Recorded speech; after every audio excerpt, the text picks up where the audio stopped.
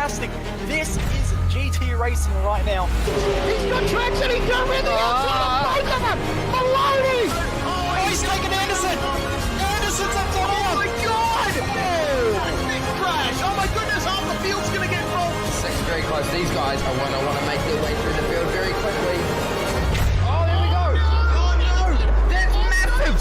This is it! This is over! I can't believe this! Oh my god! God, what?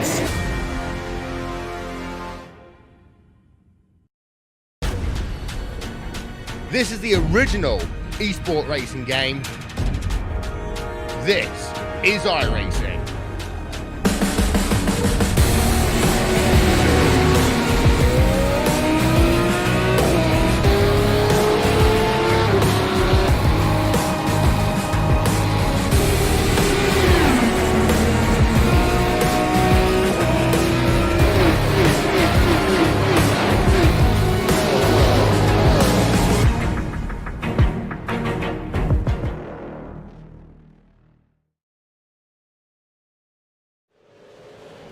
Just a handful of races to go in the season. Everything is coming down to the wire, and everybody knows that they have to step up their game. But not only now do they have to step up their game, Theories is stepping up the lap count. We got 2 of the last 3 rounds being Enduros, and the one that you've got here this evening here on the iRacing Sports Network is Phillip Island for 146 great laps worth of racing here. The race to crown a champion heads itself to one of the fastest tracks in all of Australia here in the beautiful, beautiful coastline here at Cows Victoria. Good morning, good afternoon, good evening, ladies and gentlemen. It's Jake Sperry in the commentary booth here on SimSpeed TV and the iRacing Esports Network, joined alongside with Jay Kennedy. Pause for dramatic effect. Kennedy here, and Jay, qualifying currently underway. We're into the second half now, and we have seen probably the closest qualifying we've seen all season. Right now, the top 21 split by a second. Yeah, it's incredibly close. We can now make it 22 within around about a second, so it's incredibly close out there on track, and just the names that you'd expect right at the top of the field. The championship contenders are all out to fight as well. It's going to be some interesting racing. Been working out some numbers throughout the week as well. It's very, very important for the Ace Tennis Racing car, the car with Sam Blacklock tonight, sharing with Brenton O'Brien. Those two really need a good result to ensure that they have one hand on the championship trophy coming into Bathurst in 3 weeks' time. And what's very, very interesting is no Luke Harvey for this one. So Luke Harvey, obviously MIA for the Enduro Championship. They've only had a sole focus on that when it has come to this AOSC Championship in these Australian touring cars. So what Sam Blacklock has to do, some may argue he may just have to carry the team ever so slightly with Brenton O'Brien as well there. But there is an equal share, and all these drivers will understand that they will all have to fill out their quota, so to speak, right now. Someone filling out his quota right now out on track is the number 2 Pleb Sim Sports car. That's Thomas McMillan going around the final corner right now, looking to try and get his lap time in. He did a 1:30.5 right at the very start of this qualifying session. We'll see if he's able to find something important out of this. He does a 1:30.549. He goes fractionally faster, and I think he may have just jumped a position up ahead of pursuit. Yeah, gained 1 spot there, did McMillan. And talking about Sam Blacklock carrying this Ace Tennis Racing car, new look on that car tonight. Actually, world release of this car. It wasn't due to be released till tomorrow, and we're getting a look at it now. Very, very cool look on that car with the Hybrid Racing Simulations logos on it. We were joking saying that Sam would have to carry Brenton the last time these two raced together at Watkins Glen, but remember what happened. Brenton O'Brien actually won the race, so we can't discount him, as funny as that seems. No, we definitely can't, and it's sometimes about the ability of being an anchor driver that you see the likes of so many just become so vital, being the likes of, you talk about, say, the more prestigious events that you see on iRacing. You see the likes of Isaac Price, always touted as being up there as one of the best anchors that you see in sim racing. It's about that ability to just bring a car home, and a lot of drivers here in qualifying aren't necessarily going to be the ones who are going to be those anchor drivers who will be able to bring those vehicles home. 52 at the moment. Emily Jones currently out there on a flying lap. Let's see what she can do. She's currently heading her way through probably out of Siberia there, the way she missed the apex there on the midway of the corner, but in 14th position right now, and it's half a second behind Forzan El Nabi and Trix Sim Sports Black, who lead this one in qualifying. Big thing though is that there's not much time needed to be found to gain positions. If she gains a tenth of a second, that'll shoot up about 4 spots. If you can gain quarter of a second, that'll shoot halfway up the leaderboard. So it's very, very tight the whole way through this top 22 at the moment, separated by a second. 23 now, under a second. So it is really, really tight out there at the moment. KRF on a 130.975. That's with Guy Leach there, and they found the wall, so they will get a hard reset and get themselves back going again. Hopefully looking through. It's also the debut this season right now for Mach 1 Esports. Their pink machine is very much down the order at the moment. They are in 24th, but the Rosa car, the 33, piloted by Stephen Varga, well, they're currently in 10. Yeah, it's a good start for the new team. We saw them out on track last week. They're playing black livery. This week got their new look out on track. I must say, very, very cool. Looked a little bit different to what we'd expect. The lines all going in different angles and lots of triangles and different shapes and things like that on it. I think it's a pretty cool look. It's something very, very different, but very cool. I don't mean to say anything right now, but there is an 88 car which has Synergy Sim Racing in it. It's had Brenton Hobson driving it, and it's qualified at the moment in 6th place. Yeah, well, Hobbo probably just happy to sit in the pits for a moment and see if that stays as it is. Great to see Hobbo back out on track too. He's missed a few rounds of this series, so great to see him back out on track. Be good to see him get a good result. A track that Synergy Sim Racing is always very, very competitive at. They are always up there. They are probably the kings and queens of the promised when it comes to this sort of track. Keep an eye as well on O27 Evolution Racing Team, because this is Kyle Stokes. This is the championship leader, and this is the man who's got everything now to prove at this race. Why? Well, at Zolder, he had the race to forget, and the championship closed right back up to inches instead of maybe the meter that he had. We actually did lose the championship lead after that disappointing result. Wow. Jordan Ross did jump him in the championship, as well as Marlon McMullen. So Marlon into second, Kyle Stokes has dropped back to third, but crucially as well, they have maintained the team's championship, so they have still got that. The non-endurance championship, Kyle's a long way back, he's back in 6th, so that championship is a little bit out of it. The Enduros is where it's kept him in, and it's a little bit of a mistake there for Kyle. He'll have to reset and go again. Very much true. So Jordan Ross, who is the championship leader, he'll be going second in the car of the number 8, which is currently being piloted by James Scott, currently out there second in qualifying at 6 minutes and a half soon left to go in this qualifying session. And my goodness, if ever there was a time for a little bit of cloud to come over this track, it would be around about now, surely wouldn't it, to see those times tumble very late in this one. But as such, we haven't really seen any cloud cover at all, so these drivers are just trying to find the fractions of how many mile an hour can I push a little bit harder as Scott heads into the southern loop. Yeah, no improvement on that last lap from James Scott. Looks like it might actually be on a little bit of a race run at the moment. But a driver that is on a flying lap at the moment is Jackson Suzlin Harlow. Driver that we've talked about quite a lot as one of the big up-and-coming drivers. Currently in 4th position. He'll be wanting to jump up a couple of spots. Be the highest place forward at the moment. We want to jump up into that top row.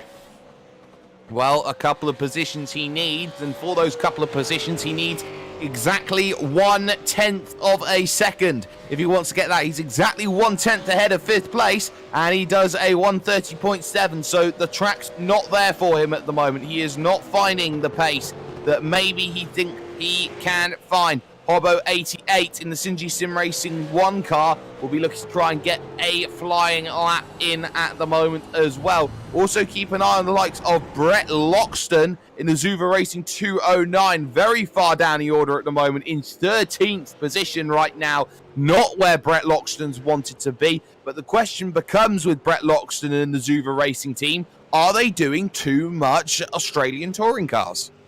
Well, it's basically all these guys do. They don't race much else, so they do get a little bit of practice. The interesting thing this week is that this race does not match up with the official schedule. So the Monday night V8 race that we will have here on the AOSC Esports Network will be at Imola, but the AOSC race is at Phillip Island. So it's a little bit of a mismatch. Some drivers have put in a lot more practice into Imola for the official series as opposed to Phillip Island for AOSC. So we might see a little bit of a shuffled field because of that.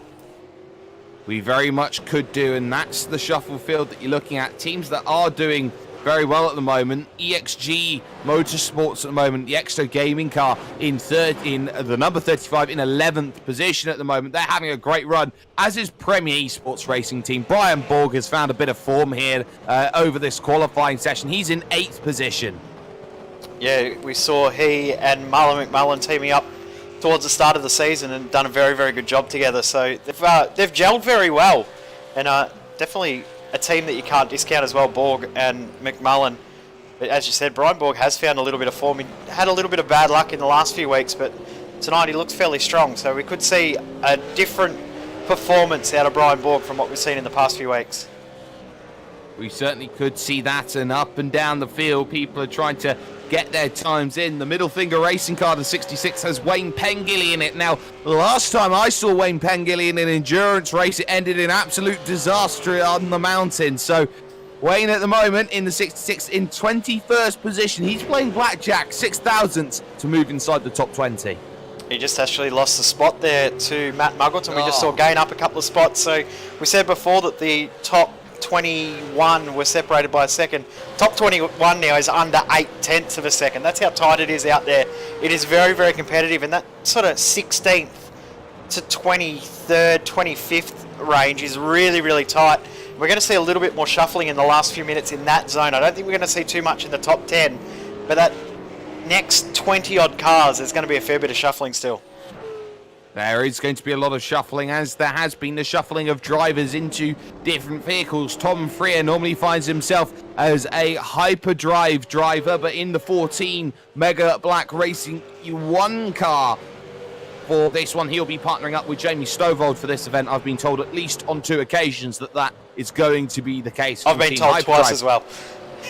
Oh, well, that's absolutely fantastic. So we've been told 4 times that they're going to happen. They're really excited about it. Must be said about the way that they hope to go on. But 2 1/4 minutes now left in this one. Now this is the penultimate time, so you're going to start and go in. It's about finding yourself with a bit of room. Someone who's not finding a bit of room, Tom Curran in the Mach 1 Esports pink car. He is in a 3-car train and he's got nowhere to go. He's stuck in a little bit of no man's land at the moment, Tom Curran. Great to see him back out on track.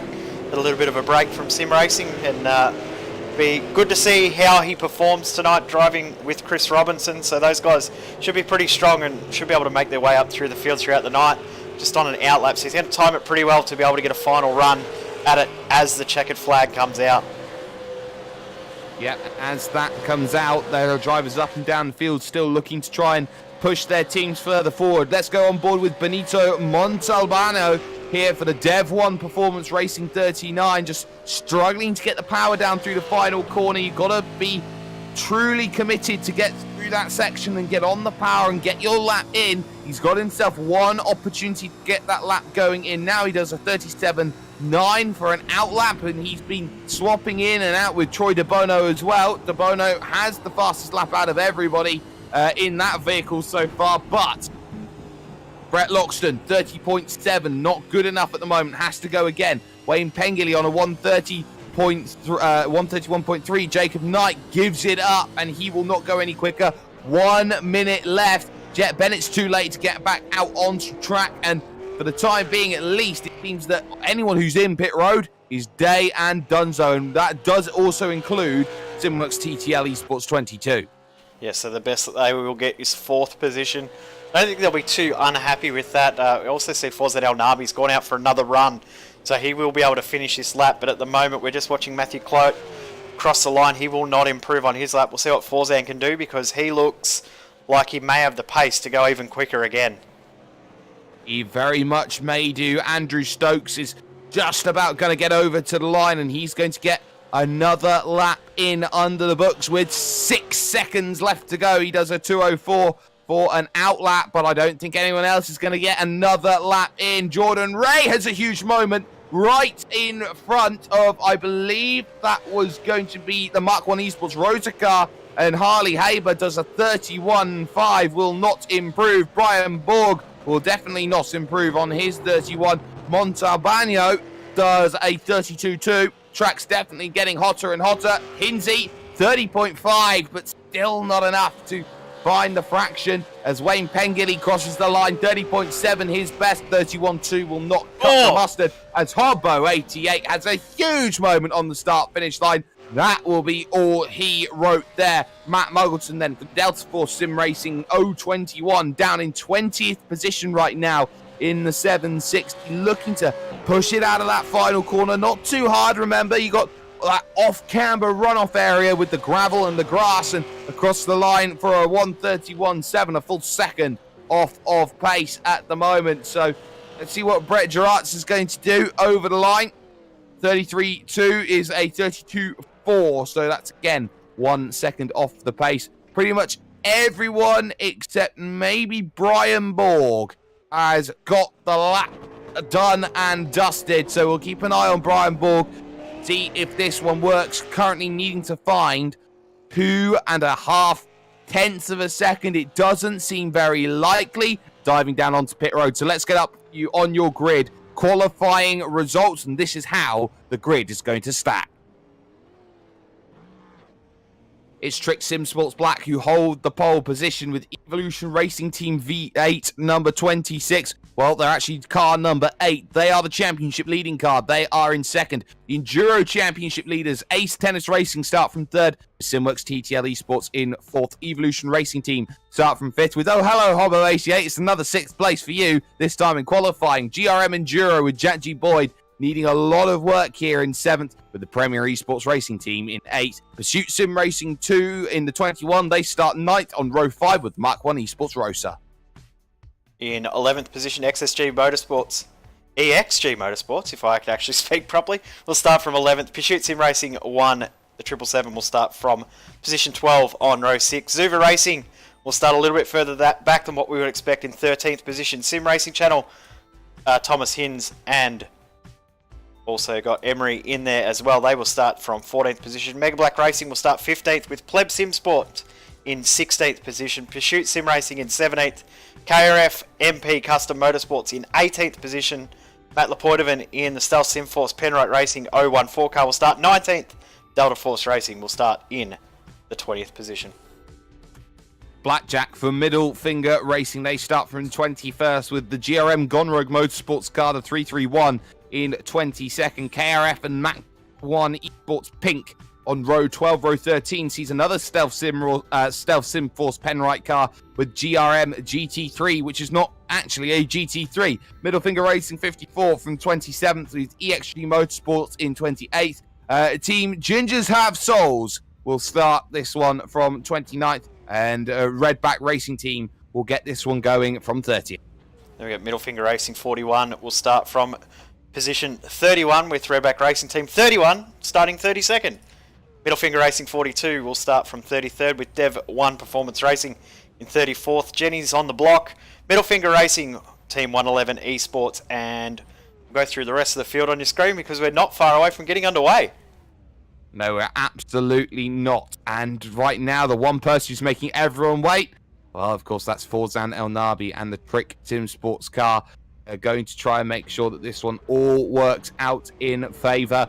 They're all going to make sure that they get themselves over to the line. It's a long race. We're looking at around 4 hours worth of work as the green flag drops. And let's get ourselves underway. A quick getaway. And El Nabi's big crash in the background. Sim Sports car. Issues right in the background there. So they go 3 wide, trying to get their way through, and they're swarming to go into that first corner to do and bend. And have they all got it all sorted up? A little bit of contact in the middle, but they're all nice and dandy. That's a good start from El Nabi. He's held off the margin, going for the lead. Holo 88 down the inside of the 027 car. Kyle Stokes is going to have nothing to do with it and is going to drop a position. Dropping a lot of positions, though, is the GRM Enduro car. I believe that is Damien Johnstone who's having the struggles as they get on the brakes into turn 4 for the first time. A little bit of a lock up there from Brenton Hobson, but he's got through on Jackson Susan Harlow. Almost 3 wide coming into Siberia at the front. And involved in that big accident at the back of the field, Andrew Stokes and Shane Rayner, the 2 cars involved. So they've dropped back, and Jeff Giacchi as well in the Delta Force car also has dropped back as they're coming up almost side by side up through Hayshed. This is a little interesting battle pack here. Brenton O'Brien, Brenton Hobson and Jackson Susan Harlow. Well, it tells you all you need to know. Brenton O'Brien did not qualify the car in that position, but he's got to defend it there. Down the inside at MG corner. 1 will go through, maybe a second, potentially. Oh, little bump on the back there of Brenton Hobson, given by Jackson Susan Harlow. And that is Hobbo 88 through into the podium. He's made 3 off the start. And look at this. Around the outside, try Susan Harlow. They're going to rub doors all the way to turn 1, and just like that, O'Brien loses another position. Jackson Susan Harlow did well, back into the toe, try and find a way back out to the outside to make something work. On the brakes they go, and now Brenton, well, technically you've got your teammate behind you in the form of Kyle Stokes, so you know what you need to do, team boss, and I think he will know that it's not going to matter too much though in this situation, because of course different teams, definitely no team orders. 100% no team orders out there. We're hearing issues for Damien Johnson is he's got a stuck brake pedal, so not able to get full throttle on the car, so he's just dropped to the back of the field and just going to putt around for a few laps. Try and sort it up the inside. Brenton O'Brien, how did he make that work? Wow, Jackson Susan Harlow had nothing to argue with there in that situation. He was maybe just thinking he was being a little bit slow with that. So Susan Harlow just ultimately gets caught out there. He was trying to pinch down to the inside, but O'Brien was having absolutely none of it. As just behind that, they start fighting as now it's going to be Brian Borg starting to get on the offensive here with Stephen Varga trying to get through. Susan Harlow, though, straight down the inside as O'Brien runs a little bit wide. He'll have the inside for MG, though. To get on the brakes, they're fighting a little bit door to door, and he's going to hang him out. Oh no, he's going to turn him. He turned him, and I'm not surprised there. Susan Harlow was given no room. O'Brien was trying to say, veteran, young kid, I'm going to leave you out to dry, and Susan Harlow was having absolutely none of it. No, I'm not surprised that happened either. We're going to get a LeBlanc instant replay, because that all sort of that had been brewing for laps and laps, hadn't it? Well, for 3 laps anyway. It was almost like you knew it was going to happen. It was just a matter of when. And Susan Harlow holding his line, maintaining his line there. I don't think Susan Harlow actually did too much wrong. I'm not sure he didn't do too much wrong either. It looked like it was I would say a deliberate move to try and chop off as much of the track as possible, and Brenton O'Brien ended up in a little bit of trouble there, maybe needed to move over to the right to try and save his vehicle, but those are the margins you have as Susan Harlow now immediately tries to go on after Kyle Stokes and will not get anything going for that. Out in front, it's Forsan El Nabi. The gap is 2 seconds from the Kings of the Mountain in V8 Scops 1 year ago. Trick Sim Sports with Evolution Racing Team in 2nd position with the championship leaders in that machine. It's Synergy, though, who are trying to chase down in 3rd position at the moment. Side by sides, though, as Michael Cracknell, Crackers for Zuva Racing, and Jamie Stovall for the Mega Black Racing E1 car. Trying to go around the outside at Lukey Heights. Bit of contact once. Going to get a bit of contact twice, but on the brakes, Cracknell tries to hold the wide line, and they're going to be no zuck. They are 2 wide, 5 deep, as they now head themselves out of MG. Amazing driving that there wasn't more issues there between Cracknell, Stovall, and then in the background, Sean Thompson, Brody Whitmore, Wayne Pengilly and Job Watson. Great driving from all those guys. We need to go back to the front because it's on for 2nd place. Brenton Hobson has just been unleashed and side by side into turn 1, Kyle Stokes and Jackson Susan Harlow. Harlow trying to go around the outside to make it work, and now he's got to do it all the way at the southern loop. You don't often do it there, but he's still going to hold the nose in. He's got the inside at 4, but he's got to go through Casey Stoner corner if he's going to want to try and make anything happen here through the left-hander, and ultimately that is going to have to be a concession, is it, here from the 027? Hobson going to try and fight it all the way. Brenton Hobson's managed to find a way through just in front of that, though. Great move from Hobbo 88. He's now up into 2nd with that Synergy car, but ultimately now Carl Stokes has to succeed, has to give up the position and succeed it. Good moving up through the field. Stephen Varga, he's gained 3 spots since the start, but Thomas Hinds is up 5 from that start of the race. biggest mover in the field so far. Brodie Whitmore up 14 spots in 3.5 laps. Crazy, absolutely crazy. This is what happens when you come to this track at Phillip Island. They say sometimes it's a little tough to make overtakes, but if you know what you're doing, you can find the position. Easily contact with one of the middle finger racing, one of the KRF cars there in the pack, and I think that was not Guy Leach, but the other driver there, Sean Thompson, who gets caught up. He just said, oh, hello, I'm part of the KRF team, and all of a sudden, whoops, I'm down on pit road. I think no surprise there. You can see there's a fair bit of wheel damage to that car from that incident. But interesting on Synergy Sim Racing. We've said it so many times before that Synergy is so good at Phillip Island. No surprise to see Hobson moving up through the field. Be interesting to see if they can maintain that pace though, because... Oh no.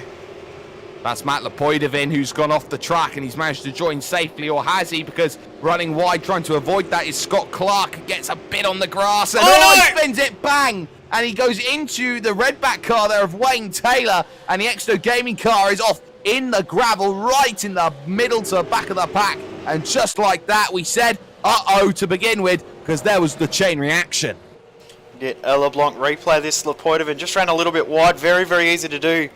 But did a great job of Reese joining the circuit, and yeah, a little bit unfortunate there for Scott Clark, and just as he's rejoined, he's just found grip and looped it around. So unfortunate incident there, just wrong place, wrong time there for Wayne Taylor to get involved in that one. Absolutely, and it's also the fact, wouldn't you say, Jay, that you have a vehicle that both wants to understeer and oversteer at the same time, which makes it impossible sometimes to save the car. Shopping trolley with a V8 engine is what this car behaves like. So very, very easy to find grip when you want it. Very easy to give you grip when you don't really want it as much. So very, very tough car to drive, and anyone that has driven this car will know how tough it is. As we're watching the battle for 7th and 8th. Jacob Knight's doing a good job as well.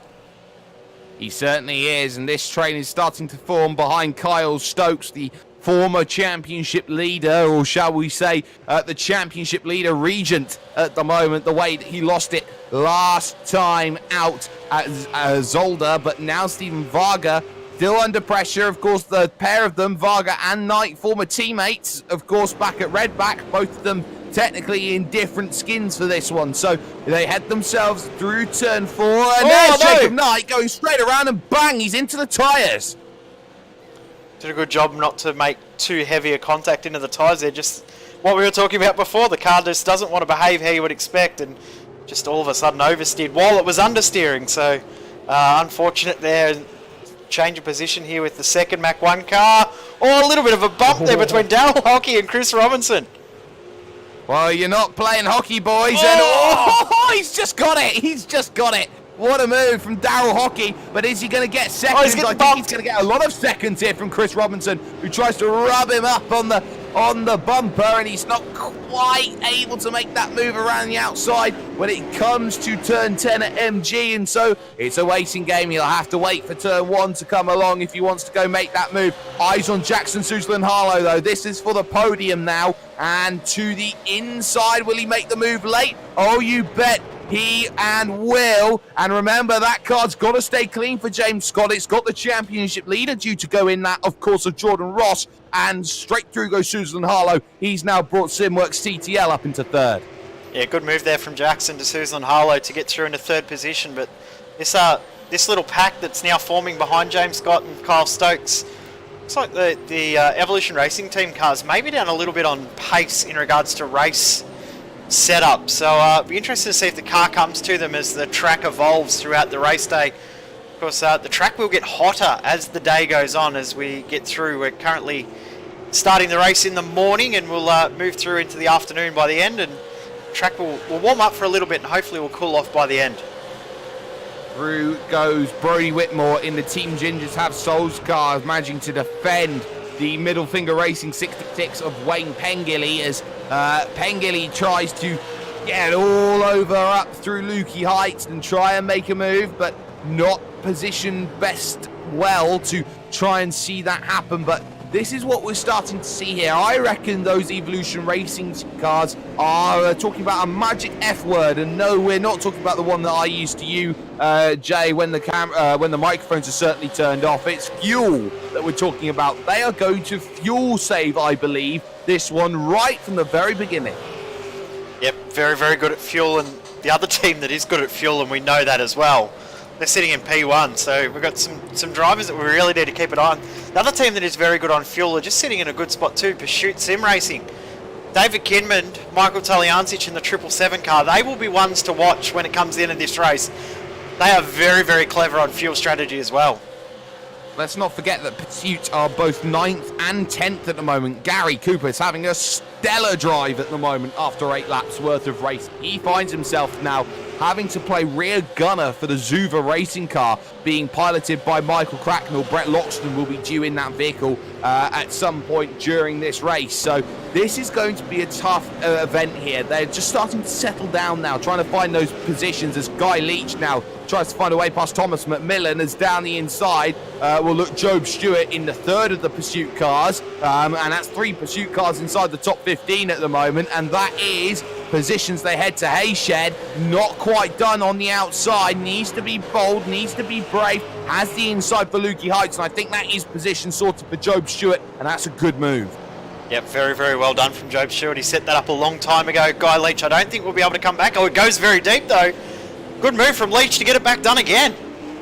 Oh yes, Guy Leach certainly playing very well. There's no V8 sleuth or anything like that for this race, so he jumps in the KRF car and looks to try and get a little bit of momentum going here in this AOSC race. As one vehicle I've just spied coming out of pit road is Jack G. Boyd. Now he's right up there in terms of championship points, but 1 lap down now classified, and is started 7th all the way back to 40th. It's been a horror start for the 28 team, and they've got themselves a good 3 hours that they need to work hard on to get back onto leading lap. He's around about 4.5 seconds behind our race leader in Forzen Al Nabi, so need to get that back. Now want to hope to get that back before the first caution period comes out, as we just see Kyle Stokes through on James Scott. So the 26 car, or the 8 car tonight it is, it's definitely not up to the pace I would have expected. Of course, Jordan Ross did qualify the car, but James Scott down 3 spots from where they started already.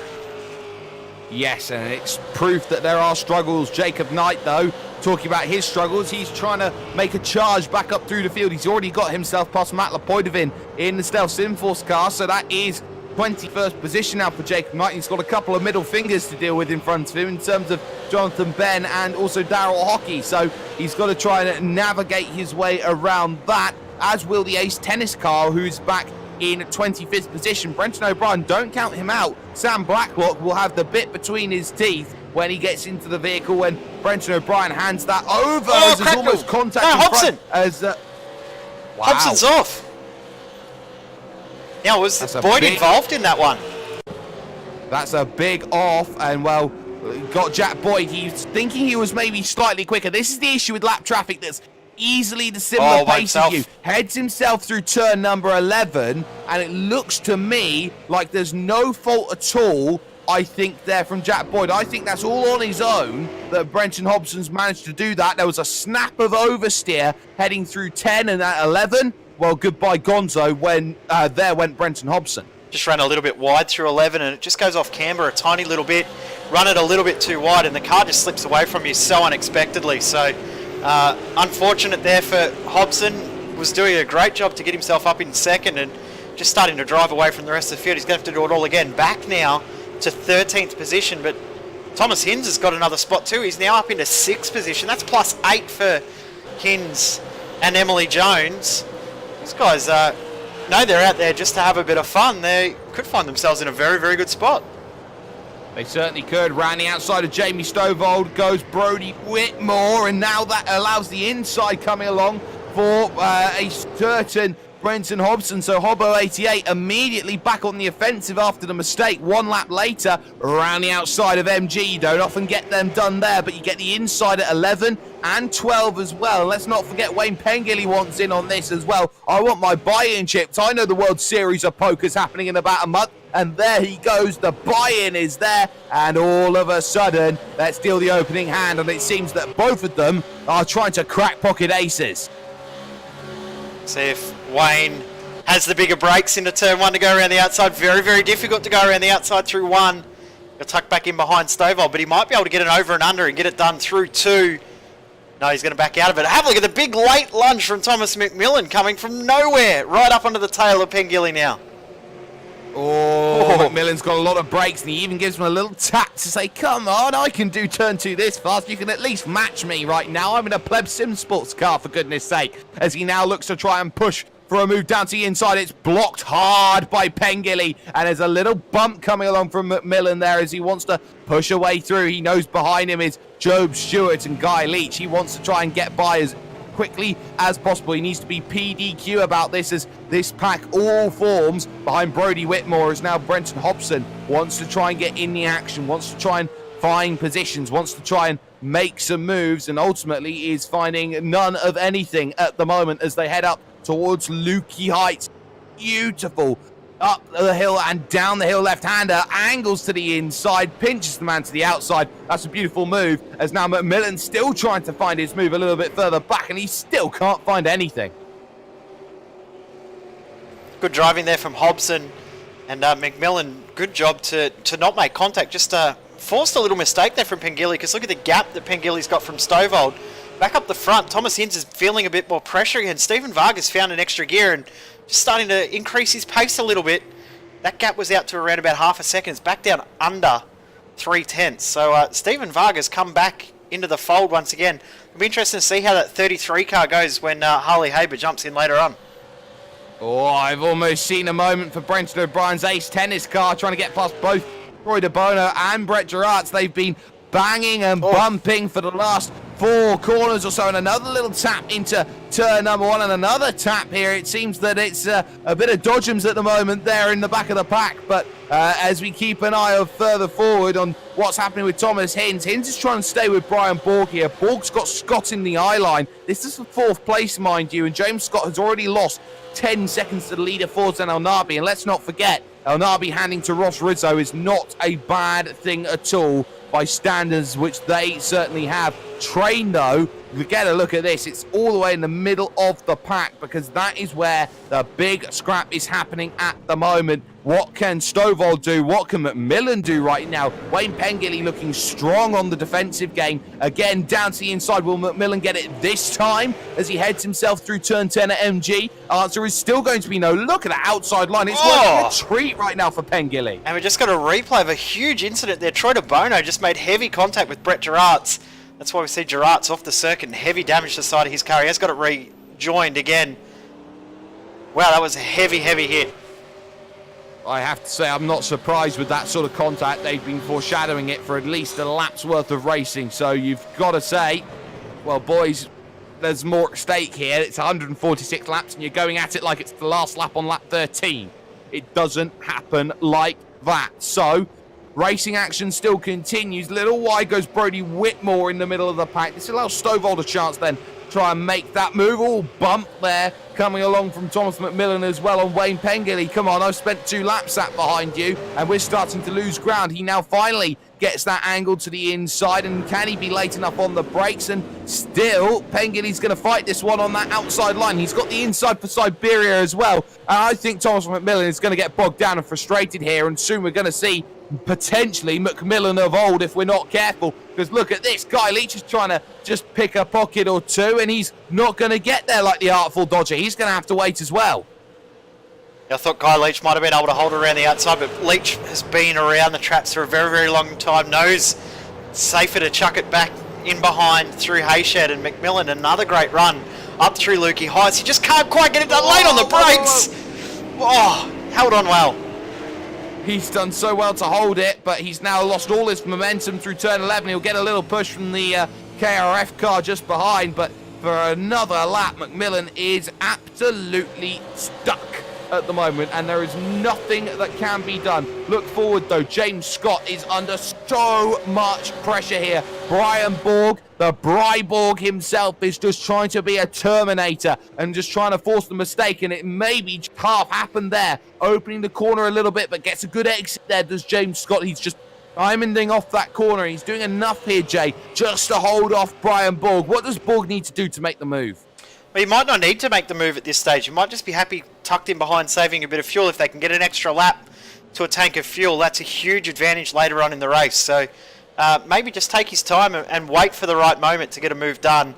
So just seeing Scott O'Keefe has come into the pits, and we also have seen McMillan finally through on Wayne Pangilli into turn 1. Took you long enough, buddy. You needed to just find that way through, and it was at turn 1. Got a lot of draft and angled to the inside. There was a bit of contact there, but nothing too Mr. No-No, I guess is the way that you try and say it. But Wayne Pangilli stays in his position with Guy Leach, Joe Stewart just behind. Next up on the list is technically two teammates at the moment, McMillan and Stovall. They'll know each other well, racing both of them at the Mega Black Racing team. Of course, McMillan jumping over to Pleb SimSport for this one, but these two are going to have this scrap. They are going to know each other very, very well in the way that they drive. Also worth talking about here, gap at the front is already opened to 6.5 seconds for Trick. Yeah, amazing how quick that gap's opened up. Now just got to replay that pass for McMillan through, and did a very, very good job there. Kept it relatively clean and got up the inside with more than enough room, as he's just gone through on Stovall as well. So McMillan's starting to make some moves up through the field. But James Scott, Brian Borg, I think this is going to be an interesting little fight here. Thomas Hinds doing a great job. He's the fastest out of these three. So we could see Hinds have a look at up the inside. Thought about making a lunge there, but not quite close enough to get up the inside of Borg. Hinds is not going to take no for an answer. He will take that overtake at whatever opportunity he can see presenting itself, and he will know that there is a Mach 1 Rosa car just behind holding Stephen Varga, and in the second stint it will hold Harley Haber, which is even more dangerous of a prospect when you know that you've got quick drivers coming in on the second stint as well. So Hinds heading up through Lukey Heights now, this big long left-hander. Then they drop down the hill on one of the toughest, if not the toughest, braking point on the circuit for just trying to stop a vehicle like this. This isn't the case of traction control. This isn't the case of anti-lock brakes. This is the case of you got to try and stop it with everything that you've got and hope you don't lock the rear axle up. So final corner comes along, and for the moment, Hinds has got one big issue right now, and that's Borg's got draft. If Borg didn't have draft, Jay, you'd say it would be a lot easier right now. Yeah, 100%. You probably think that Hinds would have the pace to get it done. You might still have the pace to get it done into turn 1. Not quite close enough, but Hinds looks really strong in this group. Again, faster than the two ahead. Did a 32.3, 32.5 for Borg and a 32.6 for Scott. So Hinds is definitely looking quick in this little pack. But then again, as we said, that magic F word, you might be just happy sitting in behind and saving a bit of fuel for later on in the race. It's a very long one tonight. We'll go pretty much the entire 4 hours. So making sure you work out your fuel numbers. Oh, that was late from both Borg and Hinds. I thought we were going to see contact. Making sure you work your fuel numbers out and actually strategize that early is very, very important. It is, as Hinds runs ever so slightly wide and now opens out Siberia, and we'll get a great run here through Hayshed, and this is what I think is trying to be done. If you can't get it done at a prime overtaking opportunity, you get it done at somewhere you don't normally see it, and this is James Scott now having to be defensive here, because look at this. Brian Borg opens up a line to the inside. Oh, this is heavily defended by Scott. Got to be careful about it. Borg loves elbows out, and he gets himself a chance to make it through. Through 11, it's going to be Scott. Through 12, it will also be Scott's. He's not going to give this one up for Jordan Ross. No, sir. No way, sir, because let's not forget, this is the championship battle right here. McMullen as well in that Premier Esports Racing team. They are fighting for everything, and Thomas Hinds is saying, no, guys, come on, let me have a go in this one. And he maybe might decide he wants to push, but he's boxed himself in as they head themselves in to turn number 1, coming out to the Gardner Straight. It's position and championship initiative now for Marlon McMullen's team. Yep, great move from Brian Borg there. Just held his line for long enough to make sure he could get the move done, and what this has done too, it's brought Stephen Varga right into the draft. So Varga right in this now too. Will Scott come back through? Oh, he's trying to the outside to make it happen, and Hinsey's very late on the brakes, and he's got it stopped up. That's beautiful. And now look at this. The freight training begins, but you're not going to get the freight train working on the outside there, Mr. Varga. It's not going to work like that, and so as such, he will have to sit and wait. So 2 positions lost in half a lap for the 8 Evolution Racing Team car. They've gone from 4th backwards to 6th. And my goodness, it could actually have been so much more if it wasn't for the mistakes of Ace Tennis and also Synergy and all the others who have really struggled in the opening stages of this event. I actually think there's something not right with that car, because coming out of Siberia, the run into Hayshed, that car was so slow.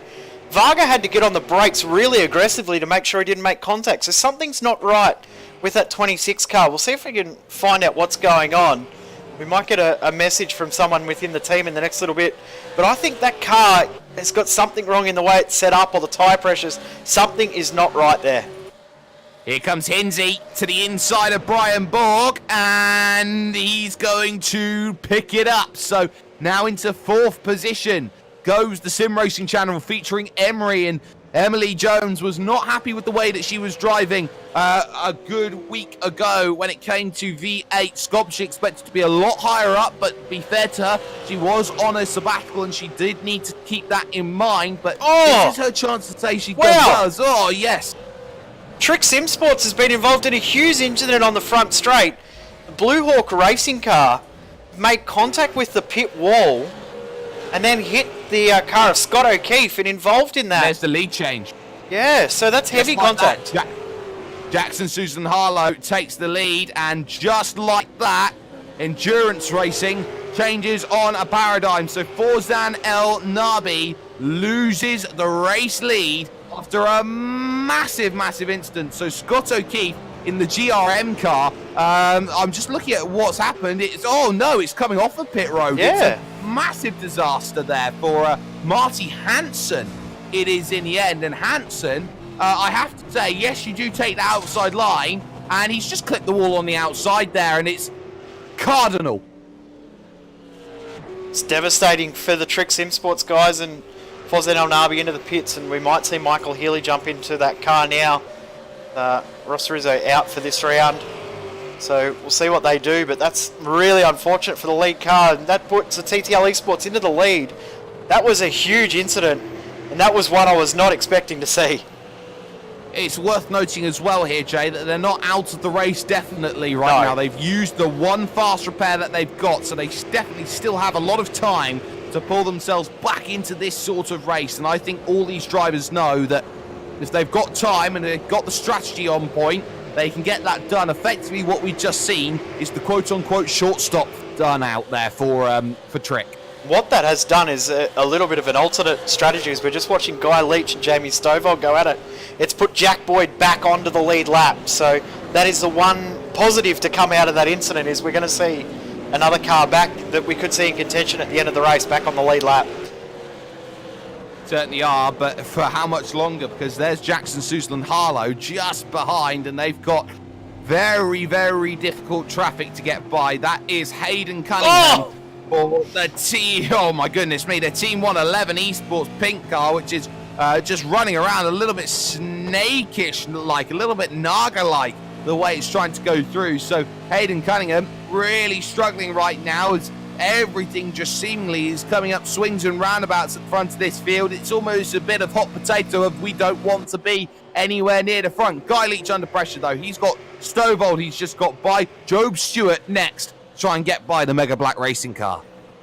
And that car of Job Stewart doesn't look too healthy as well, so we'll see how he goes with limited downforce. So he'll be really affected for the aero down the front straight, as Jamie Stovall's used that aero advantage, used that draft very well. Back through on Guy Leach.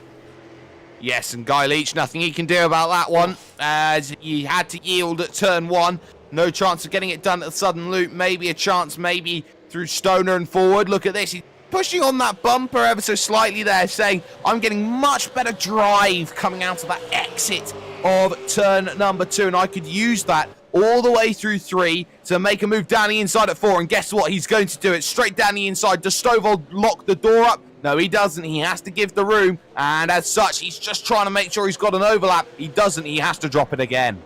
He's got to be careful he doesn't leave the door open for Job Stewart to come on through as well. Ran a little bit wide, trying to get a bit of an alternate line through Siberia, and Stewart almost thought about throwing it up the inside. Interestingly, up at the front of the field, Thomas Hinds through on Brian Borg, which I think may have happened a little while ago, but Stephen Varga's looking really strong.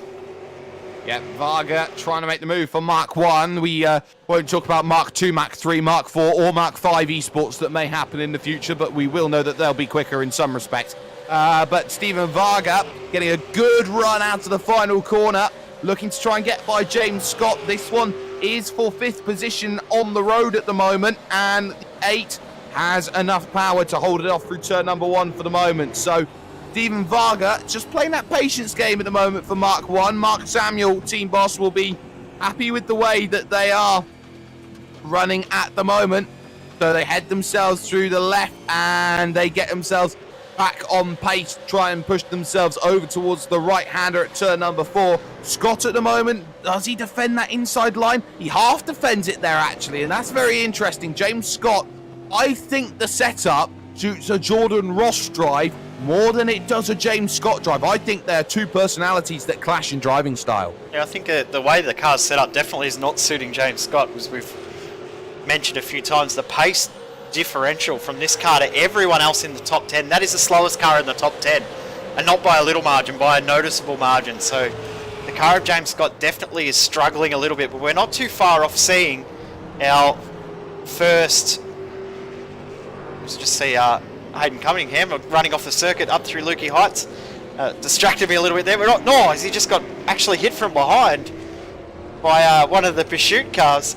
We're not too far off seeing the first legitimate pit stop with around about 30 odd laps to a tank. So we will see the strategy game really come into the fold very, very soon. We could also see, don't forget, we've got 2 caution periods to come. We will have 2 random safety cars throughout the race. So oh, look at we Varga. don't know when it's going to happen. Look at Varga. Wow. What a little look. He's trying around the outside at turn 1. He washes out a bit, and this is only helping David Kinman, Michael Cracknell, Gary Cooper all pull themselves in onto this battle. So that's big.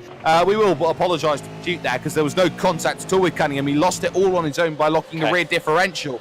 But this is where Stephen Varga is going to come into play. He's going to want to make this move to the inside, but again, he looks high side to try and get one going and try and up and under a move, and ultimately just running on that racing line is enough at the moment for James Scott to maintain and hold position. They head through the left-hander of Siberia, now towards the hay shed, and for the moment at least, James Scott, he's good. Varga does not seemingly want to make a decisive dive down the inside. He wants, effectively, a guilty verdict, which is clear as crystal. Of course, the magic F word's very, very important. Every single milliliter of fuel you can save in this race is crucial come the end. It's much easier to pass a car in the pit lane than it is out on the circuit, especially when the track is getting as hot as it is now. So if you can save a lap of fuel, or you know, save half a lap of fuel, even if you can pit a lap earlier than the other guy to make it for the next stint, you're in a really, really good spot. Speaking of pit stops, we've got our first one, 027 in. Yes, Evolution Racing Team 027 in, and that, of course, belongs to Kyle Stokes, who will get down in onto the lane, hit the brakes, hit his box. Will there be a driver change? It will be, I believe, Jamie McKnight who will be going into the vehicle at some stage. And yes, there's the driver change. So he comes in along with Brenton Hobson. 22 laps they managed then on that stint. Matt Lepoidovin and the Blue Hawk Racing car down on pit road. They are not going to really have an amazing day from here on out. But James Scott still holding that position finally in terms of the battle that we just seen. We've also got Hayden Cunningham just trying to get out of the way here as Guy Leach is going to try and take advantage here on Brody Whitmore straight down to the inside, but well covered. And some of this lap traffic starting to cause a few issues for quite a lot of drivers. Just see Cunningham running off the circuit again to get out of the way Now, one thing that some of these drivers that are a little bit new to the series will have to be careful of is the incident point limit. They do hit 35 incidents running off the circuit, things like that. It's a 30-second stop and hold penalty. It's a fairly heavy penalty for hitting that incident limit, so you need to be a little bit careful. Steven Varga, though, is looking really racy right now. He could get this move done. He very much could do, as, again, no takers on pit road just for the moment.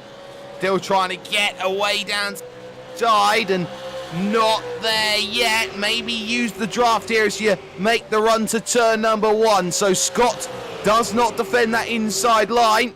Does Varga dive for it? He looks for it.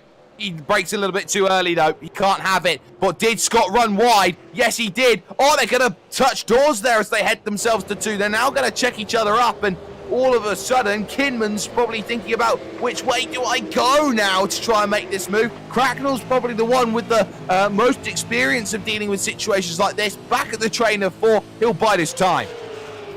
In the background as well, we see Guy Leach is through on Brodie Whitmore, and look at this 2x2 into Honda. And level at that, Michael Cracknell through on David Kinman. Great job from Cracknell to take advantage of Kinman being a little bit cautious there about what was going on ahead. Yeah, and David Kinman is that sort of driver who will question everything first before making a decision. He's like a veteran Dungeons and Dragons player. No, I don't believe there's a way I'm going to cross this rope bridge very safely. But for the moment, Kinman's now going to just drop back a little bit as James Scott is that cork in the bottle that nobody really wants to be seeing at the moment. And again, no takes on the lane. Worth talking about, Jack Boyd has dropped the lap again, so GRM in a bit of issues. But look at this, 4th, 5th, 6th and 7th on the road at the moment. All of them coming together, all of them a little bit of a wiggle. And you have to feel, if you're someone in that train, now's as good a time as any to come down onto the lane and commit to that other strategy.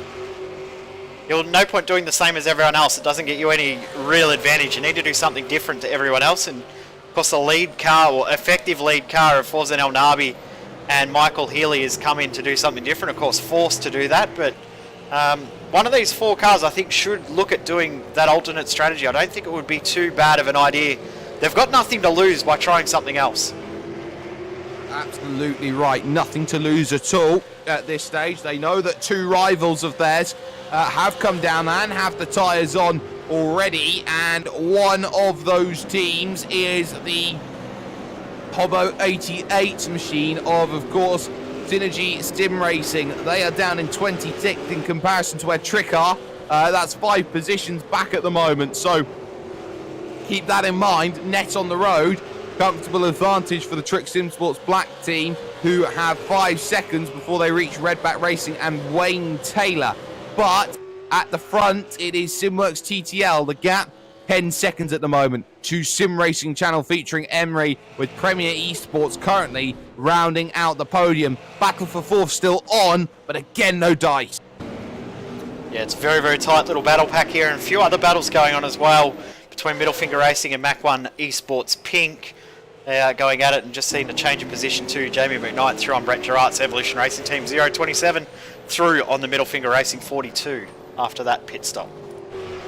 Yep, and with fresh tyres, there is no shock about the way that the 027 car has made the move past the Middle Finger Racing team. They are ahead of Synergy, and no surprises there either, but you can see they are definitely behind Trick Sim Sports Black, even with their issues. That gap is 8 seconds at the moment, and I have to say, it's going to be very nip and tuck when they come out to pit road with Jackson Susan Harlow, or maybe Brady Myers they put in behind the wheel, with Michael Healy coming out of that lane. So we'll see what Simworks TTL are going to be able to do. They will have Brady Myers in the vehicle as and when that pit stop happens, but you have to feel they're not too far away, I wouldn't have thought. Yeah, I don't think there'll be too many more laps before we start to see someone come in. Interesting too, you talk about those cars that have come into the pits. Glenn Postlethwaite is by far the fastest car out on track at the moment. Last lap by, he did a 1:31.4, just did a 32 flat then. No other drivers even close to doing 1 minute 31 laps. So Glenn Postlethwaite by far the fastest driver out on track at the moment. He managed to make a way around the Exeter Gaming Motorsports car being piloted by Varga. Scott Clark. Good move. Uh-oh. That is a good move. Absolutely right. Now this opens the door here for Michael Cracknell. So good move done. Anyone going to be a taker? Nope, they're going to just sit and play that game. You've got to strike whilst the iron's hot against James Scott. If you let him cool and let him settle into the mould, you're going to have a very tough time of trying to make a move. So we'll see what Cracknell does here. And I think it's going to be under the guidance of I can't get close enough, because look at how in the draft good James Scott is. Wide line taken by Varga. He covers that inside line through turn number 2. James Scott suddenly found a bit of fire in his belly now as he wants to start getting aggressive. Good to see that he's got a little bit of aggression up. He's been very, very defensive. It's the first time we've seen him with a little bit of aggression and be a little bit more adventurous in his lines and trying to be a little bit more positive and forceful. But I think it might be too much too late, because Cracknell threw. Great move.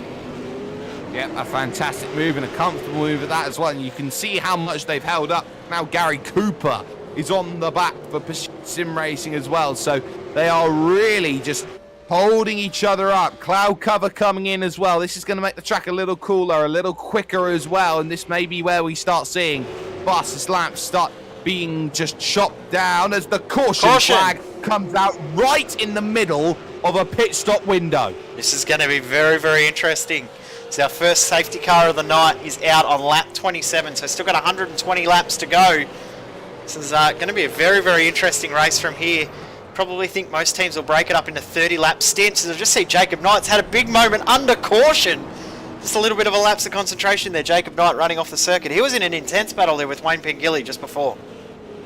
Certainly was, and it's very unlike him to make a mistake like that. They were side by side when the caution came out, so they were probably going, well, who was ahead at the point when the caution came out? They've probably ruled it right now as Wayne Pengilly won that one, so they will have to keep that the way it is. But that first caution coming out comes at a very important time over the course of this racing, Jay, and a chance to reflect on what has been an opening to this race, which has been, well, very much cut and dry. It's been a hugely controversial, hugely eventful start to this race, but thoroughly entertaining so far. I think if the race is half as entertaining over the next 120 laps, we're going to have a fantastic show. So yeah, I'm looking forward to seeing how it plays out.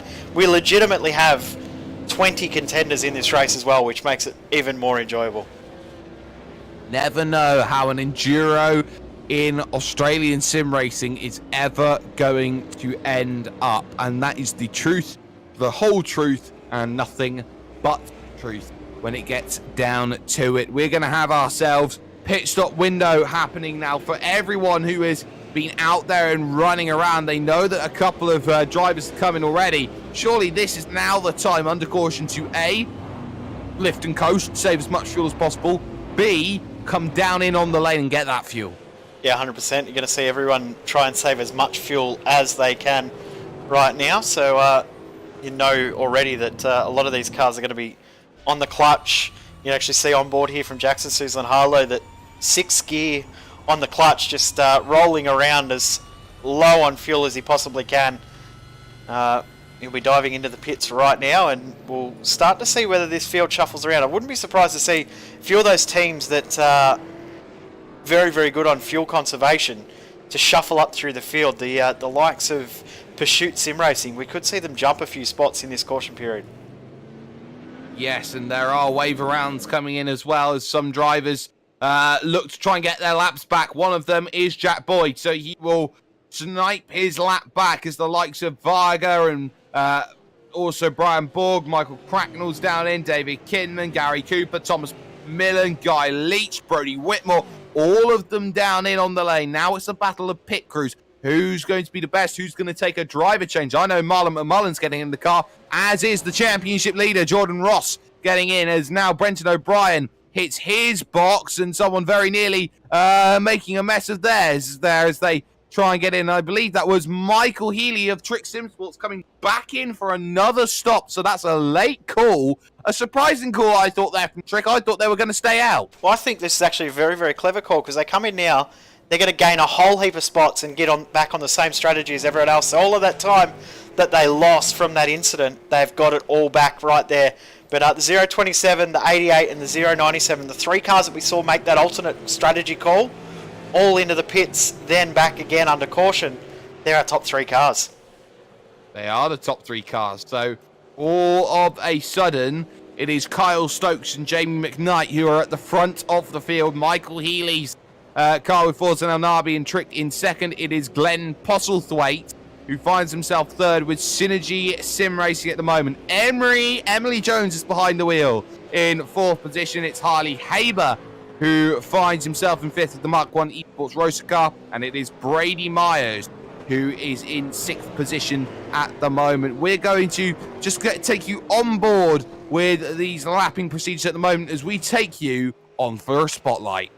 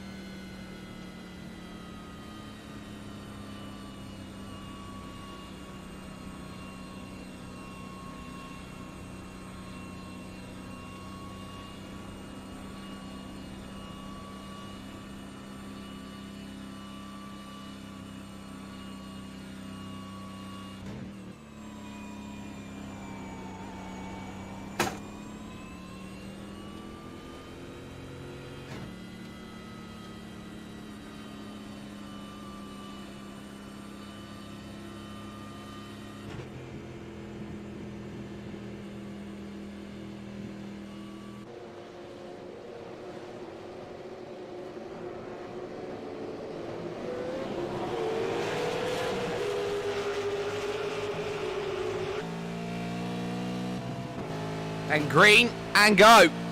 And it's all going to kick off then at the front of this field. We've got slow cars, quick cars, every little kind of car as they head themselves into turn number 1. As Jamie McKnight holds control of this field. Michael Healy second, Glenn Postlethwaite there in 3rd position, trying to hold it off. One vehicle going wide. That's Tom Freer trying to get up to temperature in the Megalac Racing car. He drops 1 position, 2, 3. They're 3 wide in the middle of the pack as well as they try and get through. Andrew Gilliam driving for pursuit here with Jordan Ross, who's just gone through there as well. Blake Purdy trying to hold his own here against Gilliam, and the young Blake Purdy, who did very well right at the start of the VX Cup season at Montreal. He's going to try and find a way around the outside as they go 2 wide, 2 deep. And we just saw 2 Brady Myers through on Harley Haber, which is a surprising move. Haber first laps in the race as well. Brady Myers just in the car as well. So these guys are probably going to take a lap or 2 to get up to pace. But that car looks very, very strong. That TTL car looks really good tonight. It certainly does, and there are no surprises that Simworks TTL are looking good. This has been the series which they hadn't had an absolutely nothing start to this season. It would have been different as there's a little bump going on there as Emily gets a little tap from Brady, but around the outside we'll try Harley Haber in the Mark 1 car, and we'll have to try around the outside again here at the final corner if anything's going to happen here at the end of lap 30. Almost a bit of contact there, and that one very, very nearly ended in a bit of disaster. And Haber did get the run off the corner there, but I don't know if he's going to be able to use it because Brady Myers is defending very, very well. McKnight's holding on at the front from Michael Healy. Doesn't look like he's ready to get a move done at this stage, but here comes Myers and Haber. No love lost between these 2 guys as well. And stay side by side coming up through turn 2. And Marlon McMullen also going to get involved here. These 3 drivers have had a bit of history in this series. Big squeeze, and Haber is through, but Myers will not give this one up then as the battle heats up. Watch at the front as well. Here could be the move for the race lead, and it doesn't happen. Haber, though, behind, trying to get back through on Brady Myers and try and hold this off. Contact there. There's Healy, and through's going to go Glenn Postlethwaite up into 2nd position. Emily Jones now going to try and take advantage, and she gets 3rd. And all of a sudden, it's all kicking off right now. And just let's not forget this one. A little bit further back in this one is Jordan Ross for the Evolution Racing Team V8, and he'll be looking at Brett Loxton very soon as this front 8 battles it out hard. Yeah, and the top 8 very, very close. Back to Michael Taliantich, top 9 even, because Brett Loxton is in that 9. A little bit of a gap back to Jordan Ross, who's already gained quite a few spots on that restart. But this top few is just see Postlethwaite and McKnight. There's a little bit of a gap there now. This 2nd back to 9th battle pack is quite the train now already. It certainly is quite the train, and the train that's struggling is Brody Whitmore and Blake Purdy fight it out side by side. That move is complete as they look to continue on, but now it's about swarming across the Gardner Straight, looking for turn number 1, and guess what? It's him again, Harley Haber. He's the man on the mission right now, down the inside of Healy. Healy has to back out of it there. He was running out of room fast, and he loses 1, 2, nearly even a third position now as McMullen tries to go to the outside. Try and make this move. Can he get it done? Well, he's going to have a good run coming off of the corner. Try and get that move A-OK and sorted. And I think that if he gets the inside, and yes, Healy backs out of it. Yes, it's sorted. Trick are starting to run out of those in the playbook, as now all of a sudden McMullen wants in. Sorry, not McMullen. Taliancic wants in, Loxton wants in, and Jordan Ross and Andrew Gilliam are now on the rear. Yeah, so we've got the top 11 separated by 5 seconds at the moment. Under 5 seconds. That's 4.2 between 11th place Gilliam and first place McKnight, who's starting to have Postlethwaite close back up again. Top 3 have broken away a little bit from the rest of the group, with Haber and Myers fighting so hard at the moment. But this is a very, very interesting top 10 at the moment. It is an interesting top 10. Some may say an out-of-position top 10 with the way they've been running. Don't also count out Sam Blacklock in the Ace Tennis car, as there's a car going wide again. That's the Trick Simsport car, who will lose a position to Taliancic, will maybe lose a position to Brett Loxton here, and Brett Loxton around the outside trying to make it work, and well, that could be a kingly move, but it's not quite there. Look at this. Jordan Ross may just force the issue and try and go 3 wide on his own here. He's going to push him down the straight, I think. Don't do it. And is that move sorted? Well, there's one position, and there's the second to boot as well, as there's a vehicle off Emily there, on the side. And yeah, you're absolutely right there. That's Emily Jones who's gone off. Yeah, that's surprising too. Just rejoins. Really dangerous spot to rejoin the circuit. Blacklock's had a mistake there. 3 wide through Southern Loop. I don't think those 3 realised that they were 3 wide at that point. Brody Whitmore was just holding on, hoping no one was going to make contact. And Blacklock has dropped back to 15th position and may have a little bit of damage from that. Oh, he's got to be careful, especially in that Ace Tennis car that's fighting for the Enduro Championship. Has been flawless so far this season.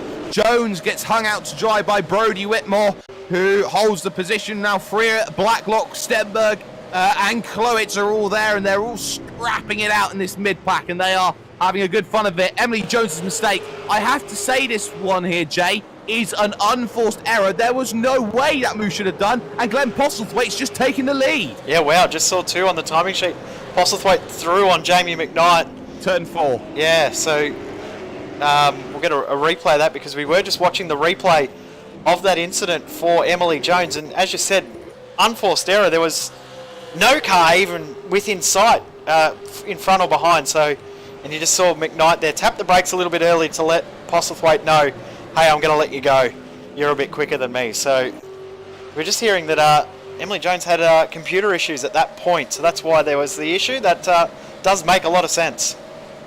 It does make a lot of sense, but through down the inside goes Jordan Ross. He's through on Brett Loxton. That's another position done, and that is a very much by the book move there. That was basics, and there's not much Brett Loxton could have done there. That was overspeed, and you can't do much more than that. But rest of the pack still fighting out. Let's not forget here that the battle for second position is still on, because McKnight's now got to hold himself off with Harley Haber here, and Postlethwaite is not going away in this one. Myers seemingly's got a little bit of damage on his vehicle, and there's McMullen in 5th position, who's looking to try and just yank the championship away from the hottest man at the moment, Jordan Ross.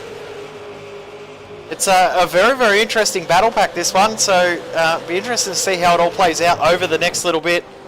We've, of course, got championship contenders right in amongst this pack as well. You've got the Ace Tennis car, who lead this endurance championship, but Pursuit Sim Racing and Zuva Racing, those 2 cars really need to get a good chunk of points in this one, especially while that Ace Tennis car is back in the field.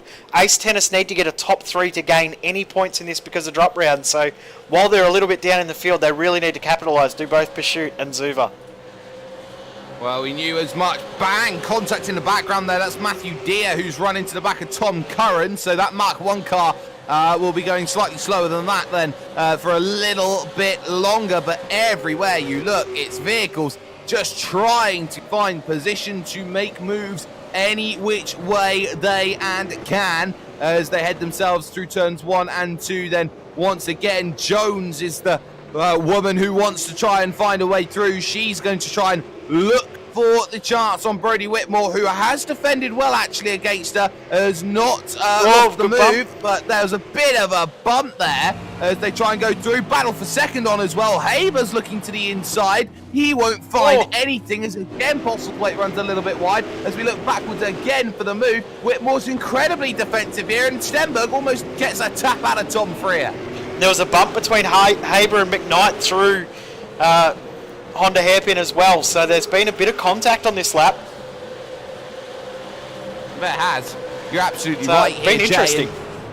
It has been interesting, and these two know each other very, very well, Harley Haber and Jamie McKnight. And McKnight's got to be careful about this one now, because here comes Haber. Nothing to lose is the most dangerous Haber of all, and heading through, trying to open out the turn 11 to get the biggest run through 12 possible. Has got tucked up right underneath that bumper and is actually trying here at 12 to go down the inside. This is brave stuff, and they remain too wide, and he's going to pinch on the outside there as Haber. Try and get the run here towards turn number 1. Yes, it means he loses Glenn Postlethwaite's draft, but my goodness me, that's one way to get second back up. And we're just seeing too on the timing sheets that Emily Jones has just lost 4 or 5 spots, so we're going to replay that in just a moment to see what's happened to Emily Jones. And now have a look at Brady Myers trying to get through on Jamie McKnight. Will stay live until we get through turn 4, because we could see a change of position here. The orange and black car could get past the orange and black car. They very much could, and it's two orange and black cars having a very nice little feud at the moment between them. One a little bit darker than the other as Brady Myers dives down to the inside. Can he get the move done? Can he get it slowed up? Yes, he can. Almost taking the rear away from Harley Haber. Trying to take through is Marlon McMullen as well. Yes, you're absolutely right there, Jay, because through goes McMullen. He puts another position between himself and Jordan Ross, who is right on the rear of Michael Taliancic, who will not give that up for love nor money, and that's because Taliancic will put his name on the front of his bumper on every single other bumper that's here at the front of the field. Oh, now just getting a replay. There was heavy contact between Sam Blacklock and Emily Jones, and Jones actually got bumped around, then made contact with the car of Tom Freer. So that's what the two cars are dropping off the timesheets. We're also just seeing Troy DeBono come back into the pits. Emily Jones has rejoined, and just also seeing Michael Healy has been passed by Andrew Gilliam as we're back live. This race is absolutely heating up. This does not feel like it's an enduro the way that these guys are racing at the moment. Well, the Swift Racing Discord has just summed it up. Emily seemingly is taking a beating at the moment, and that much has to be said right now. Here looks Taliancic, though, trying to find a way past Jamie McKnight, trying to focus on the way down inside. That's late from Taliancic, trying to find it. He's not going to get the overspeed, and look at this. He opens the door up now for Jordan Ross. Loxton's going to run a little way. No, there's contact. They slide it together. Can they hold it? Yes, they can. Gliding through the middle goes Andrew Gilliam. He'll say thank you. Healy will say thank you for 2 of his own as well. Maybe even Blake Purdy might take a position. Yes, he'll take 2 for his issues, as there's a redress coming in as well. So there we go. There's the moves, and it's still going on right now because Simworks TTL have now moved into second. Good job from Brady Myers through on Harley Haber, and that was all Brett Loxton there. And as you said, redress has happened. Brett Loxton's given the position back to Michael Taliancic. Taliancic will be upset because he had the pace to get past Jordan Ross. He's lost 3 spots out of that. He'll be disappointed. And Emily Jones has now stopped around again. Something's happened to her at Honda. You're right, she's taking a beating. Yeah, she is struggling, and she was, I think, a little bit more on her own, and I think someone just dived in on her there at the corner, and that would be Matthew Clowett for the Middle Finger Racing team, just running out of road there. And yeah, you almost have to say there, if Clowett couldn't stop it altogether, where could he have gone? And you now have to say for Emily Jones, either it's a red mist moment and every incident's happening right now, or she is just the unluckiest driver in the world at the moment. Somewhere in between the two, you'd think it would be. It's been an interesting stint for Emily, because got right up into 3rd at one point, now all the way back in 23rd, so lost 20 positions in the last 6 laps as Brent Loxton looks to try and get past Blake Purdy. Must say, Pursuit Sim Racing would be very, very happy right now. 3 cars in the top 10. Oh, they definitely would be. Pursuit are on a pursuit of a very, very strong finish, it seems, right now. As running wide again is Glenn Postlethwaite. He has a very weird line of taking Honda corner, it has to be said. He goes all the way out to the outside there, Jay, and I wonder if that's maybe just the thing that he likes doing there. He maybe finds a little bit more grip where other people don't. Every possibility that's all it is, just running a line that he's more comfortable with. There's a lot of different positions that you can place the car around the circuit. A lot of the corners here, there are 2-3 lines, and none of them are 100% right. So the likes of MG here, you can run it 2 or 3 different ways to try and then get yourself a line for the exit for the next corner through turn 11. Through Siberia, there's 3 or 4 ways that you can attack that. A lot of guys run very, very wide through there to take a late apex, and I think that's what Postlethwaite's doing through Honda as well, just running really wide, trying to get a late apex and get a bit more momentum coming up through the chute up to Siberia. The important thing to look at is that gap between 4th and 5th position right now. They're not close in terms of time, but this is going to be crucial. That gap is 1.4 seconds. McMullen, 132.4. Jordan Ross, a slightly better 132.4. So Jordan Ross, he will know if he wants to gain positions in this championship or gain points on this championship, there's only one person he needs to beat, and that's the man right in front of him right now. Gap at the front, under a second. Yeah, and there's nothing between those two in regards to the championship. It's what, it's 140 points. So Marlon McMullen will be wanting to get a few more points up on Jordan Ross in this situation, but if those two cars stay nose to tail at the end of the race, it's going to make that championship incredibly tight. There's a big moment there for Michael Taliancic, who's just trying to get on the power coming out of Honda hairpin, and we may see Brett Loxton be able to get a move here, tucked right under that rear wing. Trying to pounce and looking at Hayshed maybe for a move. You don't do them there very often. This isn't Shane Van Gisbergen and David Reynolds. Oh no, sir. So now looking at Lukey Heights, up and over the hill. This is the place you make it, down at MG. And Brett Loxton certainly nowhere near in a position to make that move, and going very, very cautious. Maybe looking at 35 instants going, well, I have been in the wars a little bit recently. This isn't ideal at all. There's actually quite a few teams that are still sitting on 0, which is great to see. We have a couple of teams that are getting a little bit close. So have 35 or 34 cars out on track, out of our original starting 42. So a little bit disappointing to see that we've already got 7 cars out of the race with only 39 laps complete. But just said it's an interesting race, and there's been such a weird dynamic in this race as well. It's been a surprising race. Been a lot of argy-bargy for an endurance race. It feels more like a sprint race done at an endurance race distance. It certainly does at the moment. Andrew Gilliam then is the next one trying to make a move on Jamie McKnight, and I think McKnight's going to have to yield this one down to the inside on the brakes.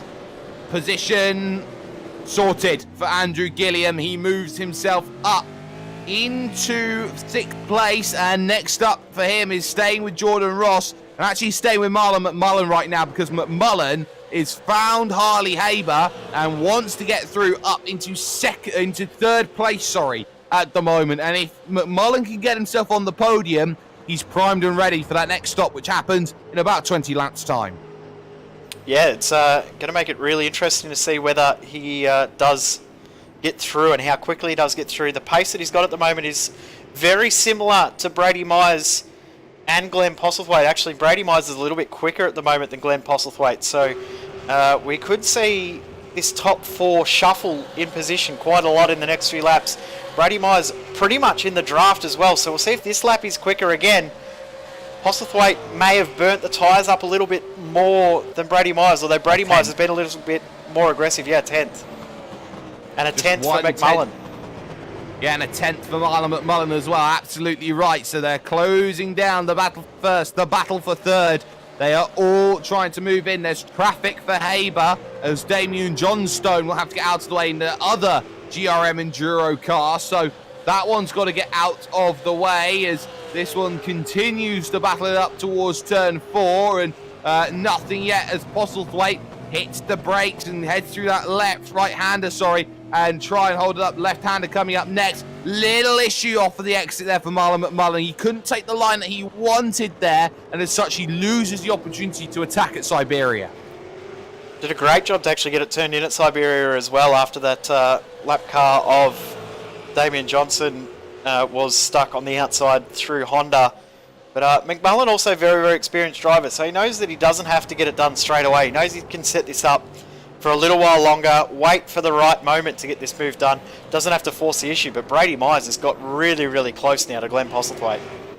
He has, he absolutely has, as he heads through the final two corners here at the end of lap 41 of 146. We will have 105 lap of race to go here at Phillip Island when they next cross the line, and it seems that for all the money in the world, the opening 41 have felt very much like they should have been the last 10 laps of this race, the way that they have been scrapping and clawing their way, try and make some moves, and no moves into turn number one, despite the fact that Brady Myers took another 2/10 of a bite out of Glenn Postlethwaite. This may just be the chance. Same could be said here for Marlon McMullen.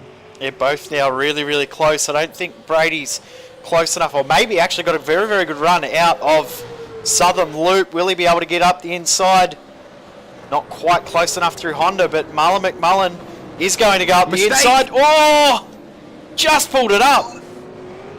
Mistake from Postlethwaite as well, and Postlethwaite now trying to get down the brakes. They touch, and off goes Brady Myers into the gravel at Siberia, and he will lose second and third and fourth and maybe even fifth position as well. One bit of contact, one small lapse of concentration, one very angry Brady Myers as they go side by side through the hay shed. Oh my goodness me, can they hold it up together? And it's held somehow by Harley Haber. McMullen's giving everything. Wow, so Harley Haber back through on Marlon McMullen, and Andrew Gilliam around the outside at Hayshed back through on Brady Myers. So Brady Myers has dropped to 6 after that incident. Harley Haber's got himself back into second, and Jordan Ross is back in contention. Glenn Postlethwaite, after that tiny little bit of contact and that mistake, which we will get a replay of very, very soon, has now got a 1.5 second advantage at the front of the field. That one will be watched very, very closely by race control post-race. Absolutely. But look at Jordan Ross thinking about making a move on his championship rival at the moment, Marlon McMullen, and how much of a psychological blow would it be if Jordan Ross found his way through, getting on the brakes, trying to get the power down. You can see he's hugging that curb as if he doesn't want to ever let it go at the moment. And now Jordan Ross is primed and ready in position. But McMullen surely has to defend this one, with Harley Haber now getting a little bit of a sigh of relief. It is well defended as they head themselves into turn 4 at Honda, and now they're going to start stacking them up with a bit of lap traffic in there as well. Damien Johnstone's going to have to get out of the way of Andrew Gilliam, and he battles it side by side through that corner, trying to get out of the way on that inside. A little bit of a bump as well from Brady Myers, who loses it on exit ever so slightly, but it's seemingly a little bit of safety at the moment, a little bit which has been needed over the last 3 laps or so, which have got off like a powder keg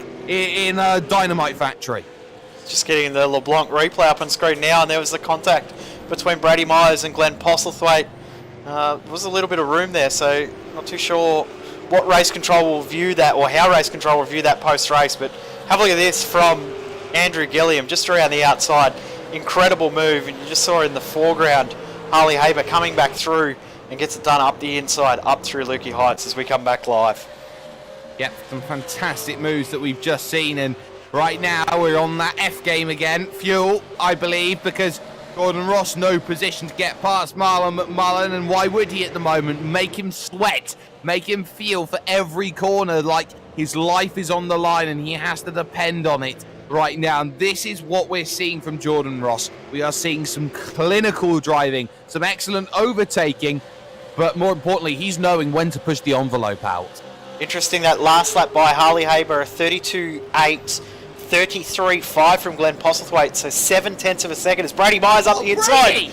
Wow, that was late and good move in the end. Well done from Gilliam to see him coming, but he might be able to come back. And also in the background, Jamie McKnight and Michael Healy going at it. Oh, big slide from Gilliam. He's going to lose that spot.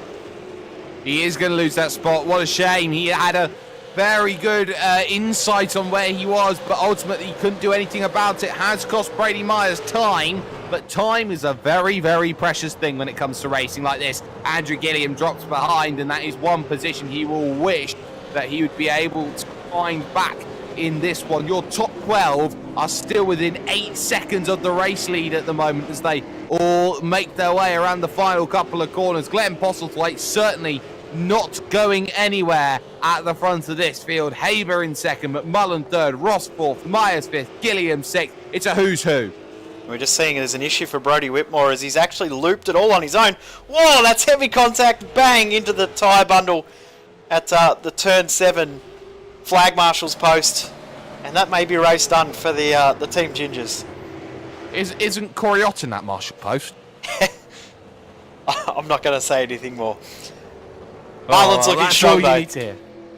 Yep, it is looking strong, but for the moment, at least, Marlon McMullen is looking strong. He has just managed to find a bit of second wind, it seems, and he's now back on the offense here against Harley Haber. Haber's got to be wise to this one, because look at this. McMullen's going to dive this one very deep on the brakes, but the door is shut off by Haber. He made sure, using all of his experience available to him, that he knew exactly where McMullen's car was going to be placed. And you just see there too the different lines. Harley Haber running a very, very wide entry into Siberia, and McMullen almost thought that was the door being open a little bit, but Haber then used that to get the momentum coming out, and you just see him pulling away, coming up through Hayshed and into Lukey Heights. McMullen looks really good through Lukey though. His car looks really, really planted up the hill through Lukey, but down at MG it just looks a little bit loose there under brakes. Big, big sideways moment, just held on did McMullen.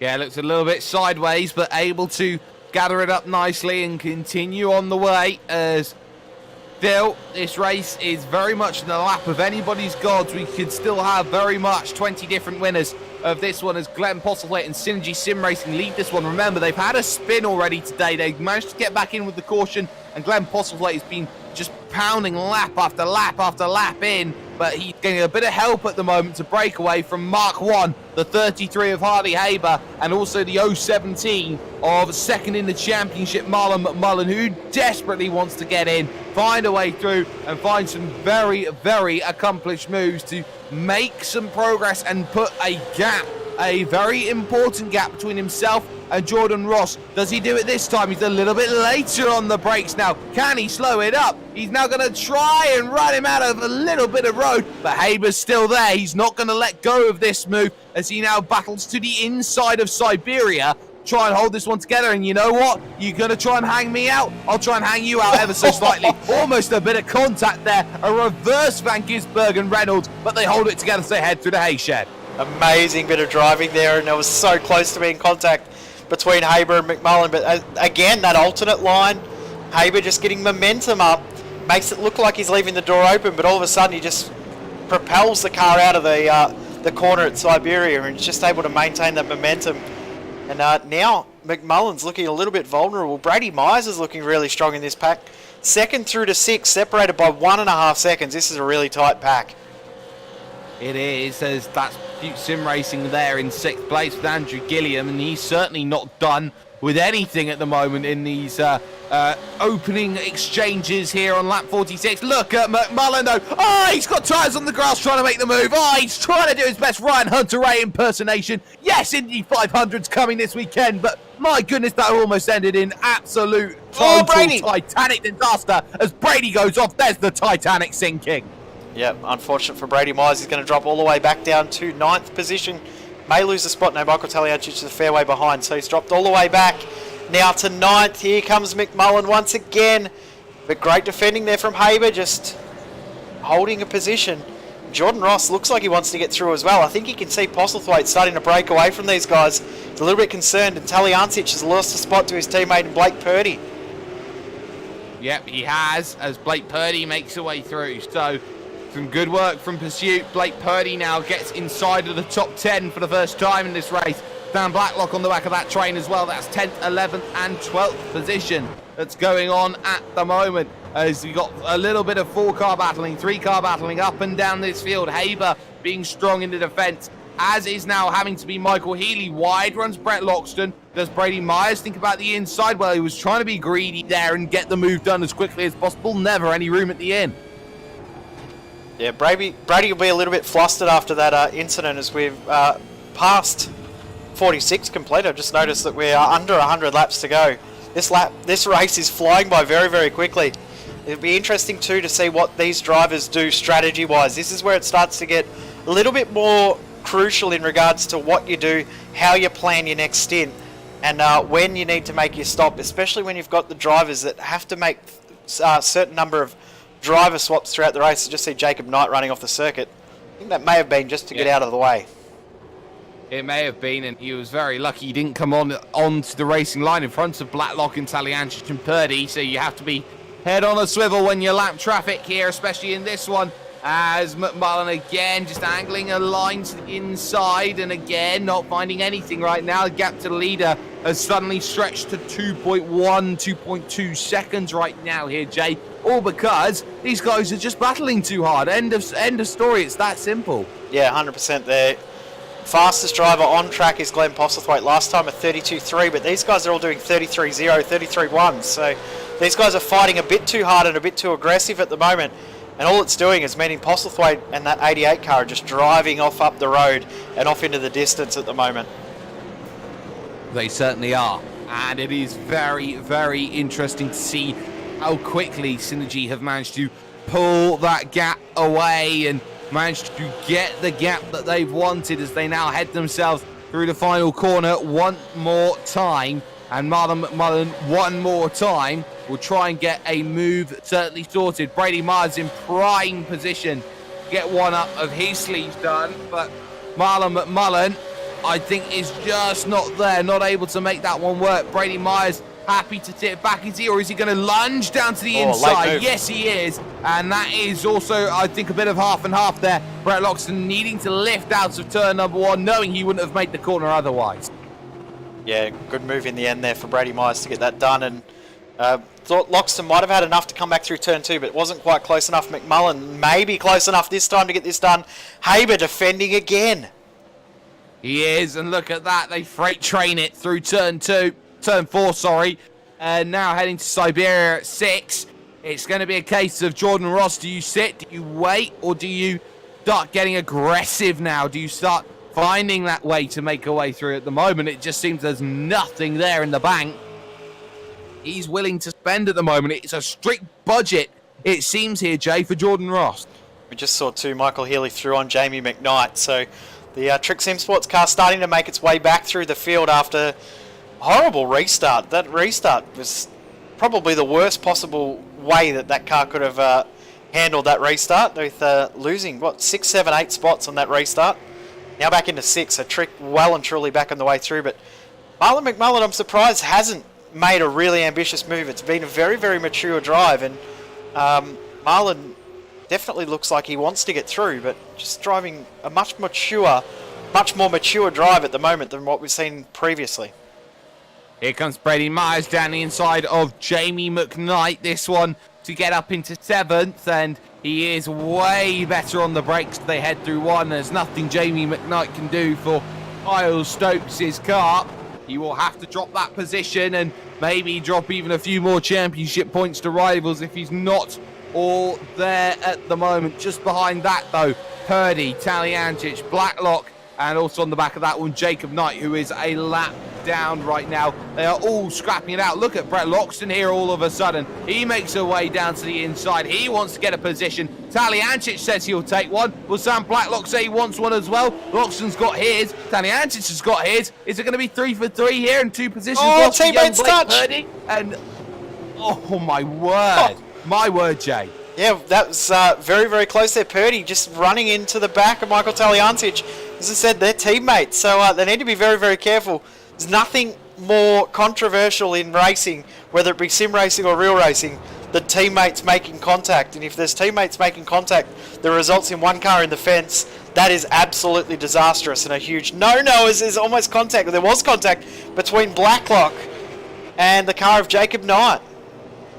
Let's not forget Jacob Knight's a lap down, so maybe that's a put yourself in your place moment there. I don't want you going by me. I want to race with these guys and not race with you who be a lap down at this stage. So keep an eye on that. McMullen again searching all over for a way to get by Harley Haber and still unable to find any answers to the complex puzzle that is being put up by the Mark 1 Esports Rosa driver. Head through turn number 3. Andrew Gilliam on the rear of this battle as well, which is just taking place a good 2.5 to 3 seconds back now of your overall race leader, Glenn Postlethwaite, for Synergy Sim Racing. They get on the brakes again. McMullen loves that inside line, and again he has to turn it on a dime if he wants to try and make that move. I can't believe how well he's pulling it up. We just also saw Daniel Stevens through on Emily Jones. That's back at the back end of the top 20. But I don't know how McMullen's pulling it up, because he's so late on the brakes on the inside, and he's still able to get it turned in without making contact with Haber, who's just chopping his nose off. So this is some really, really good braking from Marlon McMullen. That car, 017 car, is looking really strong under brakes. We said earlier it didn't look too good under brakes at MG, but at Honda Hairpin it's looking great. It's looking absolutely fantastic at the moment, and they are trying everything they can to keep that push going and trying to find the overtake that they need. And ultimately, it seems that it could be absolutely sensational at the moment for this battle. It has been pretty much get your gloves out, and it's been a light heavyweight battle, not a super heavyweight battle that these sorts of endurance races sort of tend to represent as they head into turn number 1. Brady Myers! Every punch is landing as Myers. That was such a late move from Brady Myers. He's got through, and Michael Taliantich also threw on Jamie McKnight, but that was so late from Brady Myers. Just come from nowhere to get up the inside. I didn't think he was close enough to get the move done. All of a sudden he was through. He snuck one there on Michael Healy. It has to be said there, Jay. And you also have to say that Brady Myers right now is the king of the late overtake as they head themselves towards turn number 4. Again, no dice, but Haber runs wide. There's the mistake that McMullen had been probing, and again, he doesn't take advantage as they head to turn number 5. It's just not quite up far enough to get the move done. Jordan Ross looks like he's starting to get a little bit frustrated by this as well.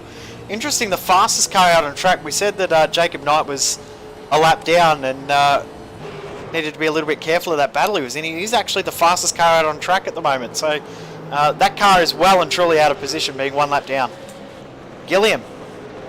Yep, Andrew Gilliam right now just on the rear, trying to make this one work, and he's just not there. He's just not able to go out there and make that move, and you're starting to wonder here as actually bold call. In comes Jordan Ross, and I have to say that's a pretty bold call at this stage. He knew he was being held up though, and he's going to decide, well, if I come in now, get that long stop in, the chances of a safety car right now are next to none. Interesting that both the Evolution Racing Team cars have done the same thing there. So both Jamie McKnight and Jordan Ross have come into the pits. So surprising move, but they've obviously strategized this from a long way back, reverse engineered the race and tried to work out what they can do exactly, and it'll be interesting to see if it pays off as Marlon McMullen once again right under the rear wing of Harley Haber. He's closer this time though. Oh, you bet he is, and they're too wide! Bit of contact there, and will Gilliam get in on it as well? Haber refuses to back down, but he has to now. Goes to the outside to make it work. Vehicle off his lap traffic in front of them. No. Right in front of them. Get around the outside of it there, Marlon. He does. And now here comes Gilliam. As 3 wide. Oh, no. Bang! Round goes Gilliam, and into the tyres. Oh no, that's disastrous for the Pursuit Sim Racing car, and you could see that one happening from a mile away. You just felt that coming with that lap car there. As soon as they went 3 wide, it was always going to end in disaster. We need another look at that. Yeah, we certainly do. And well, they were pushing it 3 wide. It was always going to be dangerous, and he went for the glory. He went for the low percentage move, and ultimately, bang! Not much you can do with that one. The traffic was slow. Had to be fair there. Tried its best to get out of the way, and ultimately, nothing came. Yeah, disappointing in the end there for Gilliam. Didn't do. I mean, he did thread the needle a little bit, but I mean, we are racing at the end of the day, and this is a chance for him to get into a podium position. Very, very crucial, and he didn't do anything wrong. I don't think any of those guys did anything wrong. They were all just racing hard. So disappointing way. The lap car was trying to get out of the way and do the right thing, but unfortunate. The good news is Gilliam has continued on and has only dropped to 9th position. He's not that far back, so still well and truly in contention. Still very much well and truly in contention, but look at how much it costed the 017. It's cost him 3.5 seconds to the race leader, Glenn Postlethwaite. If you had anything to say about that, Marlon McMullen could not do it when it mattered most, but you also have to argue this. He needed to clear Harley Haber as soon as possible, otherwise he was going to have to go down the same route as Jordan Ross was going to do, with now James Scott behind the vehicle. Yeah, I think that's what we've seen with the Evolution Racing Team cars. They thought they were getting too heavily held up in traffic, not only with the guys that they were racing with, but the lap traffic that was coming through as well. They've now both rejoined the circuit and both have clear air. James Scott into the number 8 car. He has a 10-second gap ahead of him, so he's got 10 seconds with no cars ahead. And Kyle Stokes back behind the wheel. He's got 4 seconds with no one around. As Sam Blacklock now tries to get through on Andrew Gilliam, who possibly will have a little bit of damage. That rear wing looks a little bit crinkled. It does look a little bit crinkled, and we'll see what Sam Postlethwaite Blacklock has Myers to say. Yes, so Postlethwaite and Myers decide they want to cover it off, and McMullen as well. So they're all coming in. They're all playing their strategy card. They're getting the short stop done first. Blacklock still behind Gilliam, trying to make that move. This will hand the race lead over to number 097 and Michael Healy for Trick Sim Sports. So keep an eye on this one, as wide goes Brett Loxton here. He'll drop a position. Goodbye goes Taliancic. Cookies, and Blake Purdy may get another one here. More cookies, and there could be a third and fourth bit of cookies here for Brett Loxton, who's got no pace. Well, there's the third position. Have a bit more of those cookies. And here's the fourth one. You get your hand caught in the jar if you're not careful here, Sam Blacklock. Hands caught in the jar. He won't get the move. 1, 2, 3 Pursuit Sim Racing cars past Brett Loxton there. Harley Haber actually leads the race, so Haber and Myers stayed out. Sorry, my mistake about calling Myers in the pits. He did stay out. Brian Borg is into the Premier Esports racing car, and guess what? Speeding in pit lane penalty for the 017 car. They've been held for an extra 15 seconds. Oh, Marlon. It is the easiest part of the race, you have to say. Getting it slowed down and just driving at a pedestrian speed down on pit lane. If you can't do that, then there's no way that you can go out there and win races sometimes, Jay. It's sort of things that you practice, which most drivers don't practice because they think it's so easy. All you got to do is drive like you're there running on the motorway. Yeah, it's the easiest thing to do that you never practice, that you always get wrong. Getting into pit lane.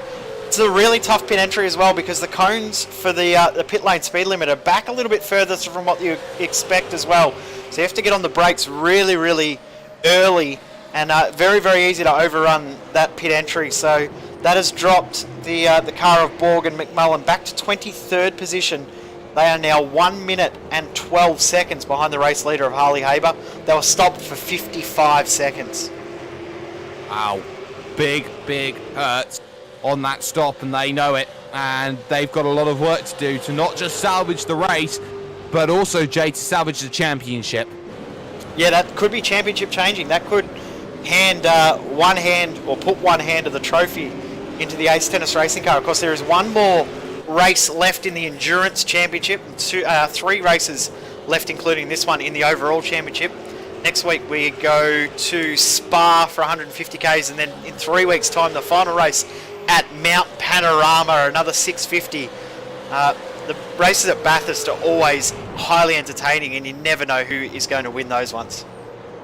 Oh, I completely agree. You never know who wins at Mount Panorama Bathurst. That much is truth, as they all get on the brakes and head through the final couple of corners. So Haber deciding to stay out along with Brady Myers. They're going to go on the full tank strategy. Go as long as you can on the tank and hit yourself on the brakes and go. The only thing that you have to say with pitting early is that you do the exact same thing that you did last time. You gamble on the caution maybe a little bit too early, as in comes Sam Blacklock following in Blake Purdy down in onto pit road. And Loxton looking up the inside of Gilliam, not quite close enough, but Loxton's looking very, very strong now that he doesn't have the pressure from Blacklock in behind this little group. So Brett Loxton, of course, we saw run off the circuit a couple of laps ago, so regathered his composure.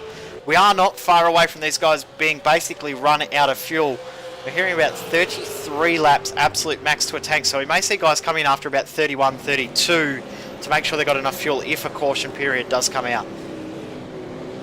We're seeing Hayden Cunningham getting a 30-second stop and hold. That's the first one of the day that we have managed to see, and of course that's the 111 esports team, so keep that in mind. Brady Myers has got the bit between his teeth. He took out of Harley Haber that last time by 7/10 of a second. Brady is on a monster at the moment, on the brakes, into the right coming here of MG, left coming out now of the turn 11 corner. There's a little bit of buffering that comes along, not too much in these Australian touring cars, but now through the final corner comes along Brady Myers, and we'll see what he can be able to do this time. That gap certainly does not look 1 second to me anymore, as they will make their way down the Gardner Straight. Over the stripe they go. That gap of 1 second down to 4.5. Michael Healy and Brett Loxton are in the pits, and as you said, 0.6 of a second gain there for Brady Myers, 30.3 versus the 30.9 for Haber. Those tyres will be absolutely screaming in pain. It's been such a hot track, now up to 42 degrees. They qualified in about 35 degree temperatures, now up to 42. So these guys will be absolutely hurting with these Dunlops. They'll be wanting to get these Dunlops off and get some fresh ones on. And it's very, very tough conditions to drive. They're, 4 seconds or 3 seconds off their qualifying times, 4 seconds off their practice times. So it's very, very tough out there on the circuit. And the drivers that have set up their cars for later on in the stint, as there's a little bit of a bump there from Brady Myers, drivers that have set their cars up for later on in the stints when the temperatures get hotter, the drivers that are going to really benefit. That could be why we're seeing the Evolution Racing Team cars a little bit slower and struggling a little bit early on. They're going to come good later on. Maybe that is the case. They're trying to get that late game strategy on point at the moment, but leading to, again, on the brakes, nothing happening as they get themselves in to that next section of track, and they try and run themselves with a very good line, which doesn't quite pay off come the end of it. Just looking at this one, Brady Myers is going to dive down onto pit road. He's had enough of staring at the back of Harley Haber's gearbox. He says, you know what? I'm going to come down in, make my stop, get back out and going again, and I'll still be in a really nice position. Thing is, though, he's got to deal with James Scott, who's actually fighting out with David Baxter here for the Redback Racing Team. That one full position, and you know what? The Redback car doing a very good job of things there to try and hold that one, but of course, that is effectively the unstoppable tide of James Scott. Shows the difference between fairly new tyres and 30-lap-old tyres there. David Baxter just not able to hold on. He's got Kyle Stokes coming up not too far away, and you can see the Middle Finger Racing car there. They are on a completely alternate strategy as well. They're about, they are 1 lap down, and David Baxter jumps into the pits. So we're starting to get the field shuffling into their correct order. And the 88 car will be the effective race leader, currently in 6th, so 5 cars ahead that are yet to make their next stop.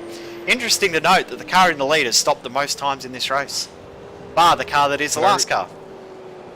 Yes, that is very, very true. So, time being at least then, it is Harley Haber who is trying to hold on to things at the front, but Glenn Postlethwaite is the one who will have net control of this race lead here on lap 59 out of 146, and for the moment Brenton Hobson, Hobbo 88 behind the wheel, showing that once again there is one place that he sits and one place only, and that's 6th place.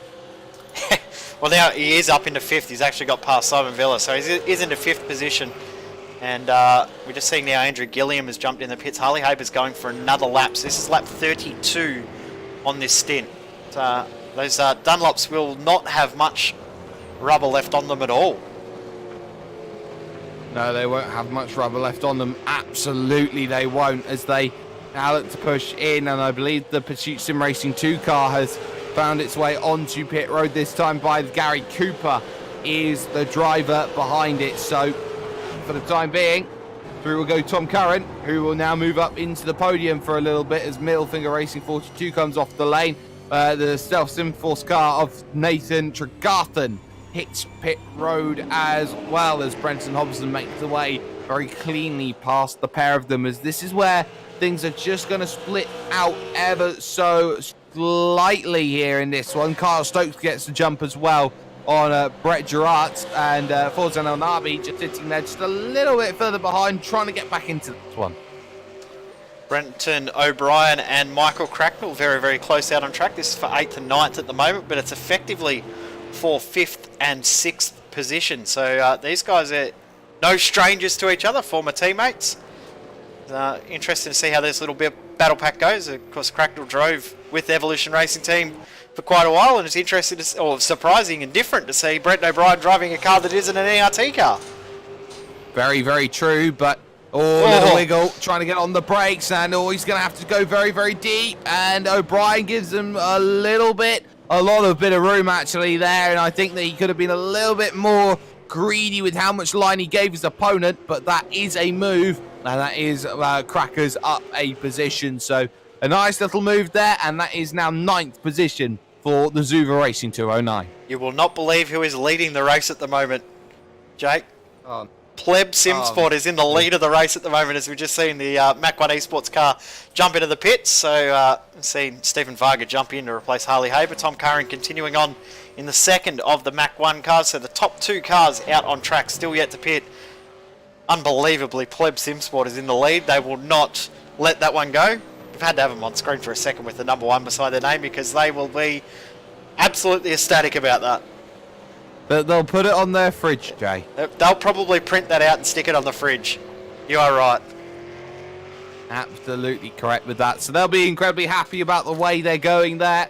Kurt Stenberg currently in the number 2 car. Position number 1 started today in 16th position. Has made great progress going up through. Of course, they've got to make their stop, as has Tom Curran, but being very quickly closed down by Brenton Hobson here, who will need to make that stop. Something else very interesting right now, Kyle Stokes is fighting his teammate James Scott here for a net podium at this stage. Yeah, interesting that they're doing as well as they are. So it's a great little fight that we've got going on. There's so many little interesting battles that will happen in the next few minutes as well, with the race as it's playing out now. As cars all shuffling out of position, in position, and we still have 24 cars on the lead lap as well, which is always good to see. Kyle Stokes, I think, is going to get this done on James Scott pretty quickly. I don't think it'll be too long before it's done. Stenny is in the pits in the Pleb SimSports car. Yep, Kurt Stenberg then decides he wants to dive in at the end of lap 61, and no shockers there. Mach 1 follows in suit, so it will now go to Synergy, who holds complete control of this race right at the front at the moment. The gap that they have at this stage, it's at 6.5 seconds thanks to the lap traffic. We're just going to settle it down a little bit. Let's go on board with the 88 machine so we take you Spotlight.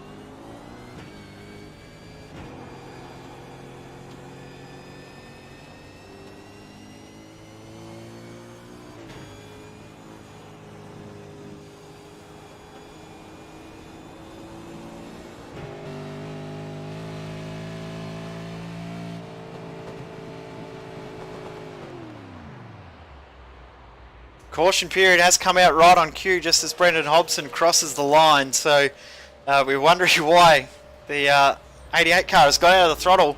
We are under safety car for the second time in this race. This is our second safety car period. We're having our own pit stop as well because Jake Sperry has jumped out. Cameron Dance has jumped in. Good evening, Cam, and thanks for jumping in. It's been a very, very entertaining race so far.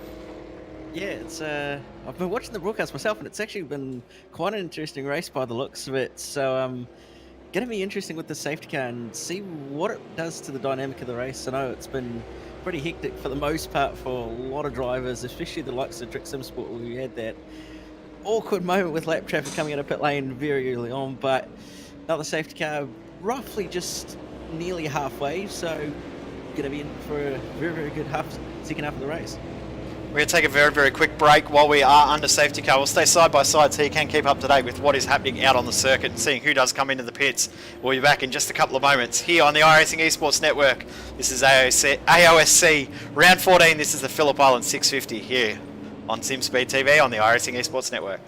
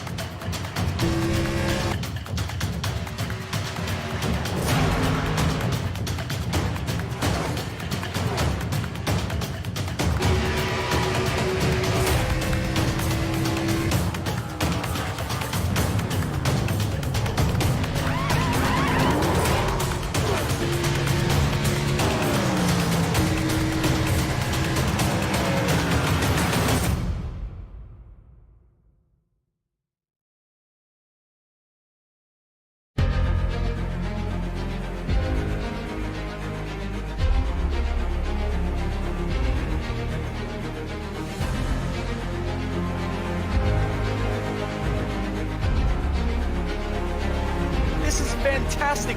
This is GT racing right now. He's got traction. He's got rid of the outside of both of them. Maloney. Oh, he's taken Anderson. Anderson's up top. Oh my God. Oh, big crash. Oh my goodness. Half the field's going to get rolled. Second very close. These guys are going to want to make their way through the field very quickly. This is it! This is over! I can't believe this! Oh my God! God, what?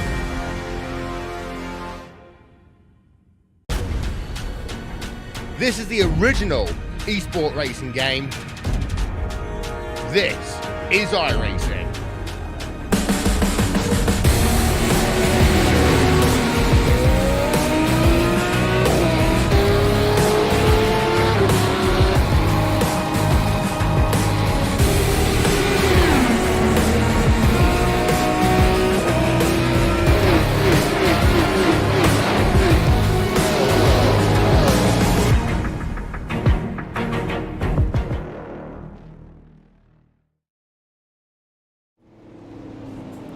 Welcome back to AOSC, presented by West End Mazda and LeBlanc here on the iRacing Esports Network. We're about to go back under green flag racing. Jay Kennedy and also in the booth with me, Cameron Dance. Cam, we saw a couple of cars jump into the pits there that we probably weren't expecting to.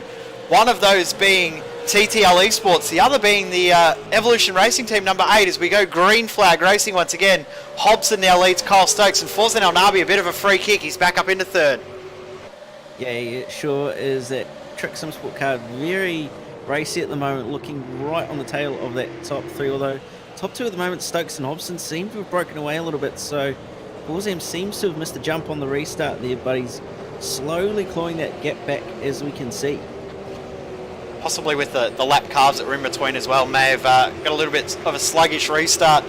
No, you just see there Thomas Hinz and Thomas McMillan no strangers to each other, nose to tail. There was almost a move there. Stephen Varga as well has also been passed by Michael Cracknell and Brenton O'Brien getting involved, but back up to the front three because it's getting very, very racy. Fozan Olnabi is right back in this now. Yeah, absolutely is. He's now right on the tail. He's looking like he hasn't quite got a solid run out of Siberia heading down towards Hayshed, but it's looking like that car's actually quite decent through the middle of the corner as we just see Stokes running a little bit wide, dropping 2 wheels into the dirt through Hayshed. So going to allow for an LV to catch back up, and the trick car actually looking very strong on brakes as well. Ryan Borg also looking very, very good after the restart as well. We said that that car was a little bit sluggish, and here's a potential move here as Stephen Varga, Michael Cracknell and Brenton O'Brien trying to get past that lapped car of Middle Finger Racing. And now Varga looking to get a move done on Michael Cracknell. Just seeing in the background too, Jet Bennett's had an issue out on the circuit. He's lost a few positions. We'll stay live though for now because Cracknell may lose a spot here to Stephen Varga. Not quite close enough, but Gary Cooper has lost a spot there to... No, sorry, he hasn't lost a spot. My timing has just got a little bit haywire. Thomas McMillan through on David Kidman though. Yeah, very, very solid move by McMillan there to get by Kinman. Just looking like he nearly pretty much got it done just before they came into the front straight. But yeah, very good move there. Here comes El Nabi on Kyle Stokes. Very, very late on the brakes on the outside, then cuts back in. Great move by El Nabi to cover off there under brakes. Just was so late on the brakes. Takes advantage, and Kyle Stokes drops back to third. Just in the background there you see Stephen Varga and Brenton O'Brien still going at it. With Michael Cracknell and Brian Borg involved in this little pack. They've sort of separated a little bit, have Varga and O'Brien, and now Borg and Cracknell are now involved in this battle 2 by 2.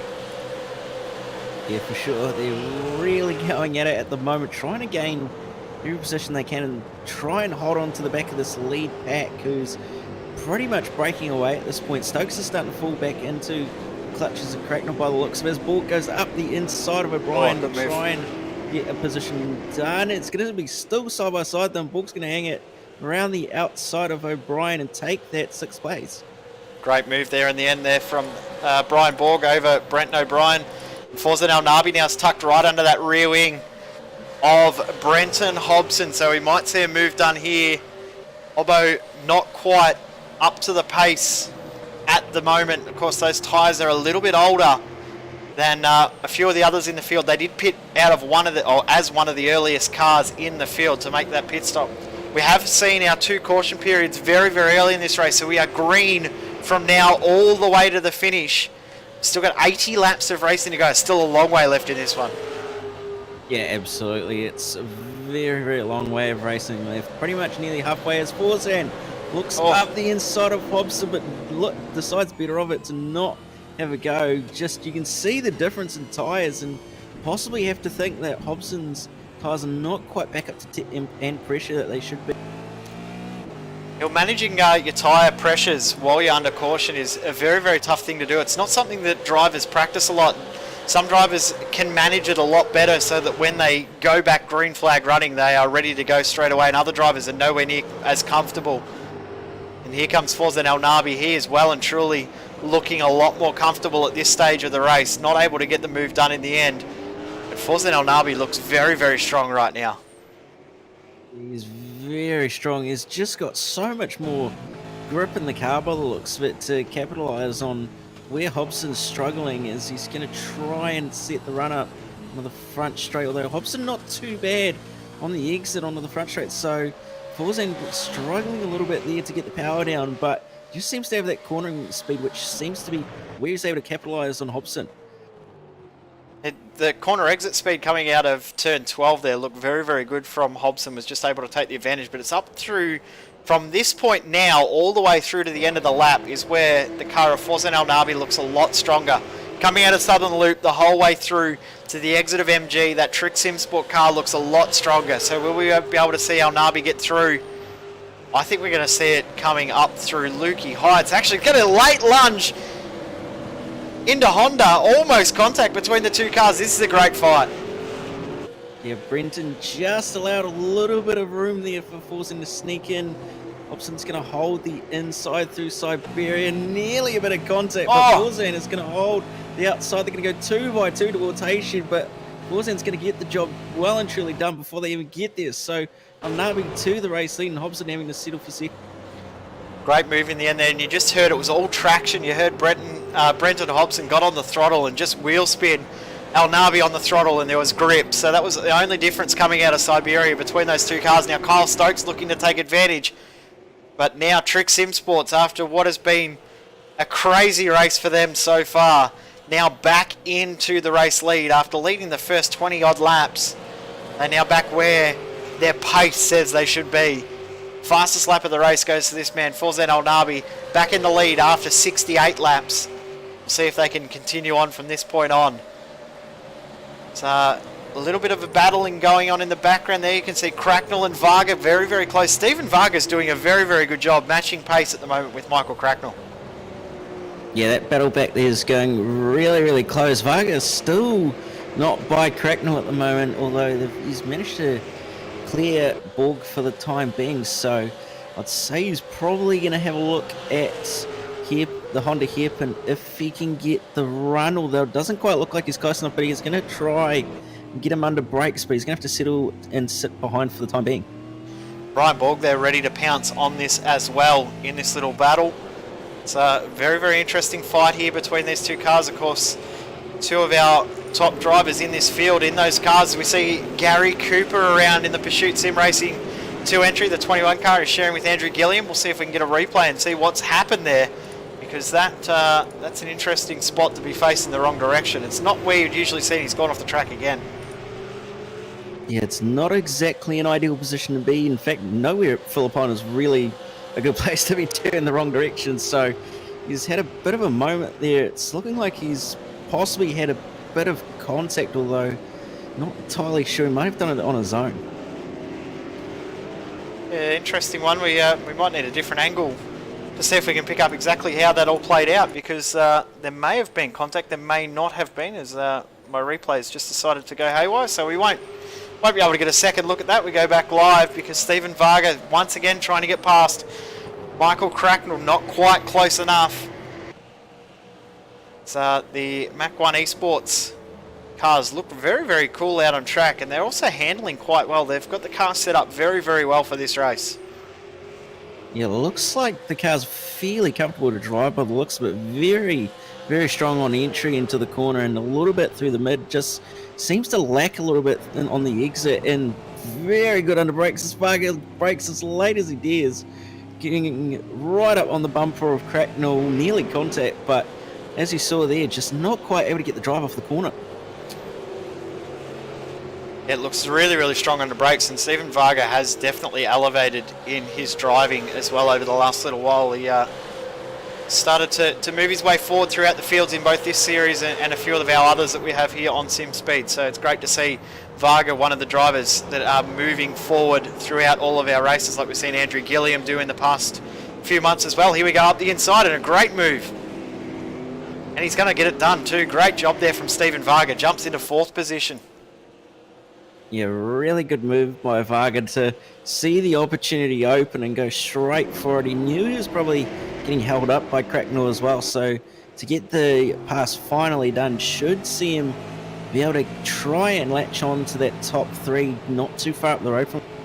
We just also see there too Jackson Suzlin Harlow through on the second of the Mach 1 cars, through on Chris Robinson. So Jackson Suzlin Harlow did pit under that caution period, so fresh tyres on that car, back up into 14th position. He's got Guy Leach as the next car ahead to go back up the field a little bit further. Pursuit Sim Racing 24 versus Pleb Sim Sports. There's a little bit of contact between those two cars, and McMillan will get the job done. Oh, big wiggle though. Oh, yeah, very, very close to ending all so bad, but they're going to go side by side down towards the hairpin. Who's going to break the latest? It looks like McMillan's got the job done well and truly into the brake zone, and Stuart's actually going to have Thomas Hinz not too far behind, so Hinzy's going to have a try and have a go here if he's able to get the run.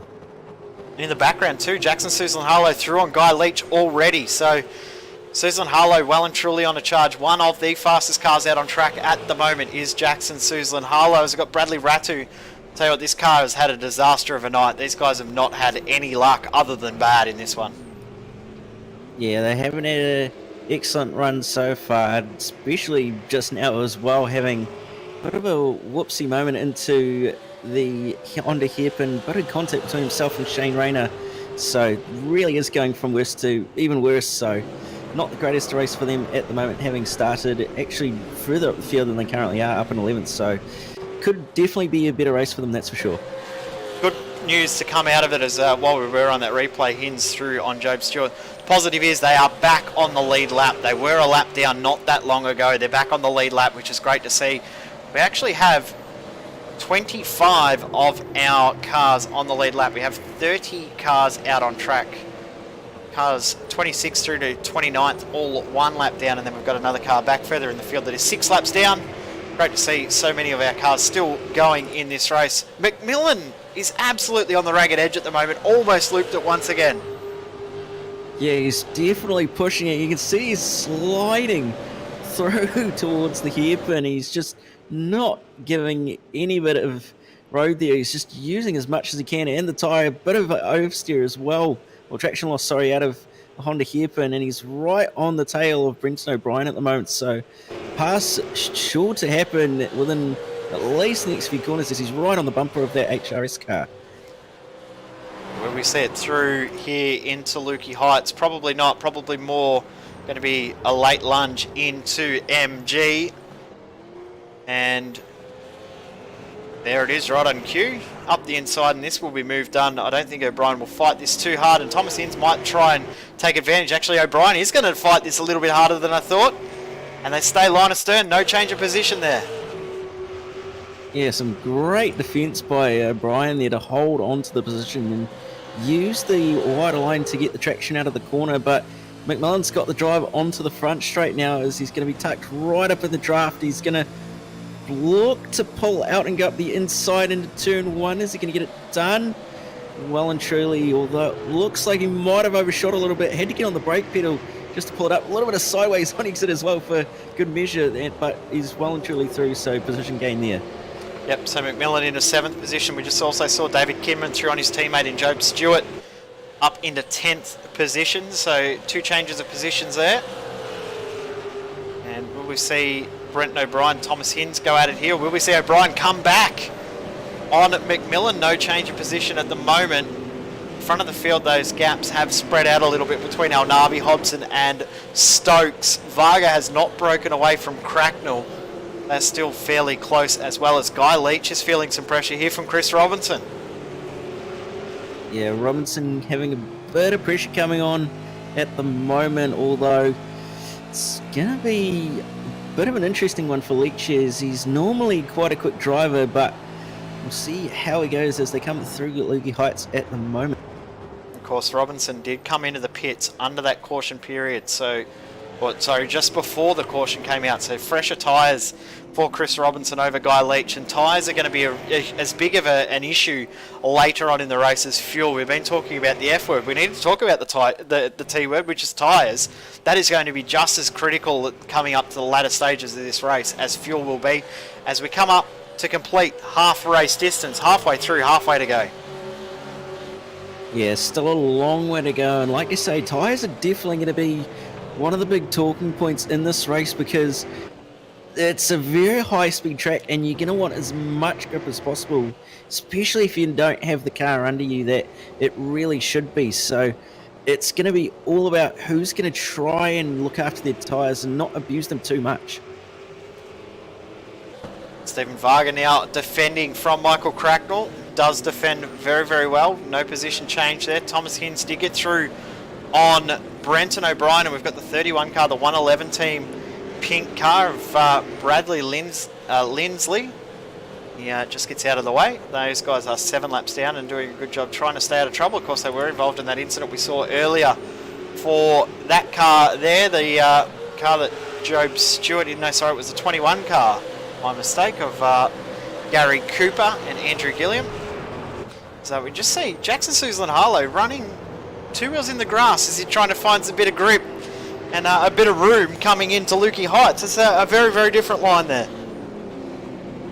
Yeah, he's definitely exploring the track limits and trying to extract as much speed as he possibly can. Obviously, you want to utilize all the track, but he's definitely done a good job of doing it there through Lukey Heights, as he's currently got the number 28 car of Damien Johnson not too far behind him. He's possibly got a better run than him onto the front straight as well, so Johnston will possibly lining up a pass here, although he's not quite close enough for turn one.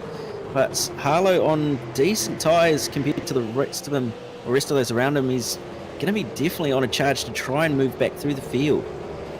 It'll be a tough ask though. Of course, no more caution periods left, and of course that GRM car is one lap down. They are the first car one lap down, so they are a little bit out of sequence. You see David Kinman now trying to get past Brenton O'Brien, and then we also see Jackson Suzlin Harlow up the inside. Kinman not able to go through, but Jackson Suzlin Harlow through on Job Stewart, up into 11th position now for the Simworks TTL car. So we go back up the field. Stephen Vargas still holding on from Michael Cracknell. Cracknell's still trying to get this done. But Vargas doing a fantastic job of holding on here. Yeah, Vargas is doing a actually very impressive job. He was slightly quicker that last time by than Cracknell, but Borg's actually even quicker than both of them. So if Borg can possibly get on by, he might just be able to pull away from them. He won't catch Stokes though, who was just a little bit quicker than Borg. So top three currently out of reach of everybody at this stage, but if Borg can hone in on that pace that he had on that last lap, we should be able to get ahead of the two ahead of him. Exactly right. So you see there Al Nabi, Hobson and Stokes, and then this little pack here of cars, pack of three between Varga, Cracknell and Borg, going at it very, very aggressively. We'll see if Jackson Suzlin Harlow can get through on David Kinman as well, as he's looking very, very strong. Suzlin Harlow probably would be one of the fastest cars out on track at the moment. Just stuck in traffic is his big issue. Yeah, he's definitely got some better tyres, having put it under that safety car, so it's probably one of the quicker cars, as you said, but just that traffic's going to be really, really hurting him, as he'll be using up those tyres quite a bit more than he normally would, having to pass so many cars and brake late and do all that sort of stuff that really does take the life out of the tyre. So Suzlin Harlow through into 10th position now, and the Pursuit Sim Racing cars, they had three inside the top 10 earlier, they're now all out of the top three, as we just see Wayne Taylor lose a spot to Sean Thompson as well. So a bit of shuffling for position. Will we see Jackson Suzlin Harlow through here on Brenton O'Brien? He might get this done very, very quickly here. O'Brien is out there on some of the oldest tyres in the field. Jackson Suzlin Harlow is out there on the newest tyres in the field. Yeah, Harlow had a bit of a look into Hayshe, but decided better of it. Nearly contact as well with O'Brien, but it's looking like he's got a decent run out of MG, and as they head towards the final corner, Harlow backs up the corner trying to get a good exit, and it looks like he's just about done that, very even between the two, but he's definitely got a better run. So he's going to go up the inside, down the front straight. He's going to have an optimum line for turn two as they're side by side, and Harlow goes on through. Good move from Jackson Suzlin Harlow, so that's 3 positions in 2 laps. Oh, there not off the road! Oh, just holds on, does Jackson Suzlin Harlow. Great job to make sure he didn't lose a spot there. Great driving to hold on to that position, as Cracknell is under pressure here from Brian Borg. Some great fighting going on in this field. Jake and I said earlier in the race that this has a real sprint race feel. It does not feel like an endurance race at all. Drivers are driving at a 110% limit for this entire race. This is not a normal endurance race. Yeah, maybe 650 kilometers, but it's, like you said, definitely not got that sprint, that endurance feeling. It's 100% the whole entire time, and as we can see, everybody's just trying to find a better racetrack and trying to find positions as best they can, and currently Borg is trying to find his way past Cracknell, who's just not quite got the pace, possibly not quite got the tyres anymore either. You're probably not too far off seeing those guys that pitted before that last caution period back into the pits. We've got Hobson on 23 lap old tyres, we've got Borg on 23 lap old tyres, O'Brien on 21 lap old tyres, Wayne Pengilly in 13th position is on 24 lap old tyres. He's just behind Job Stewart there. You can see in the number 66 car. The Middle Finger Racing guys are doing a very, very good job. We haven't talked about them much at all tonight, but they're well and truly punching above their weight at the moment. We've seen this 66 car throughout this championship. As up the inside goes David Kinman on Brenton O'Brien. O'Brien's going to try and hold it around the outside, but the Middle Finger Racing guys always seem to punch above their weight in these endurance races. Yeah, 100%. They actually do a really good job as Kinman gets shuffled out a little bit wide there by O'Brien through turn 2. But as you said, the Middle Finger Racing guys, they really do punch above their weight in this Enduro. They may not be the overall quickest guys on track, but they're sensible about how they go about their racing, and they've just got enough pace to plug away and eventually come away with decent positions. And they've started 21st in this race, and they're up to 13th, so nearly 10 spots up on where they started, so they're doing a really, really good job at the moment. We've had one car receive a penalty for incident point limits in this race, only one for hitting the incident limit. We've actually just had our last car that had 0 incident points just get their first one in this race. So we have one car on 1, one car on 2, and one car on 4. Sorry, 2 cars on 2 incident points. So a lot of cars in this race have been very, very clean.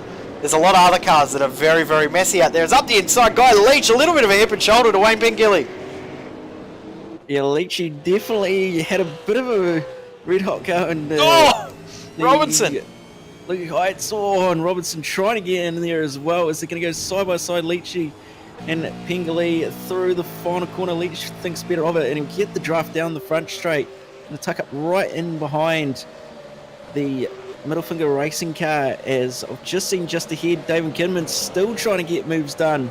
Then he's going to have a lap car of, I believe that's Hayden Cunningham's just getting in the way there. So that's going to now put a car between Kinman and O'Brien, who's just had Job Stewart go up the inside of him. So O'Brien's starting to fall back in the field quite a bit now with those older tyres. Yep, and we also saw Wayne Pengilly hold on that position from Guy Leach, and we did also see Jackson Suzlin Harlow through on Thomas Hinds as well. So there's a fair bit of movement into turn 1 on that lap as the 31 car getting involved again. There's a little bit of a bump there between Job Stewart and the 31 car of Hayden Cunningham. And now Brenton O'Brien is now feeling pressure from Wayne Pengilly. There's the 31 car off the circuit again. Yeah, Pengilly's right there with O'Brien, as O'Brien had a bit of a moment there through... That was a big wiggle. Had a bit of a moment there through the exit of Siberia, but he's got some solid pace, and O'Brien's just going to be a sitting duck here on those old tyres, as Pengilly's going to look up the inside, but he's going to think better of it. Just trying to fill O'Brien's mirrors there by the looks of it, as Pengilly doesn't quite get the exit into MG though.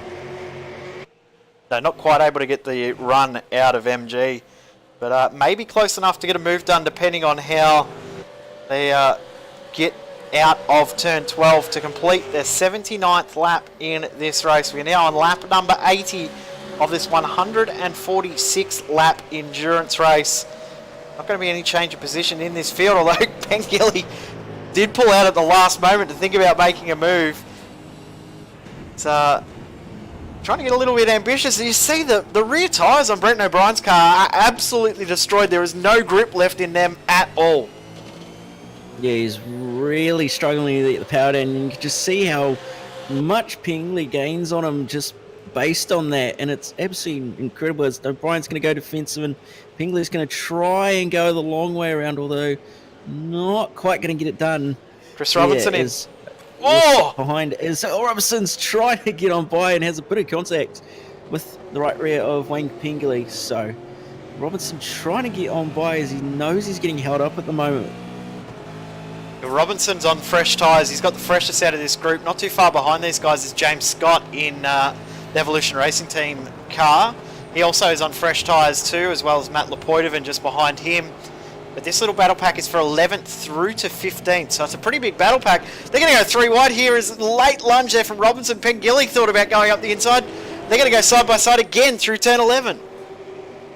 Yeah, Robinson's going to try and hold it around the outside. He might just be able to do it, although Pengilly's got the better overlap and he's going to be just ahead. So Robinson's going to have to slot in behind, but he's going to have to remember that Leach is not too far behind us. It's going to be a 3-way drag race down the bump front draft straight. engaged. Leachy tucked right in behind him, bump drafting with Wayne Pingley, and now Leachy's going to look, but not quite, but he's going to be able to possibly get the job done on Robinson here, although Robinson's going to have the inside for turn 2. Bit of a wiggle as he's just going to hold on, but Leachy's still holding around the outside, but he's going to have to concede the position. So Chris Robinson up into 14th position, Guy Leach back to 15th, and what this has done, these guys fighting so hard. Have a look at James Scott coming for these guys so quickly. As we go back up the field a little bit, Michael Cracknell still trying to get past Stephen Varga, but I think his tyres are starting to wear a little. Kyle Stokes losing a lot of ground to Brenton Hobson and Forzan El Nabi. His tyres are absolutely done. There's not much left in them. But Wayne Pengilly and Chris Robinson, the difference in tyre life, 8 laps between these two. Big difference. Chris Robinson is taking advantage of that right now, trying to get some moves made. Yeah, he absolutely is. Didn't quite get a good run out of Siberia there, so he's not quite able to utilise those 8-lap newer tyres, although you can just see the difference in cornering through Loogie Heights. He's just able to hold the momentum so much better and be so much better under brakes into nearly MG, but he's right there now, so he's possibly going to be able to get a move done as they come onto the front straight. I'd hazard to guess that if Robinson's not careful, he might get held up by a Pingley, so if he doesn't be careful, he might get held up by O'Brien, who's on much older tyres. Well, actually, Brendan O'Brien's on younger tyres than Wayne Pengilly. Out of this group, Pengilly's got the oldest tyres, and he's doing probably the best job. So he's obviously managed the tyres a lot better throughout this stint, but right now he is using all of that Dunlop rubber. We go back up to the battle for 4th and 5th because Cracknell is the closest he's been for a little while. And will he be able to get it done? He might not be quite close enough yet, but he's getting very, very close to that rear wing of the Mach 1 Esports car.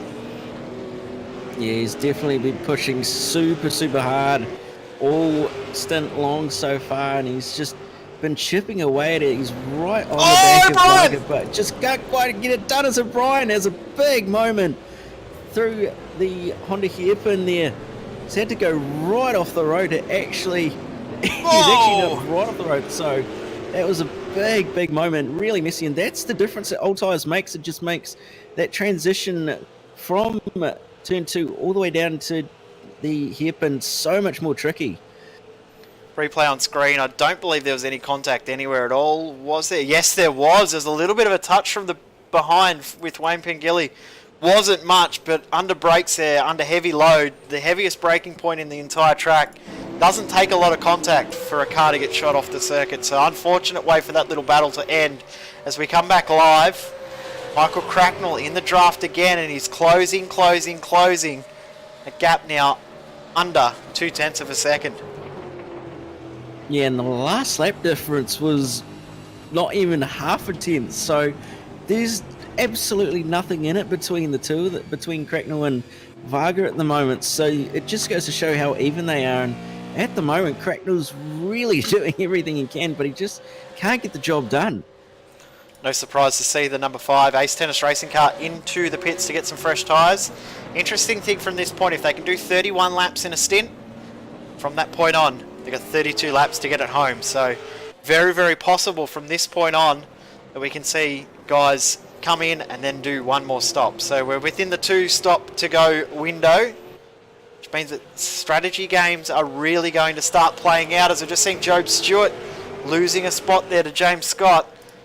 And I think there may have been a little bit of an issue there for Job Stewart because he's lost a few spots out of that one. Yeah, it actually looks like he broke a wee bit too late into the Honda hairpin. He's actually gone well off the road, so a little bit of a issue there for him, and he's dropped a few places, but he's back on the road and going strong by the looks of it. Now, will we see any of those guys undercut that pit stop from Brenton O'Brien? Sam Blacklock is back into the car. Number 5 Ace Tennis racing car leading the Endurance Championship. As we said, this round had one more to go in the Endurance Championship for this season. We head to Bathurst in 3 weeks' time for another 650 kilometre race. It is going to be so action-packed, that one. Make sure you tune in here on the iRacing Esports Network for AOSC Endurance Action. Evolution Racing Team 26 in the pits. So James Scott has come in. We're going to see a lot of this field jump in from this point on, I think. I think we're going to see our second to last pit stop right now. Yeah, hazard a guess, a lot of guys are going to try and get a little bit of an overcut on those that have come to the pits, and possibly with Blacklock jumping into that car, it's going to be very interesting to see if he can utilize those new tires very, very well and possibly undercut anyone that pits after him. So it will be very interesting. As we know, Blacklock's quite a decent driver and definitely isn't shy to the V8, that's for sure. Big advantage they got too is have a look around him. There is no other car within sight of him at the moment. He's got clear track ahead, clear track behind. That is a big, big plus as he's trying to get himself back into the race. As Jordan Ross jumped back in to the Evolution Racing Team car. There is going to be a car within sight for Sam Blacklock now. It is going to be that car of Jordan Ross. So Jordan Ross now, it's at about 4 seconds up the road. See Jordan Ross there and Blacklock not too far behind. So if Blacklock can get a very, very good outlap in, we could see that gap close up between these two as Brenton Hobson has decided to jump in the pits as well. Yeah, 100%. It's going to be really interesting to see the pace differential that Blacklock could possibly have with everyone else that's around him, especially with that clean air that where he's not having to really abuse the tyres too much. We know Anabi's last lap was a 33.4, so it's going to be interesting to see if there's a huge pace differential or possibly not. I wouldn't be surprised if there's a 1 or 2 lap huge pace advantage with fresh tyres, and then after that it sort of tapers off a little bit and then it goes to a secondary level, because the lap times that these guys are doing right now are extremely slow in comparison to what we've seen throughout the race. At the moment, Varga and Cracknell doing 1:34.2s. Like that's pretty slow. I mean, it's quick for me because that's all I can do in a cold track with fresh tyres, but for these guys, that's slow. Like that's nearly 3 seconds off their fastest lap in this race. It's 4 and a bit seconds off their qualifying pace as Marlon McMullen comes out, and he will hold on to the position from Jordan Ross.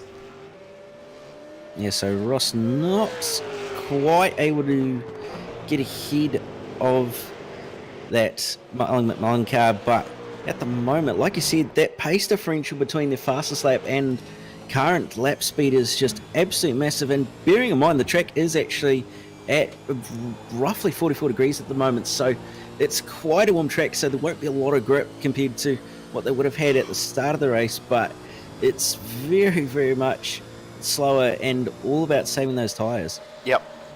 It's all about the T word and the F word, as we've said throughout the race. And speaking of someone coming in to get some more T and F, that is tyres and fuel, David Kidman. We're not being crude when we're talking about T and F.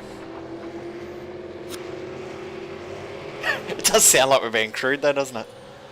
It really does sometimes if you don't really put it into context, but those who are used to the old, as we say, engineering talk, it's pretty normal. Yep. We've a pretty interesting race so far. We're about to come up to 60 laps to go. So, as we said earlier, the absolute maximum fuel to a tank is 33 laps. So, we're well and truly in the second to last pit stop window. So, we will see drivers come in from this point on, start to strategise how they're going to play this race. A car that is always very, very good at strategising races is this one here, the 777 car, come in to make their pit stop, and they're going to come out just ahead of Jordan Ross.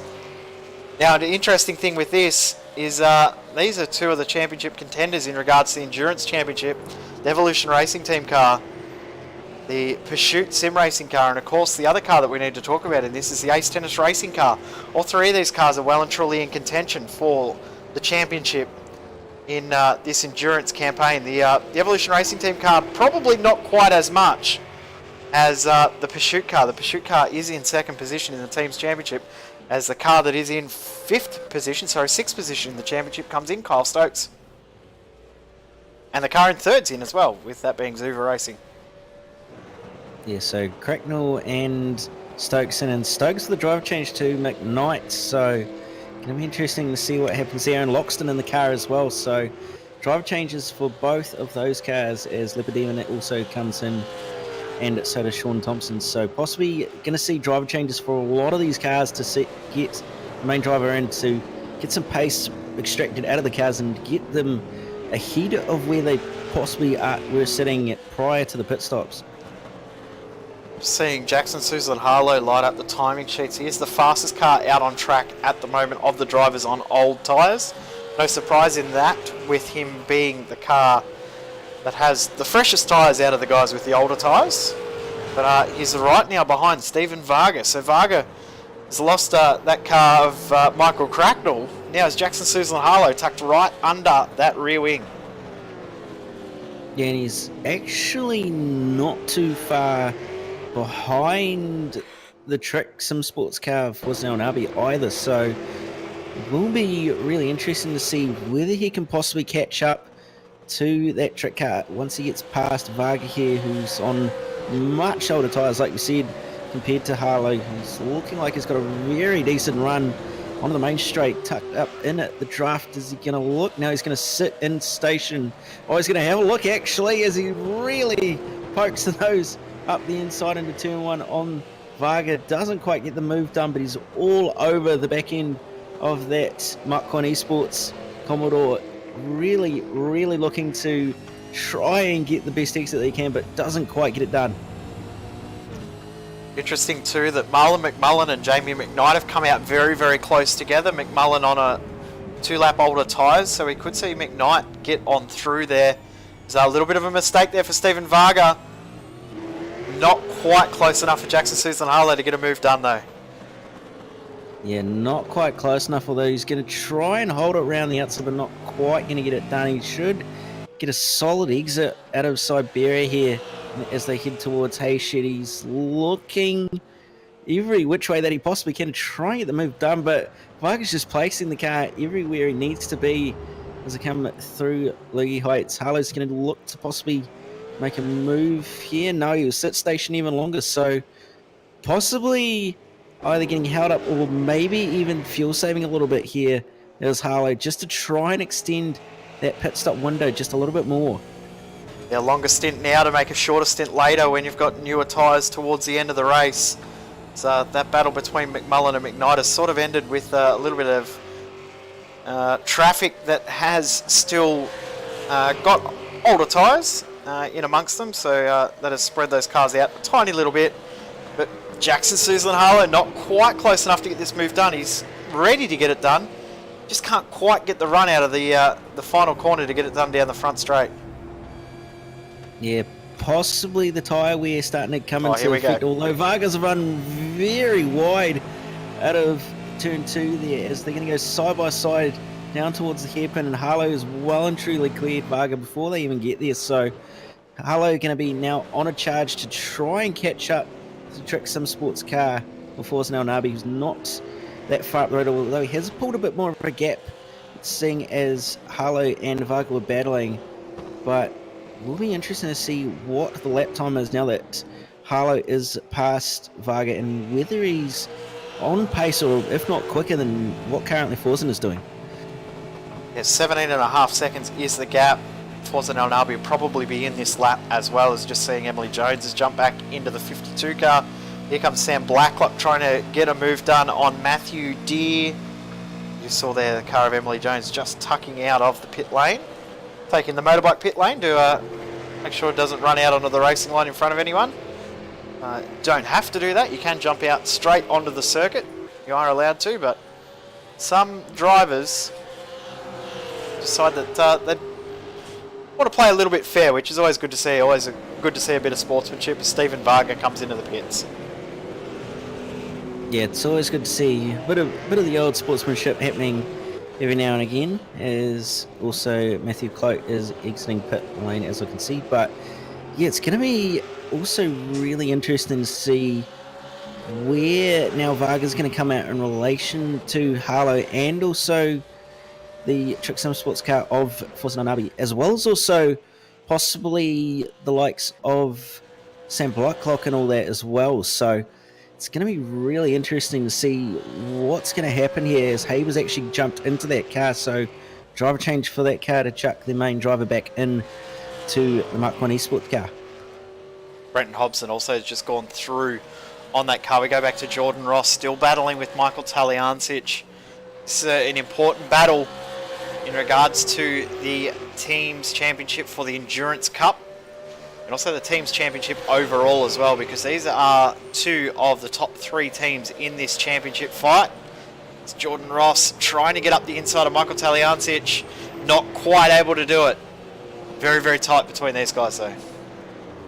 Yeah, it's very, very close at the moment. Ross with a solid bit more pace, although nearly made contact there with the car of Taliancic at the moment. Just coming through Southern Loop as now Ross is going to look to the outside. Taliancic is going to go defensive, and Ross is going to try and hold it around the outside at the hairpin, but not quite going to get it done. He was sliding behind. It's getting very sideways on the exit of the corner there, trying to get the power down, but doesn't quite get the job done in the end.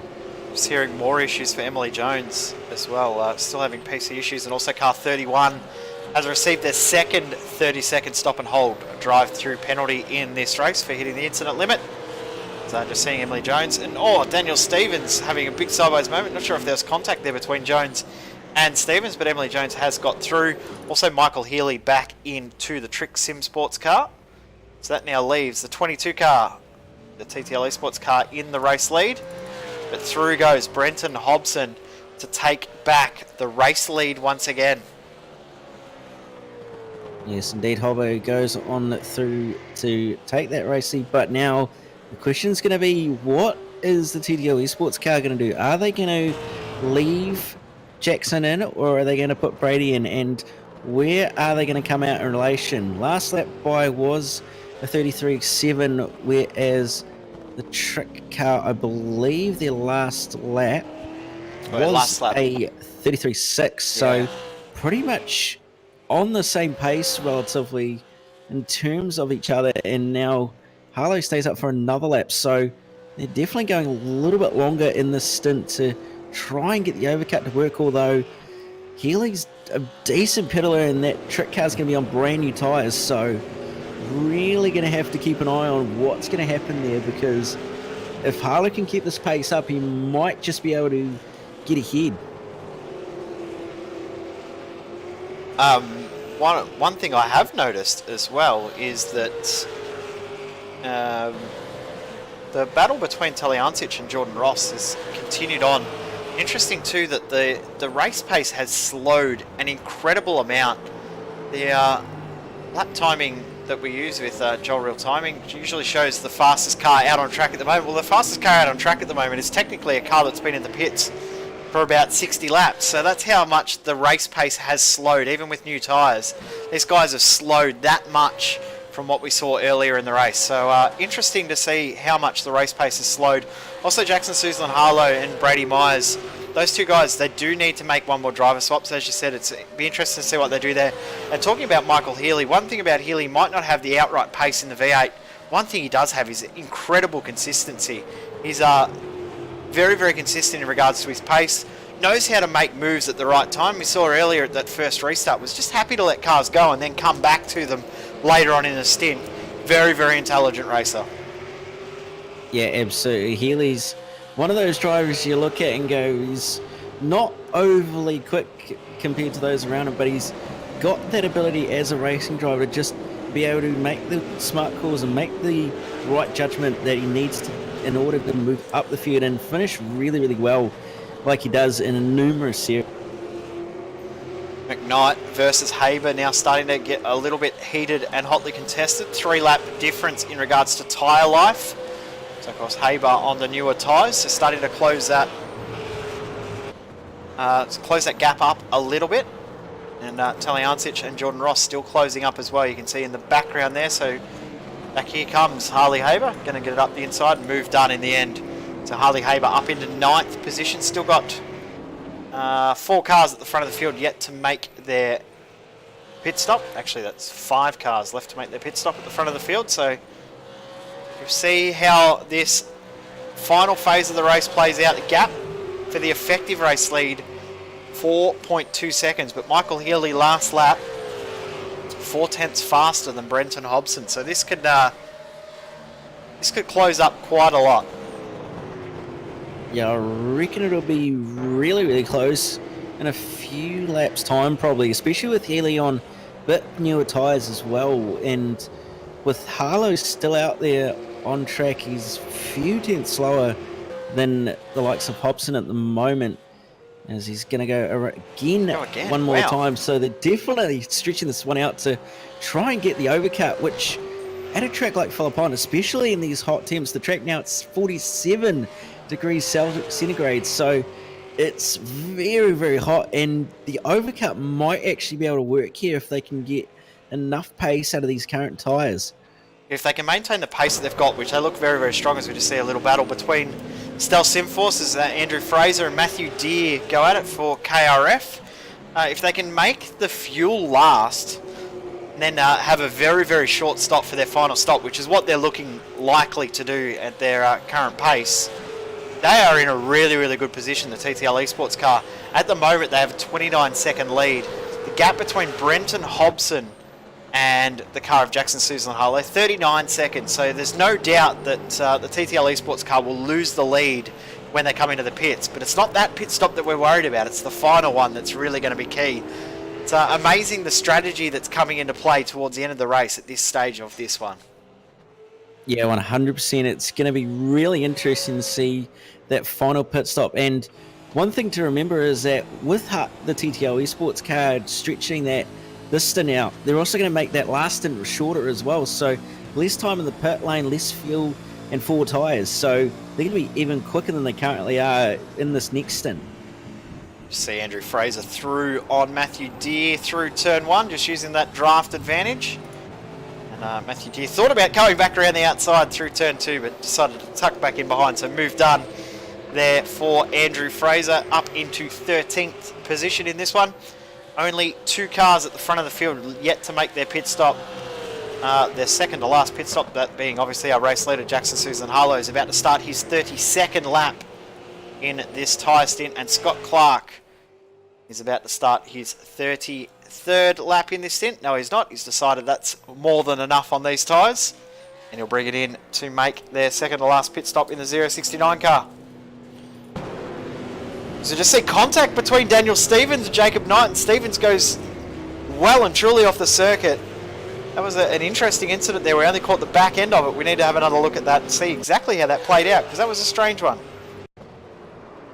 Yeah, it actually was, although it was more or less looked like a racing incident. It looked like, actually what's happened is Stevens was on the inside. They were going 2 by 2 into the hairpin, and Stevens has just outbroken himself, got a little bit too sideways, and has unfortunately left that XG car of Jacob Knight with basically no one to go. Yeah. So really, really unfortunate for both those guys to get caught up in that incident. That was just more or less a bit of a wrong place, wrong time. Yeah, just a little bit of an outbroke himself there, Daniel Stevens, and we know that Stevens always a very, very clean racer, so uncharacteristic mistake there too. As we've said earlier on in the race, middle finger racing guys always put themselves in great positions. As into the pits comes Jackson Susan Harlow. So the field is cleansed for our second to last pit stop.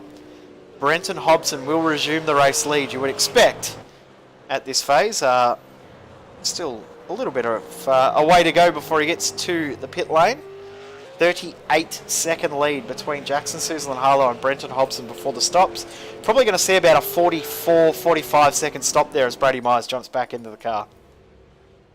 Yeah, so driver swap there to get that final driver swap out of the way for the Sunwix TTL Esports car. And Hobson coming through the final corner now. So it'll be interesting to see how far ahead he gets, as it doesn't quite look like the TTL Esports machine is off the jacks just yet. Healy goes through as well, so still sitting there waiting for the fuel to go in. And Loxton's actually going to go by as well, as so does McMahon. So they've dropped down a fair way in the order actually compared to where they were probably running. So this will really, really hurt them quite a bit, although coming out in relatively clean, although they might have Blacklock to contend with here, who's going to be on a real hunt as they come down towards turn 1. Blacklock's just going to get ahead. So they're in relatively decent position, but they're going to have a bit of traffic to contend with.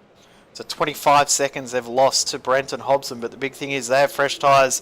The guys ahead of them have all reasonably old or very old tyres. So they will have that advantage, and the second advantage they will have is their final pit stop will be a lot shorter. So they're going to gain probably 15 to 16 seconds in that final pit stop. Add in the extra pace that they will have in this stint. It is going to be very, very close between the TTL Esports 22 car and also the 88 and the 097. Of course, there's still plenty other contenders in this race. We've seen how easy incidents can happen in this race so far, and we could see more in this one. You never know how these races play out. Yeah, 100%. We've seen some absolutely crazy finishes in these endurance 650 races in the past, and it's just been, you don't know who's going to win it because you have to be waiting. Is now looking like the TTL sports car, Brady Myers, not quite able to get the job done, although he's going to try and go around the outside of Blacklock here through MGs on green tyres. He's got the job done. Oh, wow. It's better of it to back out a little bit and just let the car go. So Myers up into 9th now, I believe, in the order. So that's going to really, really help him with all that clean air ahead of him. He's going to have a lot of pace and going to be able to catch up to a lot of drivers here. If he can really close that gap down, he should actually be in a really good position here come the end of the race with that last pit stop. And very, very smart from Sam Blacklock to tuck him behind. His tyres are 14 laps older. Better to tuck him behind, use the draft of that faster car than to hold them up and possibly end up in the fence. And I think very, very smart, intelligent driving from Sam Blacklock. Of course, these guys, as we've mentioned earlier, they need a top 3 for this race to actually mean anything. If they get top 4 or less, they actually don't get any point advantage. So they've got an all or nothing strategy, but Blacklock and O'Brien are doing a very, very consistent job. Based on their current pace, they could jump up to maybe into that top 3. Just never know how these races will play out as they're going at the moment. Gap at the front has dropped down to 3 seconds. Last time we checked on it, it was 4. It is now 3. So Michael Healy still taking tenths of a second out of Brenton Hobson. Of course, 6 laps younger tyres for Michael Healy, starting to close in 3.1 seconds and less now. Yeah, last time by, Healy was about just under a tenth of a second quicker than Hobson was. So Healy's got some decent pace, and come the end of, well, later in the stint, I hazard a guess that Healy, if he can look after those tyres, will really be able to hound in Hobson, who's going to be on much, much older tyres. You can see now it's already dropped under 3 seconds. So Michael Healy slowly getting that gap closed in. Another gap that is closing is Jordan Ross to the sister car of Jamie McKnight. Michael Taliancic is hanging with Jordan Ross, even though Ross did get through earlier. Back in the field, we have got a little bit of a battle here between XSG and Redback Racing Team. Got Grant Caines and Scott Clark going at it. Interesting little fight between these two cars, and looks like Scott Clark will get through up the inside. Yeah, really a good move there. Oh, by maybe Clark not. To get up there. Or maybe not, actually. As you said, it's looking like he's going to have to fight for it a bit here, as Haynes is going to try and hold on to that position as he does with ease, although Clark's got not too bad of a run on the exit here, or a little bit of a wobble on the exit of the corner, and he's got a really good run here, going to be tucked right in behind. Going to have to back out of a little bit as well, as he's now going to go right up the inside brake as late as he dares, and get the job done very, very easily, and that'll put him up in the top 20. Good move from Scott Clark. So as you said, top 20 now for that car. And we go back to the battle of teammates, Jordan Ross versus Jamie McKnight. I'm going to suspect that Jordan Ross will get through fairly easily over Jamie McKnight, as he can start to hunt down the car of Harley Haber just on ahead. I wouldn't be surprised to see a move done, well, right now. How's that? Or maybe not, although it looks like Ross has got that move pretty well truly done. So, but bit of teamwork there from the two Evolution Racing Team cars helping each other out. Ross with much quicker pace, actually. He was 0.3 a second quicker on that last lap, so much, much better pace. And now McKnight's actually going to come under pressure from Taliancic here, who's also a lot quicker, 0.6 compared to McKnight. So Taliancic shouldn't have too many issues getting on by that ERT car, although you know McKnight likes to put up a bit of a fight, as we've just seen. Yeah, 100% loves to fight. One thing he doesn't love are these hot track conditions. Absolutely detests the hot track. So he will be struggling in that aspect. But as you said, loves to fight. The other bizarre thing out of that is Jordan Ross has actually got the oldest tyres out of these 3 cars, but he still has the best pace. So Jordan Ross looking very, very strong. Fastest car out on track. No real surprise to see that it's Brady Myers. Only driver at the moment to do 1 minute 32s. Everyone else is in the 33s, 34s, and some are even in the 35s. So the track conditions, the pace has well and truly slowed in this race. Still got about 70 minutes of racing left to go. It's going to be a very, very interesting finale to this race, and another battle that's starting to close up. Harley Haber is closing that gap down to Marlon McMullen at the rate of 2/10 a lap. Yeah, Haber's got some serious pace at the moment in that Mark 1 Esports car.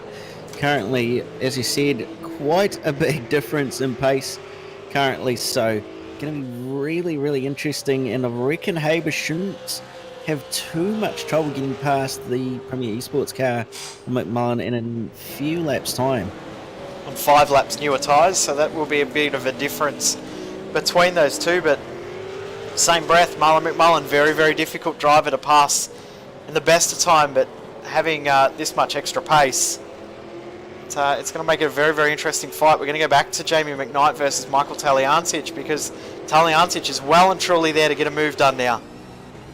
Oh, big slide from Taliancic coming out of Siberia. Just held on to that. Thought that he may have lost the car there. It was very, very sideways. You can see the wheel work. He held on to that just, and then you see now McKnight missing an apex. So track conditions are very, very tough. It is not easy out there at the moment. Yeah, for sure. It is definitely not easy with 47 degrees track temp and all that rubber on the ground, making it very, very greasy and very, very difficult. So it's definitely a driver's track at the moment. You could almost describe it as driving in the wet nearly for a lot of these guys who won't have experience in these hot conditions. So some of them will struggle, and some of them will probably use this as sort of a testing ground to see who's doing so good. But Taliancic with a much better run through turn 1 than McKnight is going to try and get as close as he can to the back bumper of McKnight, who seems to be really struggling on those older tyres at the moment. Well, they're both struggling on the older tyres. You just see this, both struggling at different points. You see the 027 car, the ART car, looks like it's struggling in the mid-corner and just corner exit. You can see Taliancic struggling. He's outbroke himself. No, just pulled it up. I didn't think he was going to pull it up. The engine almost stalled under brakes. Taliancic through, and great move. So the 777 moves into position 7. Yeah, it's a lot of 7s there for Taliancic, but great move there. Oh, car's around! Right on the rear car around. There's a car upside down. That's the 333 car of Ross Thallon, and also more cars involved. Take care, everyone. What has happened there? With Job Stewart and also Tom Curran involved, they were in a little bit of a fight amongst themselves, and we'll see if we can pick up a replay. Happened just ahead of them. I saw the 333 car going across the track. It was actually already happened there, the 35 and the 333, and as the 333's come across, it ended up getting completely launched. So try and get another replay and go back a little bit, see if we can work out exactly what unfolded there. It's a bit of a strange incident, that one.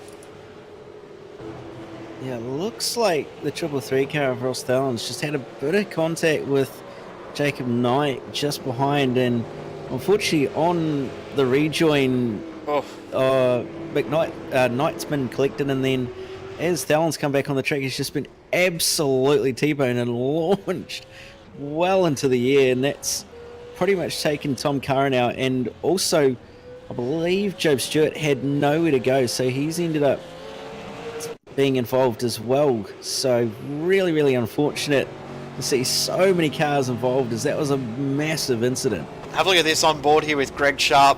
You see it start to happen up ahead. You see the two cars make contact, and he's coming to get on the throttle. He's like, oh, hang on, these guys are slowing down, and he just avoided it somehow, straight in between all of them.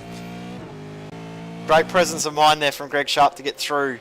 And Tom Curran has returned to the pits. He looks like he may be day done. You've got Grant Caines now battling. No, he's not actually battling, losing a bit of ground, as we're just seeing Marlon McMullen's off the circuit. So Harley Haber through. What has happened here to Marlon McMullen? Oh, bit of contact between himself and Haber actually.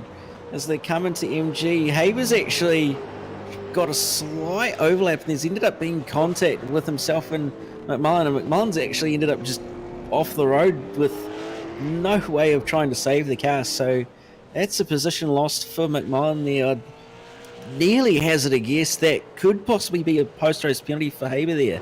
Yeah, it'll be definitely reviewed post-race. Obviously, all the incidents, any contact between cars in this series are reviewed post-race. So if you are wondering about how it all works in regards to post-race penalties and all of that sort of stuff, there are every incident is reviewed post-race. We just see Brady Myers is going to go straight up into that 7th position to take it away from the 777. Talyancic finally got into 7th and he's lost it straight away to Brady Myers, who is well and truly on a charge. He's the fastest car on track at the moment by pretty much a full second. He's got some great pace. Yeah, he sure does. He was pretty much a full second quicker than anyone ahead of him, including the Trick Sim Sports, Synergy Sim Racing and Zuva Racing cars. So he's got some absolutely seriously quick pace with those brand new tyres, and at the rate he's going, he's going to end up well inside that top 3. We said when he came out of the pits he had 25 seconds to the race leader of Brenton Hobson, and is now down to 18 after 8 laps. So that's a second a lap. Big difference. So at the current rate, we're going to see Hobson in probably another 11 laps. So he's got 11 laps to really take advantage, Brady Myers. Maintain the current pace that he's got. We could see him within 10 or 12 seconds, which would then mean with a 10 or 12 second shorter pit stop, it's going to be on between Synergy Trick and TTL Esports in the final phase of this race. Don't think it's all over at this stage. Hobson and Healy is closed down to 1.7 seconds as well, but I tell you what, Brady Myers might have a bit of a challenge on his hands now.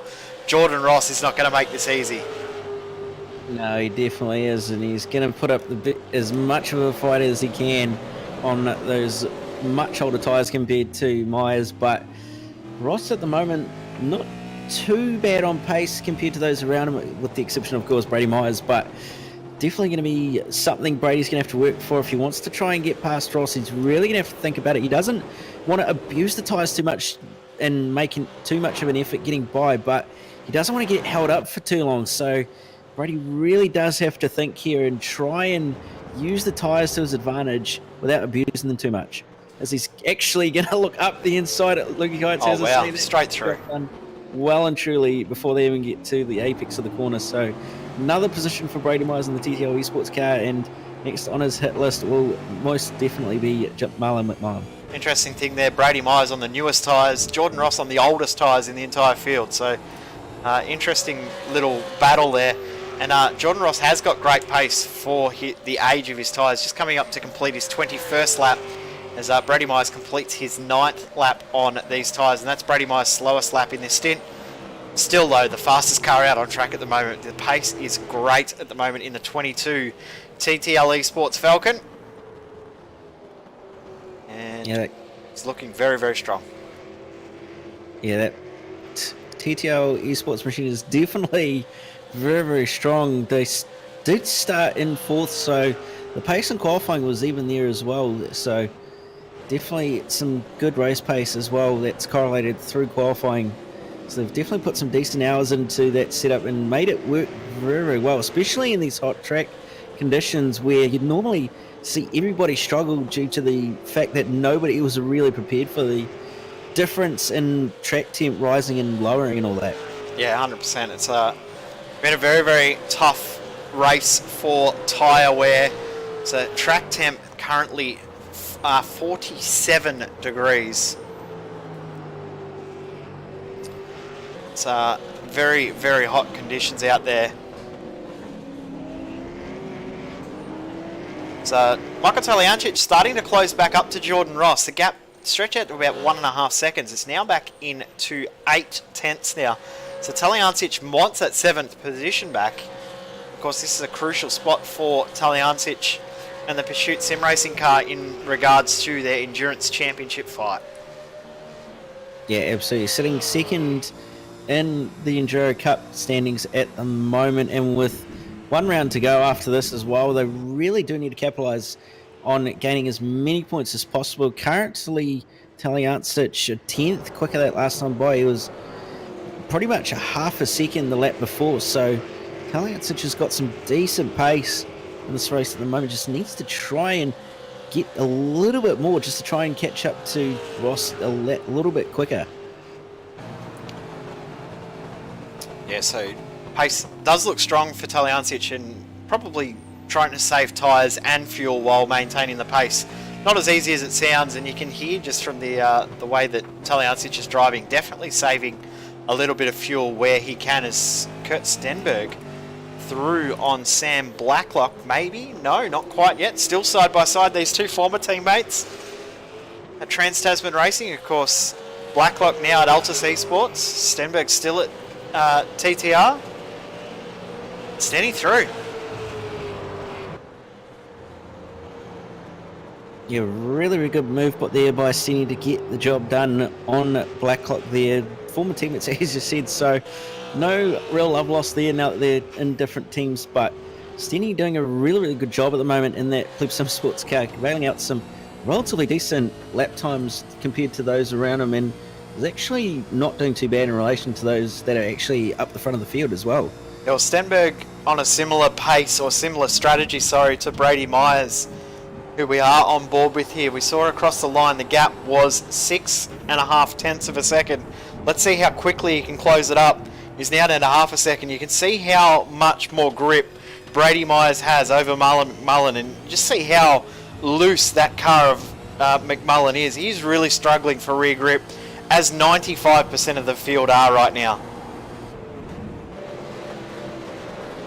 Yeah, 100%. He's definitely on some used tyres at the moment, so he'll be struggling a little bit, but yeah, it's really, really all about the strategy with the tyres. You just can't abuse them, and those who have are really, really struggling at the moment. It is now Mullen really struggling on those tyres. He's going to let Brady Myers go on through with relatively ease, so another position for the TTO Esports car. They're absolutely hounding the leaders, and I don't think they realise it. I don't think they do either. I think they'll be a little bit surprised to see that gap close. As we said before, this gap was 25 seconds when Brady came out of the pits. It is now down to 15.8 between Brady Myers in 5th position, Brenton Hobson in the race lead. We are not far away from the final pit window opening. We're expecting lap 113, 114 to open that final pit window, and from there we will see who will come in for that final stop, who will come in for that final blast of fuel, who will come in for tyres. You want to come in early in one aspect to try and undercut everyone around you. You want to come in late so you've got fresh tyres at the end. You want to come in the middle so you've got the average of both. None of the strategies are right. They're all wrong. Who makes the right call is going to be very, very key in this race. I don't want to be the one that's trying to make that call, though. It would be very, very tough to work it out. Yeah, it's definitely something that those who know what they're doing, but those who don't just want to stand back and let the others do it, because you do not want to get it wrong. And one other thing is, you're not going to want to be sat for too long filling up either. If you can try and minimise the amount of time you're sat for, whether it be just going on a little bit more fuel or trying to match the fuel up with the tyres, you're going to ultimately come out really, really well ahead of everybody else. So Brady Myers closing in the gap on Harley Haber, and another second out of the race leader on this lap as well. Gap now down to 14.8 between Brady Myers and the lead of this race, that being Brenton Hobson. So it is closing at a fairly quick rate. So just seeing teammates battle here. Jacob Knight through on Scott Clark in the XG Motorsports entries. So we'll change of position there. Blacklock's still struggling for rear grip now that Stenberg is through. And Taliancic still closing in on Jordan Ross. I think he's happy just tucked in behind to use it as a bit of fuel saving. Yeah, well, it wouldn't exactly be a silly thing to actually fuel save a little bit here, because it'll minimize your amount of time in pit lane, and it'll also possibly help you in the way that you can then overcut the people around you and be able to match up the fuel and tires as best as you can, even if it means that it's just a little bit over or under. The gap between first and second for the first time in a long time is less than 1 second. It's just stretched out to just over a second again. But Michael Healy is closing in on Brenton Hobson. Last lap by half a second quicker was Michael Healy. So Healy well and truly on a charge. He is closing that gap down at a very, very quick rate right now. Yeah, Healy much quicker than Hobson at the moment. Basically half a second that last time by. So Healy's really using those new tyres to his advantage, whereas Hobson's possibly starting to struggle, and in a few laps time we'll probably see a battle for the lead between these two if Hobson's not careful. And what they need to be careful of is if they do get into a battle for the lead, they don't want to lose too much time, because Brady Myers is taking huge chunks of time out of these two cars. So they need to be careful that if they do come together, they don't want to fight. That might be when you see one of these two cars jump into the pits and try something different.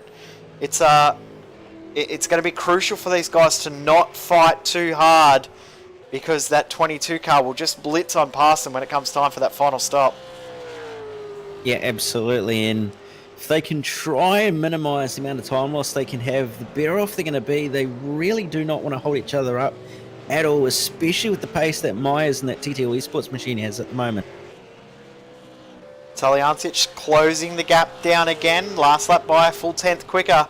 So he's now within striking range of Jordan Ross. Jordan Ross coming up towards the end of his stint, 27 lap old tyres, so probably another 4 laps left in it before he'll want to dive into the lane and get some fresh Dunlops, because those ones will have no tread left on them at all.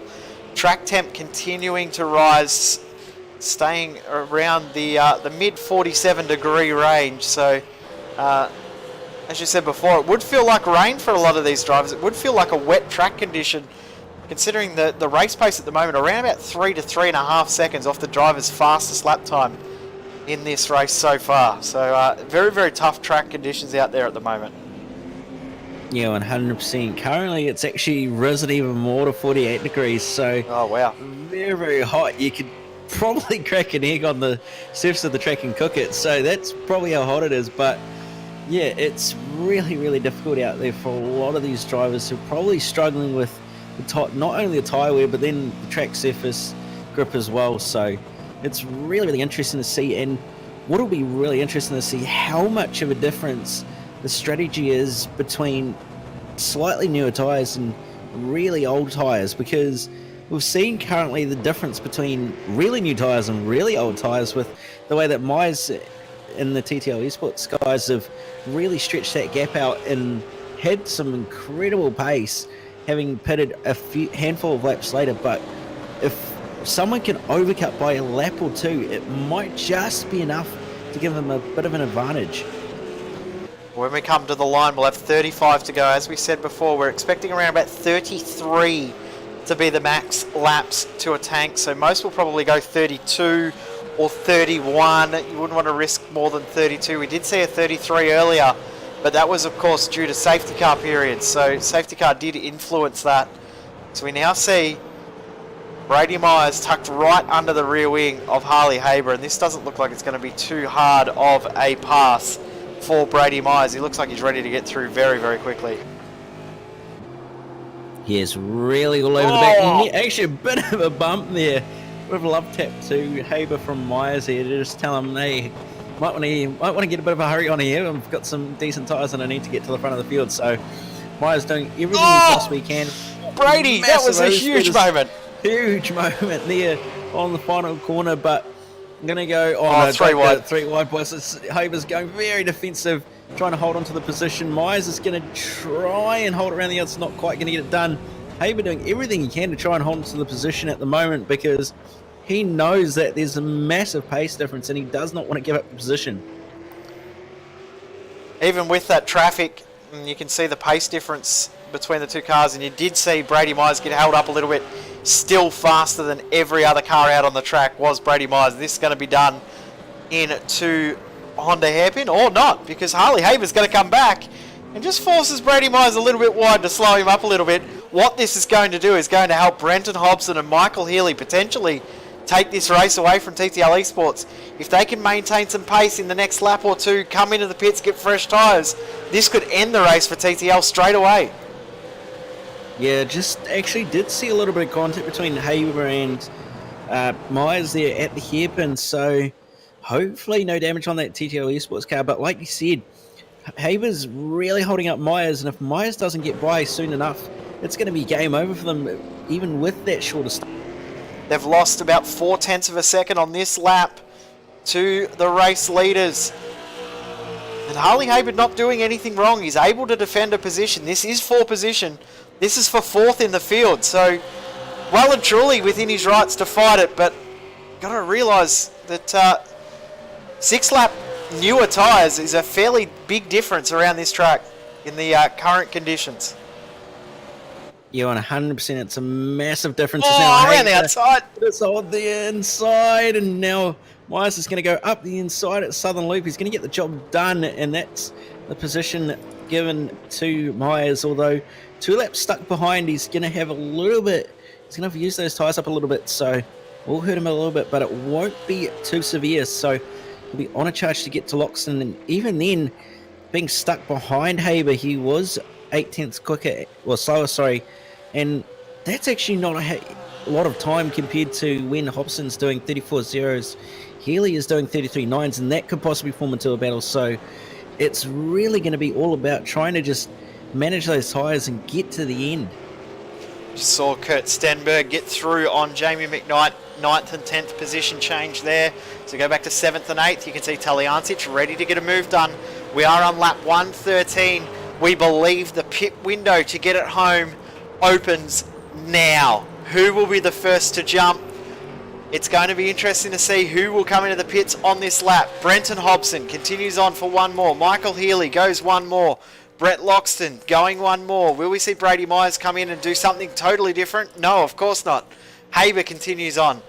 Marlon McMullen continues on. Jordan Ross continues on. Michael Taliancic continues on. Kurt Stenberg, will he come in?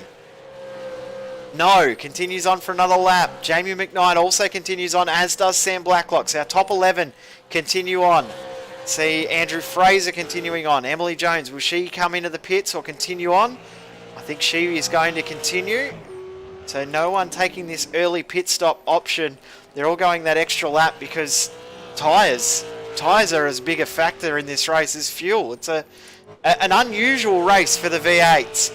The V8s normally is all about more about fuel, but I don't think we've seen tyre wear as severe as it is in this race right now for a long time. Yeah, absolutely. It's all about the tyre game. Everybody wants to have the brand new tyres. No one's going to want to give up track position and possibly risk having dramas at the end of the race where they're not going to have the tyre life left. So probably going to see everybody try and go as long as they can, although who knows, especially with the fact that the Trick SimSports car now really close to Brenton Hobson, who seems to be really struggling at the moment. Yeah, I think we might see one of these two cars come in. Whichever comes in, the other stays out. No, they both stay out, so they go on for another lap. That will give them 32 laps to finish the race. Will we see Loxton come in? No, goes again. Surely Brady Myers will continue on for another stint. He does. Harley Haber continues on as well. Marlon McMullen, will he come in? No. Jordan Ross, no. Michael Taliancic, no. Kurt Stenberg, will he come in? I don't think so. It looks like he's continuing on for another lap. It's surprising to see no one's jumped in with 32 laps to go. You would have thought one of the cars in that top 10 may have tried something different. There we go. We do have one that is doing something different. Everyone else... Blacklock hit the wall! That's absolutely massive. I cannot believe that's actually happened in the pit lane. He's coming just way too hot and he's ended up overshooting it, and he's ended up in the wall. So maybe damage. It looks like he actually does have damage, but maybe not. He might have just got away. One thing will be, he might actually have a speeding in pit lane penalty though. Oh, very true actually. Just got away with it in that aspect. Seeing Luke Page and Matthew Deere in the pits. We'll find out soon whether it's got a penalty. It is on for the lead though, because Michael Healy now tucked under the rear wing of Brenton Hobson. Will he be able to get through? It's going to be very, very close. You would think one of these two will jump into the pits now. Who is going to blink? Will they both blink? Is Healy tucked in under the rear wing to save? He has got 6 laps newer tyres, so he can go a bit longer. He's going again. So, of course, Healy will be able to short fuel the car. 6 laps more fuel in the car. That equates to around about 8 seconds. So that's a fairly big margin that the Trick Sim Sports car has in regards to pit stops. Of course, they are going to lose around about the same margin to this car. That is Brady Myers, who is now only 10 seconds behind Michael Healy. Yeah, and 8 tenths quicker that last time by as well. So he's absolutely hounding that gap. It's just coming down at a horrendous rate every single lap. There's just no way that Healy's going to have to be able to hold on to this lead. He's going to have to think about it. Jordan Ross into the pits. Glenn Postlethwaite into the 88. Marlon McMullen staying in the 017. Michael Taliantich staying in the 777. So now let's watch Brady Myers here. One thing he could do, I mean, the tyre life in his tyre, or the life in his tyres have been very, very good throughout this stint. Coming up to 30 to go. He could come in now and fool everyone, get fresh tyres and absolutely blitz the field. That is a possibility. He will have the shortest stop out of everyone. Could be something he could do, because of course he's going to lose time now to the likes of Glenn Postlethwaite and those other drivers in that lead group, like Sam Blacklock, also now Michael Taliantich, Jordan Ross. He's going to lose time to those guys because they have fresh tyres. They're going to be about a second and a half quicker.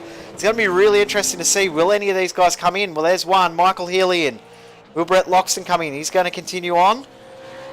Brady Myers will come in. Interesting. So Brady Myers should take the effective race lead right here. Just needs to pull the car up properly. Good job. Got in very, very smart. Haber continuing on. Stenberg coming in.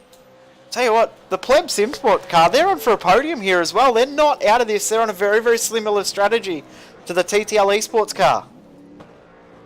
Yeah, they've really done a good job, actually, to manage to end up in a position. Yeah, they've actually really done a really good job to do what they've done. And also to note, Forzan's back in the trick car, so this will really be a fight for the lead, that's for sure, between Myers, Elnabi and Hobson. There's Glenn Postlethwaite coming out of turn 11 up to turn 12. Yep, Elnabi away. And Elnabi should have the race lead coming out of the pit lane. It's going to have around about 6 seconds or so for Glenn Postlethwaite. You can just see in the background. And have a look at who is just behind him. Brady Myers. It is on for the lead between Elnabi and Brady Myers. 1.8 seconds separate these two cars. This is for the effective race lead.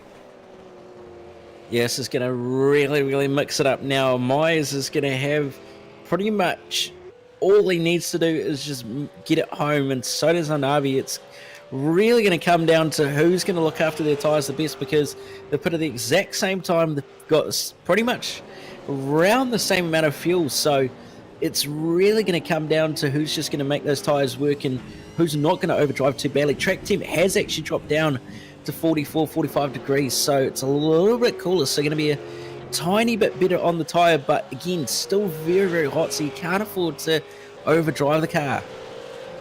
Actually been sent a couple of little messages. There's a couple of teams that are wanting the track temp to go up even higher because their setup will suit that even more. They're wanting it to go even higher than the 46, 47, 48 degrees, go even higher because their car will behave better, which is amazing to think that there's teams out there that actually want the track hotter. I don't know anyone would want the track hotter. I mean, if anything, you'd want it 18 degrees or as low as you possibly can, because it's grip rather than going sideways and trying to drive the car like it's in a wet rack. I think the big thing is that they know that their car will behave better than everyone else out on the field. As Loxton and Haber have continued on this battle now for third and fourth out on track. Andrew Gilliam has jumped into the pits in the Pursuit Sim racing car. Jacob Knight in the 35 EXG Motorsports car. So seeing most of the field now come into the pits. Brett Loxton on his 32nd lap in this stint. You'd have to think he will come in on this lap And interesting to see where he comes out. I'm going to think he's going to come out around about with just ahead of Marlon McMullen behind Glenn Postlethwaite, sort of in that 4th position. Although he's off the circuit. Oh, just pulled it out into pit lane. That was wild entry for Brett Loxton there.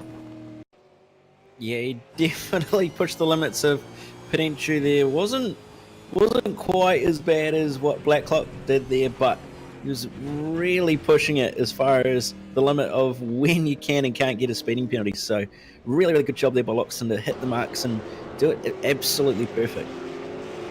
On for position out on track after the pit stops between Pleb Sim Sport and Pursuit Sim Racing.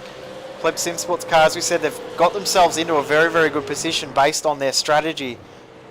But they're going to feel a bit of pressure from behind. That 777 car has looked very, very strong all race long, as Brett Loxton still stopped. And he will likely come out behind Glenn Postlethwaite ahead of Marlon McMullen, as we expected. Away goes Loxton. And 5th position, and there comes Marlon McMullen. So they will hold on to 5th. Will Brett Loxton. Brady Myers to Forzen Al Nabi, staying very, very stable. Have a look at the last lap time for those guys. Yeah, absolutely, really quick. Absolutely identical lap times as well. 1 minute 31.930 for both drivers. Identical lap times for the effective race lead in the race. You can't ask for much more than that. You want the top 2 guys to be going at it at a very, very quick pace. Very quick, very even. You can't absolutely split them at the moment. Identical times. Yeah, it's very, very close. Both drivers very decent, very quick.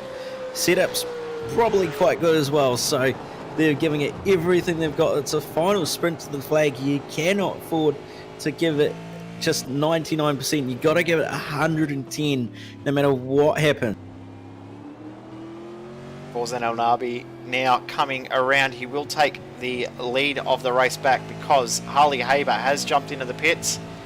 And he's starting to break away a little bit from Brady Myers is Forzen El Nabi. Now to 2.4 seconds. Haber in the pits. So that will be positional change right now. And Brady Myers through as well. 2.48 at the line.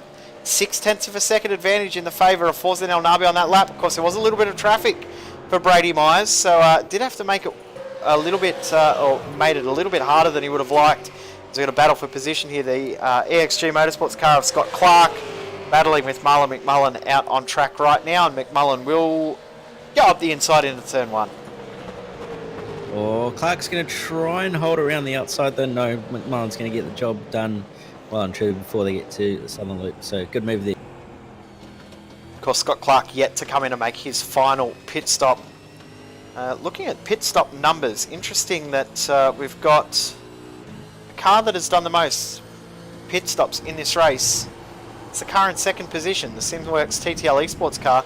They've done 6 pit stops in this race, and their pit strategy is what's got them into a great position. It's on between Harley Haber and Jordan Ross as they battle for position. Of course, Harley Haber's just come out of the pits, so he may have to be a bit careful about this position while his tyres come up to temp. Yeah, if he can hold on until they get up to temp, he should be in a really, really good position to gain possibly a few spots ahead of him. The likes to the Pleb SimSport car and possibly Pursuit car as well, so shouldn't have too many issues getting past the 2 cars ahead of him if he can look after those tyres relatively well. Front of the field, the gap has stayed exactly the same because both drivers across the line with identical lap times. Both have done a 1 minute 32.3. So no change in the gap. Front still 2.4 seconds, but the gap here between Haber and Jordan Ross starting to extend because Harley Haber is closing in on Michael Taliancic here.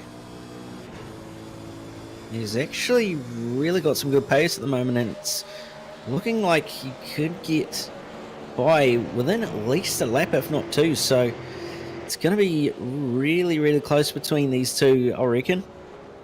Yeah, definitely. I think that Haber's pace, of course, new tyres versus now 6-lap old tyres for Michael Taliancic, or on his 6th lap now. So possibly we'll be struggling a little bit with those tyres. With the hot conditions out on track, you'd think that the tyres will struggle a little bit more, a lot more quickly, as Talyancic right under the rear wing of Thomas McMillan as well. And you also see Jordan Ross coming back at Harley Haber, but Talyancic thought was about to lose the spot to Harley Haber. He's now trying to get the move done on Thomas McMillan.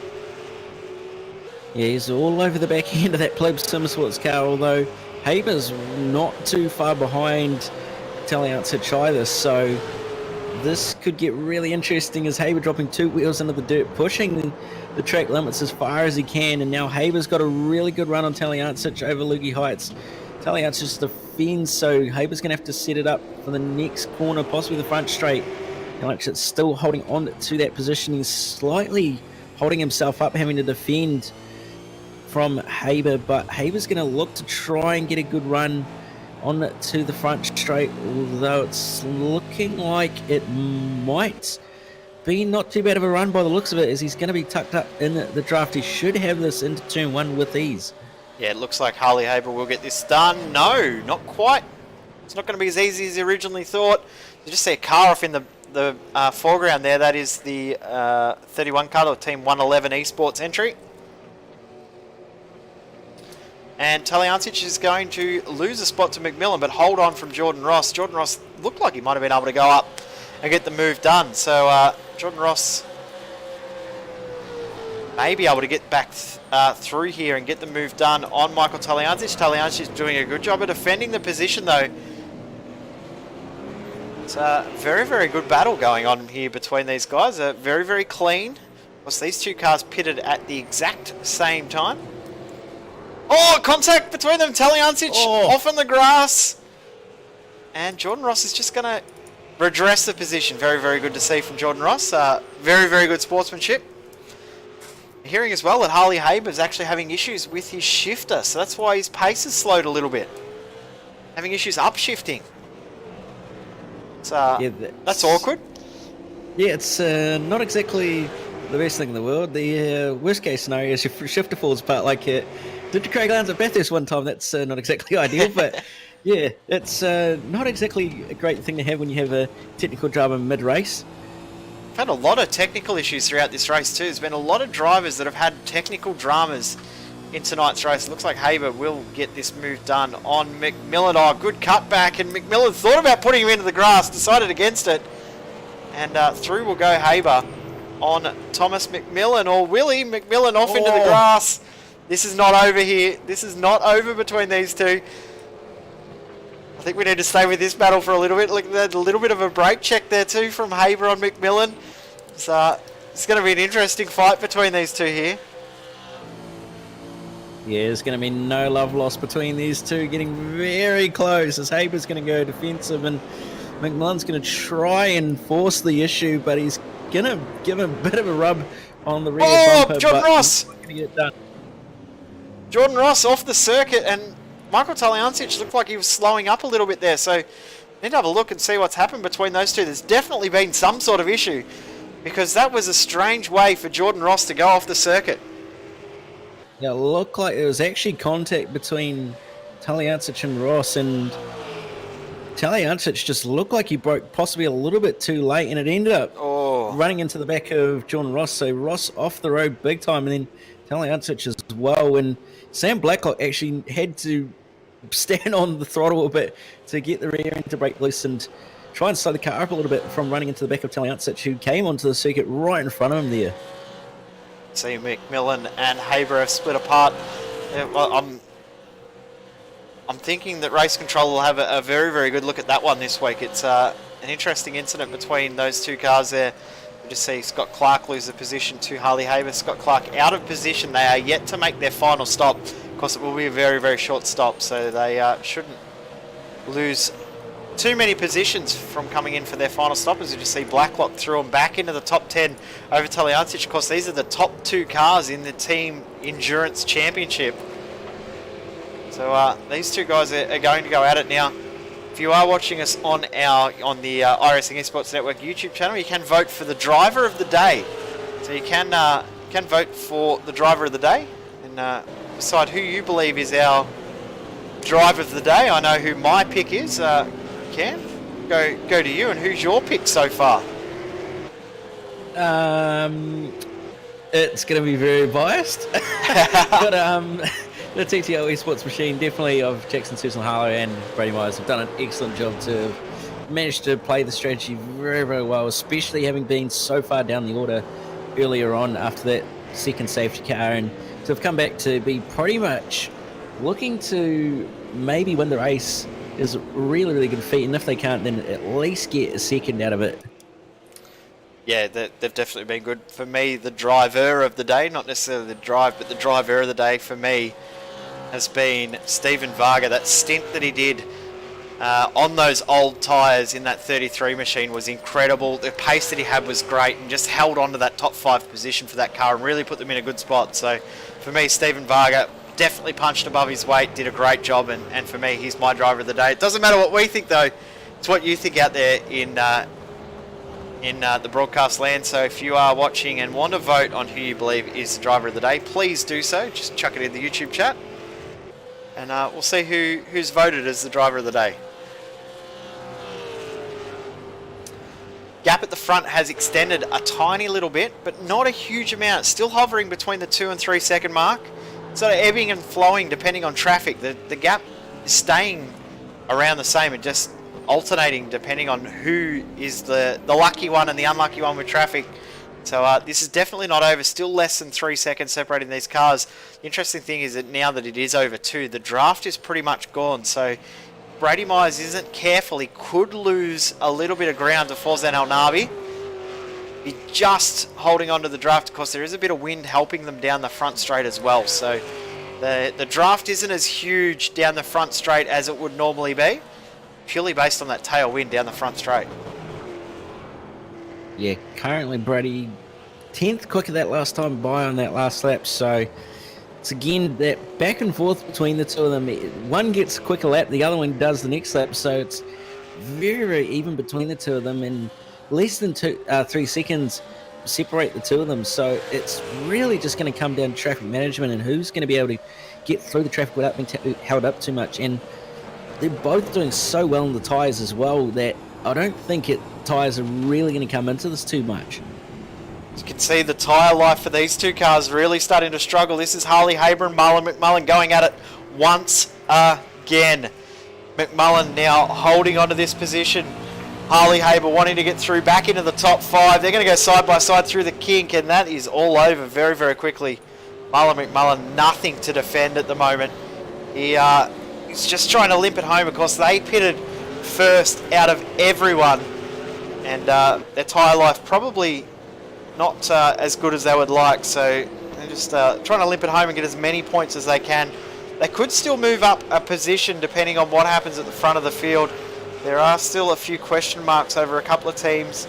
Glenn Postlethwaite at the moment doing a very, very good job in 3rd position, just maintaining pace, but of course he's on the same strategy as McMullen. Brett Loxton is slowly catching in Postlethwaite, so it is not over for the last podium spot. As we said, it's not over for the lead. And now Harley Haber, who is the fastest out of the top 5, starting to slowly catch up as well. So we've still got some battles going on, and have a look at who's going at it again. Jordan Ross, Michael Taliancic take 3 in this battle between these two. You can't separate these two. I could swear they're magnetised to each other because I swear we've seen this before. You can't. Yeah, deja vu again.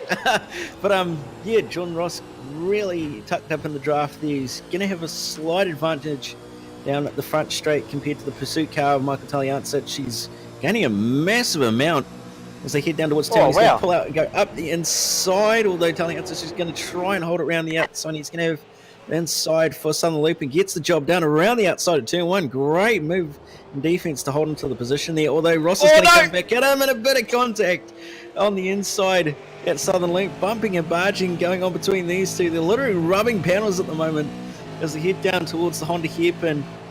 Taliancic is going to go on the right-hand side of the track to go defensive, and Ross is going to try and go around the outside, but he's going to have to sit stationed for the moment, and Taliancic will just hold on to that position.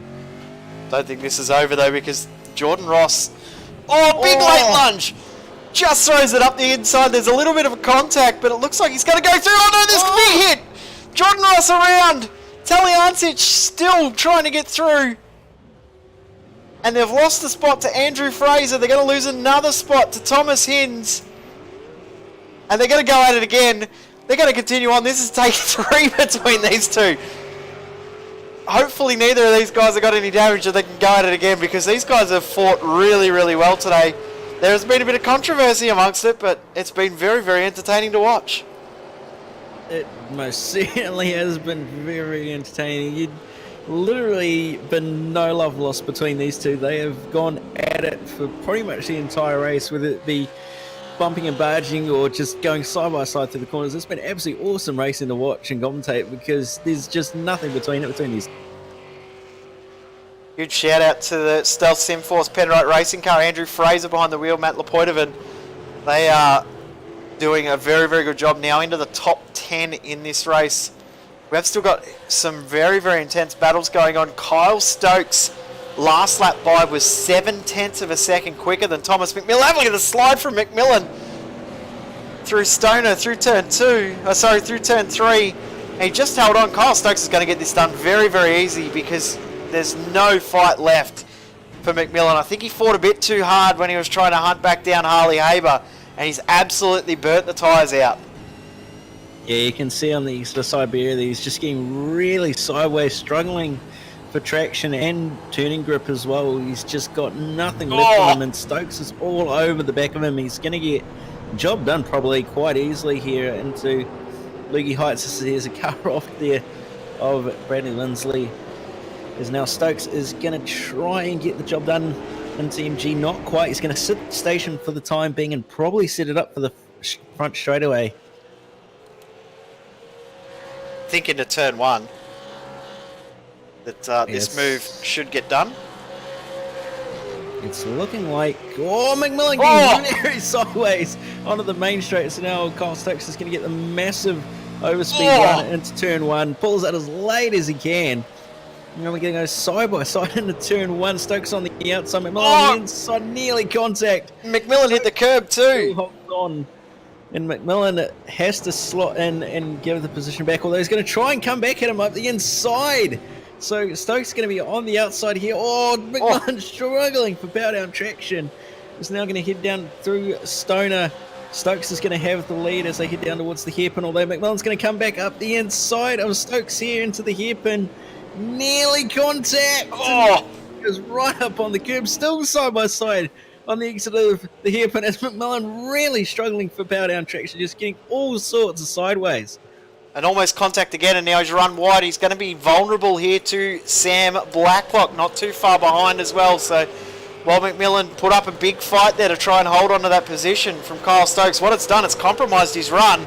And now Blacklock closing in very, very quickly. Last lap by was 1 second quicker than the Pleb Simsport car of Thomas McMillan. So needs to watch out, because Blacklock coming at him very, very quickly. Yeah, Blacklock's got much better tyres clearly, and he's going to have some decent pace. So Blacklock shouldn't have too many issues getting on by, but McMillan, as we've seen, is not afraid to put up a fight, and he's going to make it as hard as he can for Blacklock to try and get on by, that's for sure. Gap between McMullen and Haber has already stretched out to nearly 3 seconds. So within a lap and a half, 2 laps, Haber has shot a long way ahead of McMullen. I think McMullen, could he be borderline on fuel? May have short-filled the car by 2 or 3 litres and is now having to save a little bit to get it home. It'll be interesting to see. That could be why McMullen's pace is the slowest out of everyone in the top 10 other than McMillan. Yeah, it might very well be the possibility that he's low on fuel. There's still 16 laps to go, so might have a bit of fuel to save just to get to the end, but really will have to keep an eye on that gap, because it's coming down at a horrendous rate. Hearing that McMillan's problem's not tyres, he's actually got damage in the car, so he it's just trying to hold on to the car. So all the more reason to be a bit confused as to why he was fighting so hard. Blacklock now is going to try and go through a little bit of a bump. He's just going to unsettle McMillan. McMillan will have to give up the spot. Or will he? He's laying on the brakes. as Blacklock just does the undercut and manages to get on by. That was very late on the brakes for McMillan there. So Blacklock now through into 8th position. Next car that will come up to Thomas McMillan with his damage is Andrew Fraser.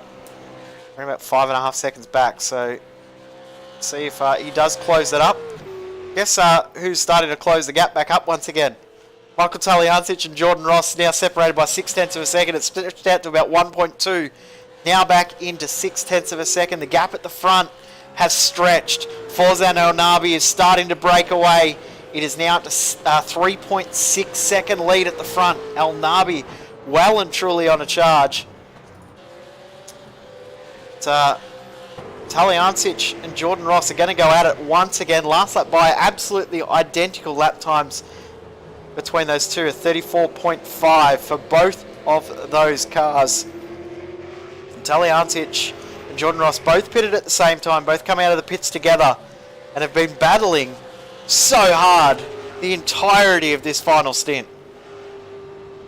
Yeah, they have not left each other alone the entire stint. They've been pretty much every single kind of racing you can do. They've been bumper cars, they've been side by side. It's just been absolutely amazing racing between these two, and absolutely no love lost to it, especially when they fight each other off the road on the exit of Siberia not too long ago. So it's just going off for the minor position between these two, that's for sure. Brett Loxton slowly starting to close in on Glenn Postlethwaite as well. That's under 3 seconds for the first time. Harley Haber has broken out 4.1 seconds over Marlon McMullen. It's 14 seconds between Haber and Loxton. So it's probably out of reach, you would think, unless there is a mistake for Brett Loxton. But Loxton, as we said, is starting to close in on Glenn Postlethwaite.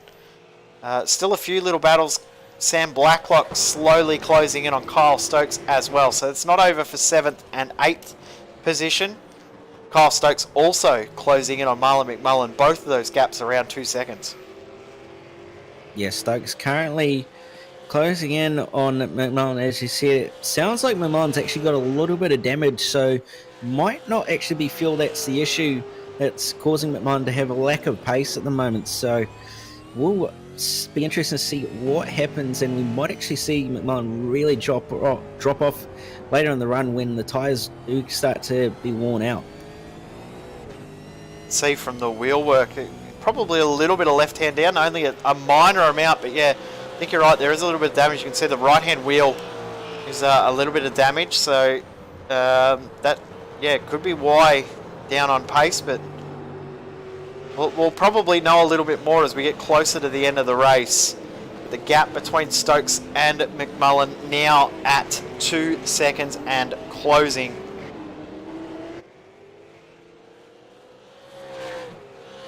So we come up for 14 laps to go in this race. It has flown by so quick. We are 3 hours and 32 minutes into this race, so we have no issues with time certain finishes. We've got about 20 minutes of racing to go, although the race pace has definitely dropped off. So now doing 33s, 34s, it seems some 35s and even 36s out on track at the moment.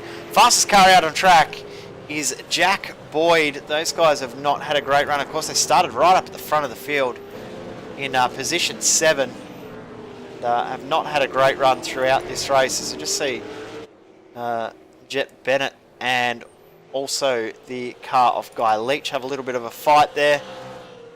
Jet Bennett was in a battle for position with Nathan Tregarthen, but Tregarthen has gone through, so that's 23rd and 24th position.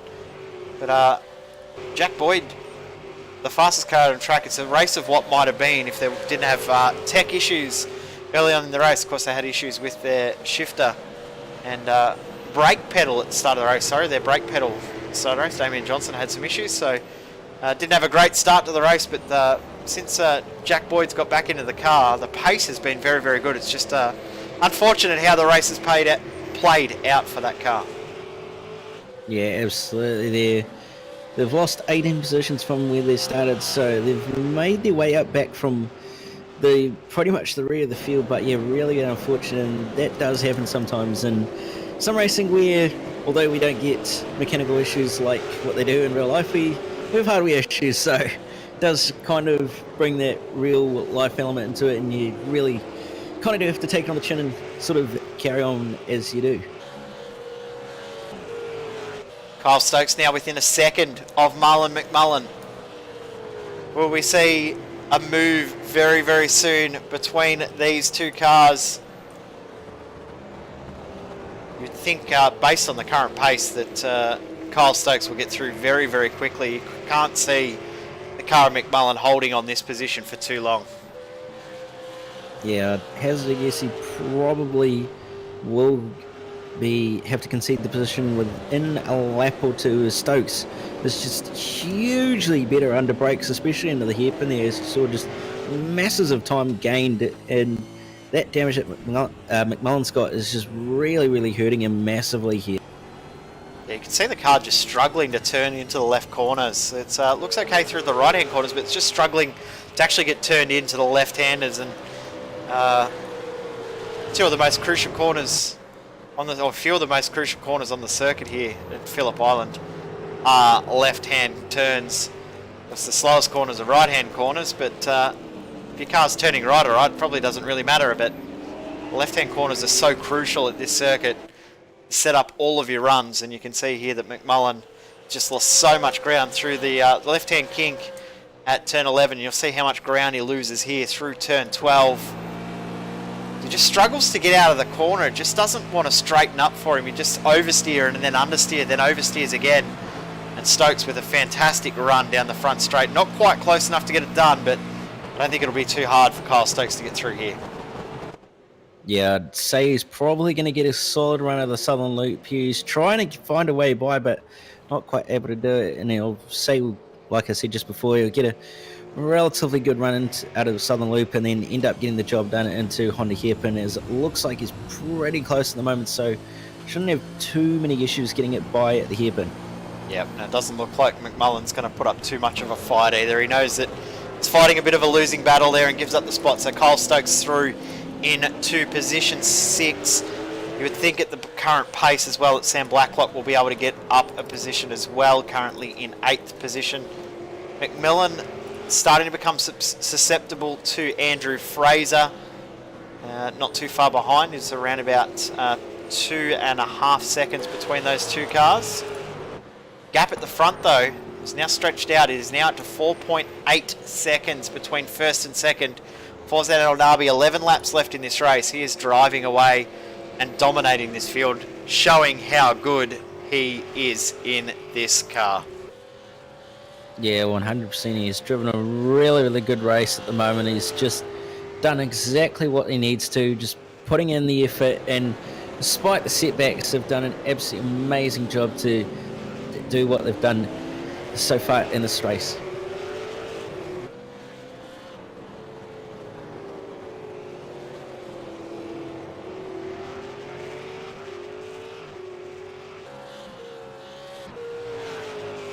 Marlon McMullen's just hanging on to Kyle Stokes. He's not letting him go, but Sam Blacklock is closing that gap down.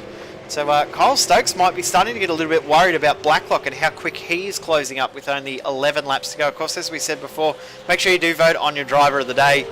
Not necessarily team of the day or car of the day, but driver of the day. And have your say. Both Cam and myself have had our say on who we think, and there's been a few other votes in the YouTube chat. Make sure you chuck your opinion in the YouTube chat if you've been with us throughout the race. It has been an absolutely fantastic race so far. We originally were planning to have 2 breaks throughout the race, and we had one very, very minor one under that second caution. It has flown by this race. It's been incredibly quick pace, and I think we've said it 4 or 5 times. This race has not felt like an enduro at all. It has felt like a sprint race. Yeah, absolutely has. It's just flown by with how much has been going on and how quick everybody's done the laps. They've just railed the laps out, and it's just made this race so quick. You blink and you miss like a quarter of the laps that has just gone by. So yeah, it's been really, really good race and really, really entertaining with just action throughout the field. Yep, 100%. It's been very, very action-packed the whole way through. So we do thank you all for tuning in as well throughout this series and throughout this race. It's been absolutely action-packed. If you are watching us on Facebook Live Our Facebook live stream will end in a couple of minutes' time, unfortunately. It's restricted to 4 hours, so it will end, not through our choice, it will just end automatically. So jump over and join us on our YouTube channel on the iRacing Esports Network. The link is in the description on the Facebook video. And you can come over and watch as Sam Blacklock will get this done up the inside. Marlon McMullen, again, will not defend too aggressively. Knows he cannot fight. But Blacklock now within 1.4 seconds on Kyle Stokes. This is going to get very heated. And I'll tell you what else is getting very close. Brett Loxton is close to Glenn Postlethwaite. We said that he was getting close. He's very close now. Yeah, he's very, very close now. It's not a lot of time between the two of them at the moment. So you're going to have to really keep an eye on this, because it's going to form into something that's going to be a really good battle with only a handful of laps to go. Yep, 9 laps left in this race. Gap at the line, 1.7 seconds separating our third and fourth place cars. Two of the cars that have been most consistent throughout the race. We've talked about incident point limits and penalties. We had one car that's received 2 penalties in this race. We will have one other car that will receive a post-race penalty, but no one else is even that close to the incident limit. Had some cars only on 5 incidents throughout this race. 5, 6, 7, 8 incidents. Incredibly clean race for the most part. We're sure we've had some bumps and we've had some bangs, but the incident count very, very low. It'll be interesting to see how we go when we go to Spa next week. We could see some DQs there. Yeah, it's Phillip Island's one of those tracks where usually if you're off the road, it's doesn't usually end well. You end up in the wall or in quite a big moment. So it's a little bit different to the places like Spa, where running wide does actually end up giving you an off track quite easily, and also give you plenty of runoff in case you do go off. So it's one of those really interesting things that you do have to keep more or less keep in mind when you're in the driver's seat. You can't really afford to go off at a place like this, but at Spa you can kind of afford to drop 2 wheels off here, there, and everywhere pretty much. Yeah, one aspect you definitely can, because it doesn't affect your speed as much, but it does affect you in this sort of race where you do have an incident point limit and you do get disqualified if you do hit that. So you have to be a little bit careful, and we will see at Spa next week here live on the iRacing Esports Network from 9:15 Australian Eastern Standard Time. As I just see Michael Taliancic has gone off the circuit again, and I believe there's been an incident between Jordan Ross, and his teammate and Andrew Gilliam. We'll see if we can pick up exactly what has happened.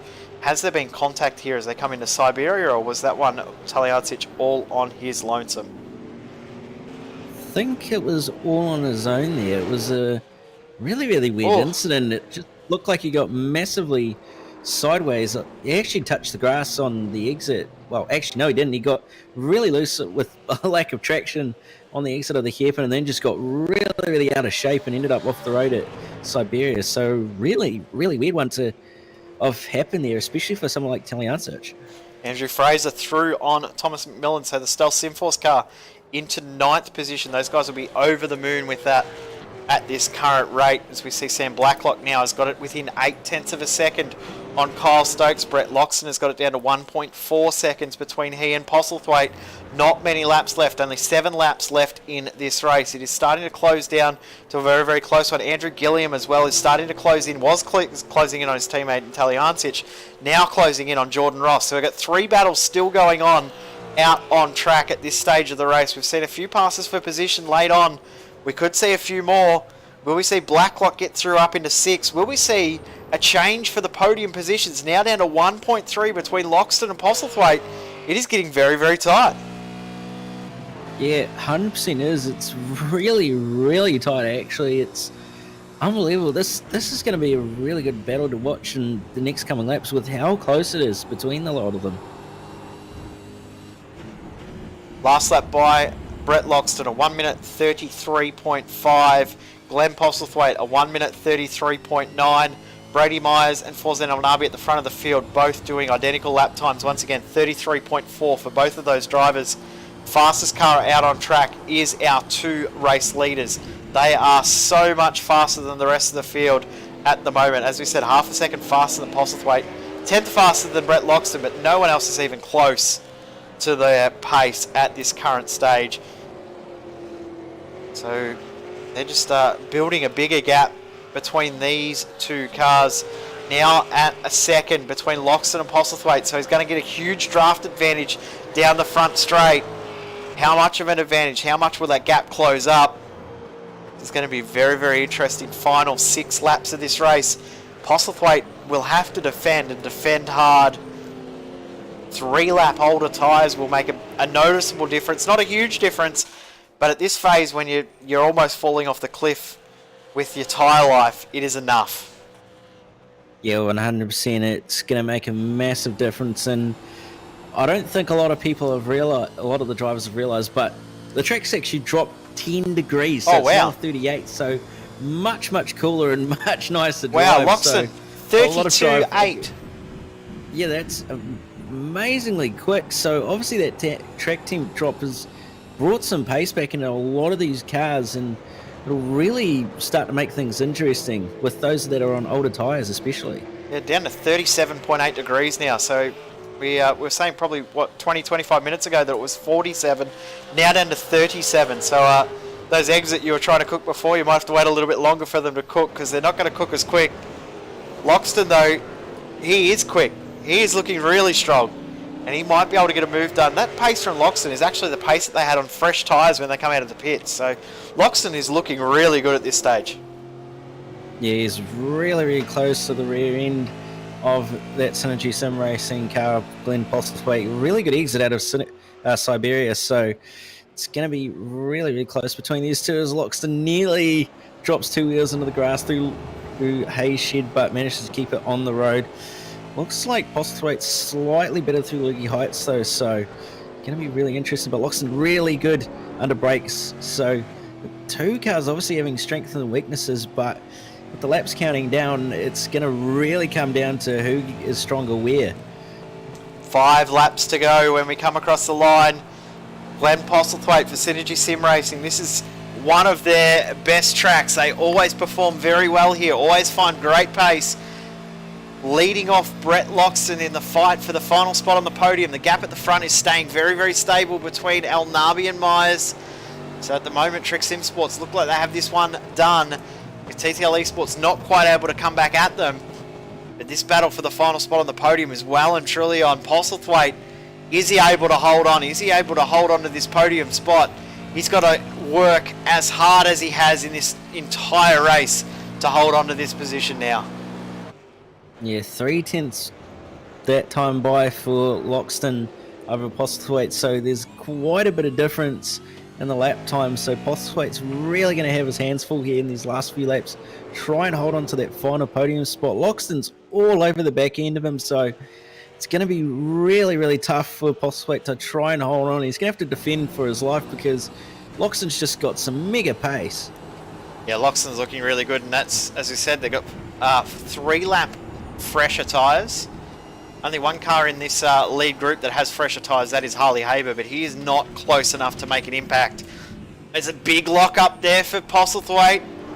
Just trying to hold on. The track has gone back up again in temperature. It's back up to 42 degrees, so the Dunlop tyre techs out there who are testing the tyre temps and the track temps, they're obviously finding a little bit of shade where they checked the temperature just before, because it has gone back up fairly quickly. 4 to go.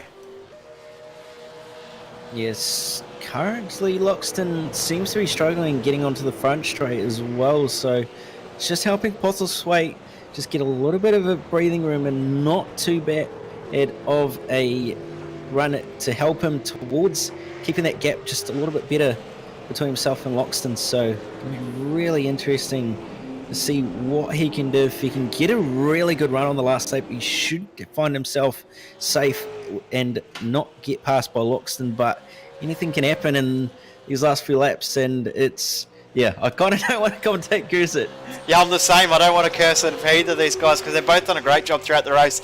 Another two guys that have done a very, very good job. We saw Andrew Gilliam earlier having some unfortunate issues where he got turned around. He now fighting with Jordan Ross. There's only 3/10 separating those two guys. Kyle Stokes and Sam Blacklock, also nothing separating those two guys, only half a second. We go back to Loxton and Postlethwaite though, because it is a half a second, and Loxton looks a stronger car. He just can't quite get the pace at the right points to get through. Yeah, he just seems to struggle in places that he really needs to have good pace, and that's massively hurting him because he just can't quite get the gap down enough to capitalize on it. So he's really got to work with what he's got and just try to utilize the advantages that he had. 3 laps remaining. No change of position between Loxton and Postlethwaite, but there might be very, very soon between Jordan Ross and Andrew Gilliam, because they are closing that gap very, very quickly. Andrew Gilliam looking really strong at the moment over Jordan Ross. Will he be able to get through? I think we're going to see a dive up the inside very, very soon. Big lock-up, though, from Gilliam, and a little bit of a bump. Yeah, Gilliam's definitely giving Ross a bit of a hurry up to try and get a move on so he can try and get by, but Gilliam's looking like he doesn't quite get the run onto the front straight. Ross a little bit better, so Ross will hold on to the position for a little bit more longer. Yep, no change of position. We go back to the battle for the podium spot because it is very close now. This is the closest that Loxton has been. Now down to under 0.3 of a second. Brett Loxton trying to get past Glenn Postlethwaite. Synergy versus Zuva Racing. Will we see a move in the next couple of laps? Oh, big late lunge there for Brett Loxton. He hasn't had a great season by his own standards. Had a lot of bad luck in most series that he's run this year after a very, very good season last season in a few of the series. He has not had any luck at all except for bad luck. Now 2 to go, wanting to get a bit of redemption. Podium spot will be a good start for that. Yeah, 100%. It's never easy when you have a bit of a bad run and a bit of bad luck for quite some time. So if you can break that drought, it's really, really satisfying. So he's doing everything he can to try and get a podium position, but Postlethwaite with a few tech issues at the moment. So hopefully he can get those resolved and hopefully not lose the podium out of it. Yeah, this could be disastrous. We've just seen Postlethwaite reappear back on the circuit, so gap has stayed the same. But here's Gilliam, contact between Gilliam and Jordan Ross. And Gilliam goes through despite the contact there. So that will definitely be looked at post-race by race control. 2 laps to go. That was an interesting little phase there as now Brett Loxton, Glenn Postlethwaite going at it. Here we go. This is on for a podium. A little bit of damage to the front of Brett Loxton's car as well as Postlethwaite 2 wheels in the grass. Almost loops it around. That was an amazing bit of driving to hold on to the car there. Anybody else would have probably lost it, but that was just unbelievable. Loxton locks the rears. Just manages to pull it up. Nearly has to run into the back of Postlethwaite, but manages to pull it up. So these two, 1 lap to go. It's going to be all on, that's for sure. Yeah, 100%. This is the final lap. This is the last chance for Brett Loxton to get past Glenn Postlethwaite, for Sam Blacklock to get past Kyle Stokes, Thomas Hinds closing up on Thomas McMillan, and Jordan Ross to get that position back on Andrew Gilliam. White flag in the air, last lap in this race. We're going to stay with this battle for the final spot on the podium between Glenn Postlethwaite and Brett Loxton. This is a great fight. Yeah, if Loxton can just set it up properly, he might get a good run into the hairpin area. He's close at the moment, so looks like the opportunity might be there, although Postlethwaite's probably going to go defensive. Currently getting really sideways, but he doesn't quite, just covers enough. Oh, he's outbroke himself. But just pulls it up. I thought he'd gone. Yeah, I thought he was as well, but he's really pushing as Loxton looks for a move but doesn't quite get it done. Bit of bumping. He's actually pushing Postlethwaite to try and get him to hurry up. As now Loxton is really, really pushing, but I don't think he's going to get it done. No, I think you're right. We've got to watch out for this lap car, though. Hopefully we don't have a lap car get involved in this. We don't. We've just also seen Sam Blacklock through on Kyle Stokes. Thomas Hinds is through on Thomas McMillan. But at the front of the field, Forzan El Nabi, congratulations, great drive. Picks up the win, dominant performance. Brady Myers, 2nd position for the SimWorks TTL Esports car. They are out of fuel. Postlethwaite, Loxton. It looks like Postlethwaite will hold on. Yeah, Willie looks like Cough. the job is done. As long as there's no cough. All good. Just makes it home. Gap at the line. 0.2 of a second between Postlethwaite and Loxton. Amazing fight between those two guys. It was great to watch the whole way through. Harley Haber, first outing in the Enduros for Mach 1 Esports, will pick up 5th position. And my driver of the day, as I said, Stephen Varga, he did a fantastic job in that middle stint. Sam Blacklock will finish this one in 6th. Kyle Stokes in 7th position. Marlon McMullen will bring it home in 8th for Premier Esports Racing Team. Great job for Cell Stimforce. They pick up a 9th position in this race. Well done to those guys. Very, very tough field to get a 9th. Those guys will be pretty overjoyed with that. And rounding out the top 10 will be Thomas Hins with Emily Jones. Pleb Simsports did make it home in 11th in the M Pursuit in 12th. ERT in 13th.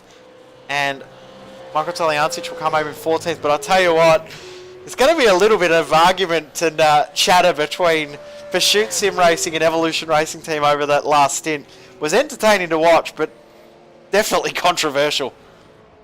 Yeah, 100%. There was all sorts going on between those two, that's for sure. And yeah, there will more than likely be some words exchanged, that's for sure, between the two teams. KRF will finish in 15th position and also in 16th position with Guy Leach about to come across the line. EXG Motorsports will come home in 17th and 18th position, but what a race. Excuse me, what a race that was. Absolutely fantastic action the whole way through. We go through our race results.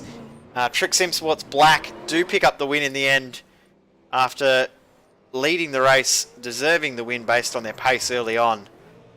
Didn't quite pan out how they would have liked early on in the race, but they end up winning by 6.4 seconds. Simworks TTL Esports run out of fuel on the last lap on the main straight. Didn't quite have enough to come back, but great strategy play to get them back into this event.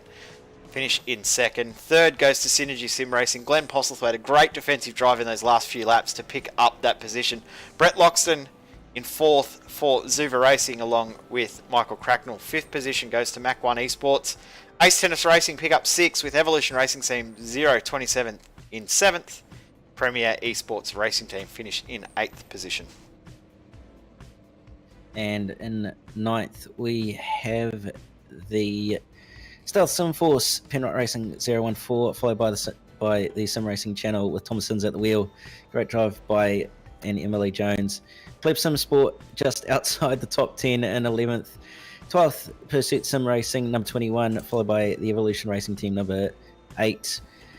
Pursuit Sim Racing 777 in 14th, and the number 535, Carif MP Custom Motorsports, and rounding out the top 15. 16th goes to the 116 KRF Motorsports, followed by the EXG 35 Machine 069 EXG Motorsports in 18th, and round at the top 20 will be the number 34 RRT LeBlanc and Middle Finger Racing number 54.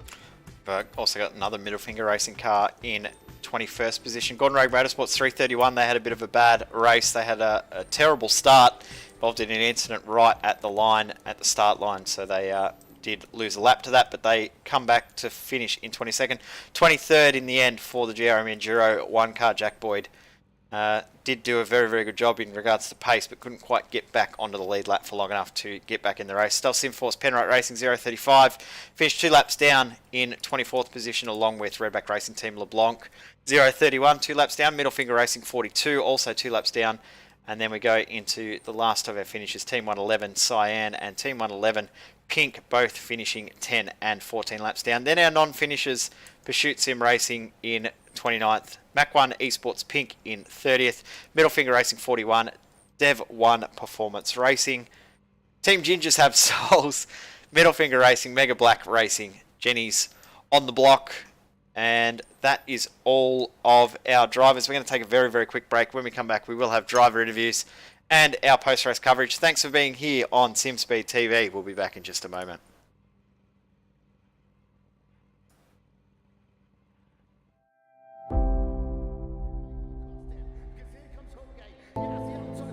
Through the final corner, for the final time. Once again, photo finish. the chair of the Indianapolis Motor Speedway. Will it be Tim Hogan? It's going to be Christopher DeMerit at the line.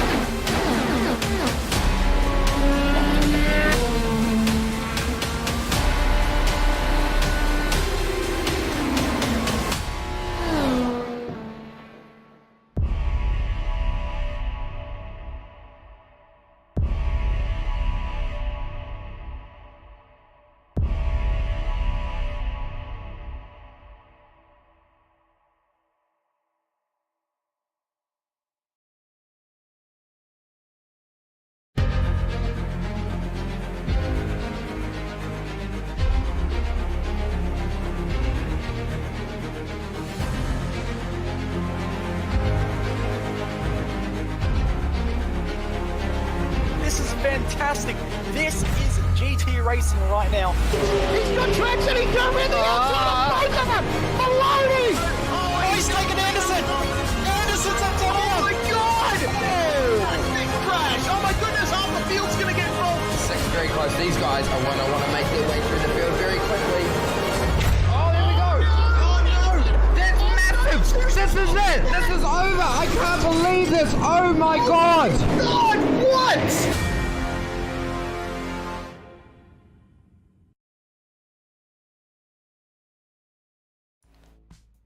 Welcome back here on SimSpeed TV on the iRacing Esports Network for post-race coverage here of AOSC Season 6, Round 14 here at Phillip Island, and we're joined by our race winner, firstly in the booth, Forzan Al-Nabi here with us. Congratulations, Forzan. It didn't come easy, come with a little bit of controversy, but in the end, the pace was just too good. Yeah, cheers. No, I think, yeah, considering what happened in that first stint when I was driving, I think it was a good fight back by myself and Michael Healy. I think, yeah, we just drove whatever we had left in the race, and obviously being early on in the race, we used up our fast repair, and that's all we really had. No more room for error. So yeah, we just had to run a good clean race, and yeah, I think the end result is, yeah, it's pretty good. We saw at that first restart that Michael did sort of let a few cars go. He wasn't too willing to fight and was just happy to give up spots. Was that a strategy call, or just happy to let a few cars go and fight later on in the stint, or was that just something else, a car issue or something else? I think he struggled a bit on the restart, but I think he knew what our situation was with how we had to have a clean car at the end, and we were always within a really good chance of winning the race. So yeah, I think he did a really good job with just lifting off and letting cars by, not being too risky. And yeah, I think he did an awesome job as his last stint, really, where he was keeping pace with Hobbo. And yeah, I think yeah, I couldn't have asked more from him, to be honest. And yeah, I'm just really happy for him, and I'm really happy that we could get a win. It's really opened up the Endurance Championship as well. It puts you guys right up there for contention with the Endurance Championship. Really shaping up to be a great race when we go to Bathurst in a few weeks' time. Yeah, for sure. No, I'm really looking forward to it. Obviously, we're the defending Endurance champions, you can say. Yeah, so we obviously have to go out there and defend what we won last time around. And yeah, I think when I wasn't available last round, Ross and Healy did an amazing job to get a win on their behalf, and yeah, to keep us in the fight for the championship. So yeah, I'm just hopefully I could just do my best the last round at Bathurst, and yeah, we'll see where we end up. Congratulations on a great result tonight, and good luck in a couple of weeks' time. Who would you like to thank? Sweet, thank you very much. I would just like to thank all my team, all the boys at Trek Sim Sports, all thank our sponsors, Trick Custom Fabrications and Night Rider Designs, and yeah, just big massive shout out to Michael Healy for helping me out tonight. Obviously, Ross has got pedal issues, so he couldn't make it tonight. And yeah, Michael did an amazing job, and yeah, I just like to thank you guys as well for the broadcast. Congratulations, Foz and El Nabi. Trick Sim Sports picking up the win. Second position in the end. Simworks TTL Esports, congratulations on second, boys. Early on in that race, looked like a podium or even a top 5 was highly unlikely, and then strategy sort of played into your hands a little bit. Talk us through how it all went. Yeah, when we got shuffled back a bit during that sort of craze, we just sort of rethought our strategy, and sort of when that second safety car came out, just sort of played into our hands. We thought we'd do something different, and yeah, it sort of worked off in the end. That second last stint, Brady, the pace that you had was incredible. Was that more about tyre conservation and then coming through the field, or were you just going all out right from the word go? I was a bit sort of conservative. I knew with the track temperature that you had to be kinder to the tyres, but just the set was really good, so I was able to keep quite flowing and consistent, and managed to look after the tyres quite nicely during that stint, so that definitely helped. And Jackson, to you, it was a little bit of a controversial stint for you. It wasn't easy at all. Talk us through how you battled your way through the field. Yeah, me and Brady were talking, so I was just trying to, he told me just keep it clean, try and get as many spots as I could, and the aim was to try and get back in the top 10, like after going back all that way, and save tyres, and I managed to save enough tyres to get back to third, I think it was, before everyone pitted, and that second safety car really played into our hands, because we got to put 10 more litres in when everyone else didn't, and we made up for it in the end. Come down to a pretty close finish in the end. Obviously, the 6.4 second margin doesn't actually show the pace that you guys had, but did you think at any point there you might have actually been able to get past Forzan? And if you could get past him, do you think you might have been able to hold him off? I definitely thought I could have matched him or shadowed him, but I don't think we had the outright pace to win. And I don't know, just my JRT was definitely, it kept showing me false numbers, so I was sort of panicking halfway through. But no, it all worked out in the end. But it just didn't have enough pace in the end to match Forzan. Well, congratulations on a P2 tonight. It was very, very unlikely early on in the race to see you guys get back that far, so well done. Congratulations. Who would you boys like to thank? Thanks heaps. Just want to thank the boys at TTL for just all the help they do. Big thanks to SimWorks, Down Under Graphics, Tire Designs, Jackson for mega stint under big pressure, and you guys for the broadcast. Thanks heaps. Thank you very much, guys. Cam, it's been an awesome night of racing. Obviously, jumped in a late pit stop yourself for a driver swap, and it's been a thoroughly entertaining night. As we've said many, many times, it's felt like a sprint race. It's just gone by so quick. To have a 146 lap race feel like it's only been a half-hour race shows you the quality of the field that we've had. Yeah, 100%. It was really, really enjoyable, and just battles throughout the field, and it was a 4-hour race, but it didn't even feel like it just because there was so much going on. So yeah, credit to everybody in the series and just making it so awesome to watch and commentate as well. Big thank you to everyone behind the scenes for their help and support with this series here at AOSC. Big thanks to Western Mazda and LeBlanc for their continued support of this series, as well as Sam Blacklock Media and also Night Rider Designs.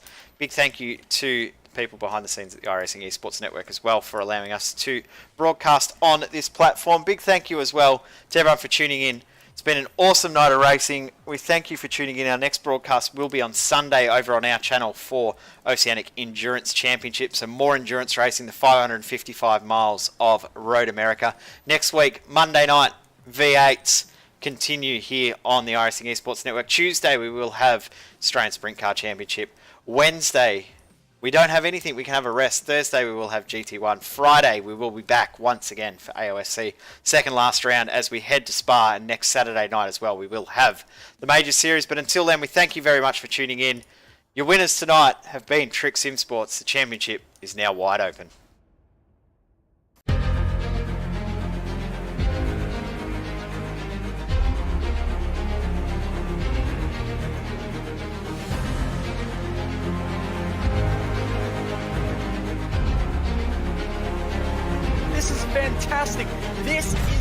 GT Racing right now. He's got traction, he's got everything outside of both of them! Maloney! Oh, he's taking Anderson! Anderson's up top now! Oh my god! Big crash! Oh my goodness, half the field's gonna get rolled! Second very close. These guys are want to make their way through the field very quickly. This is it! This is over! I can't believe this! Oh my god! God, what?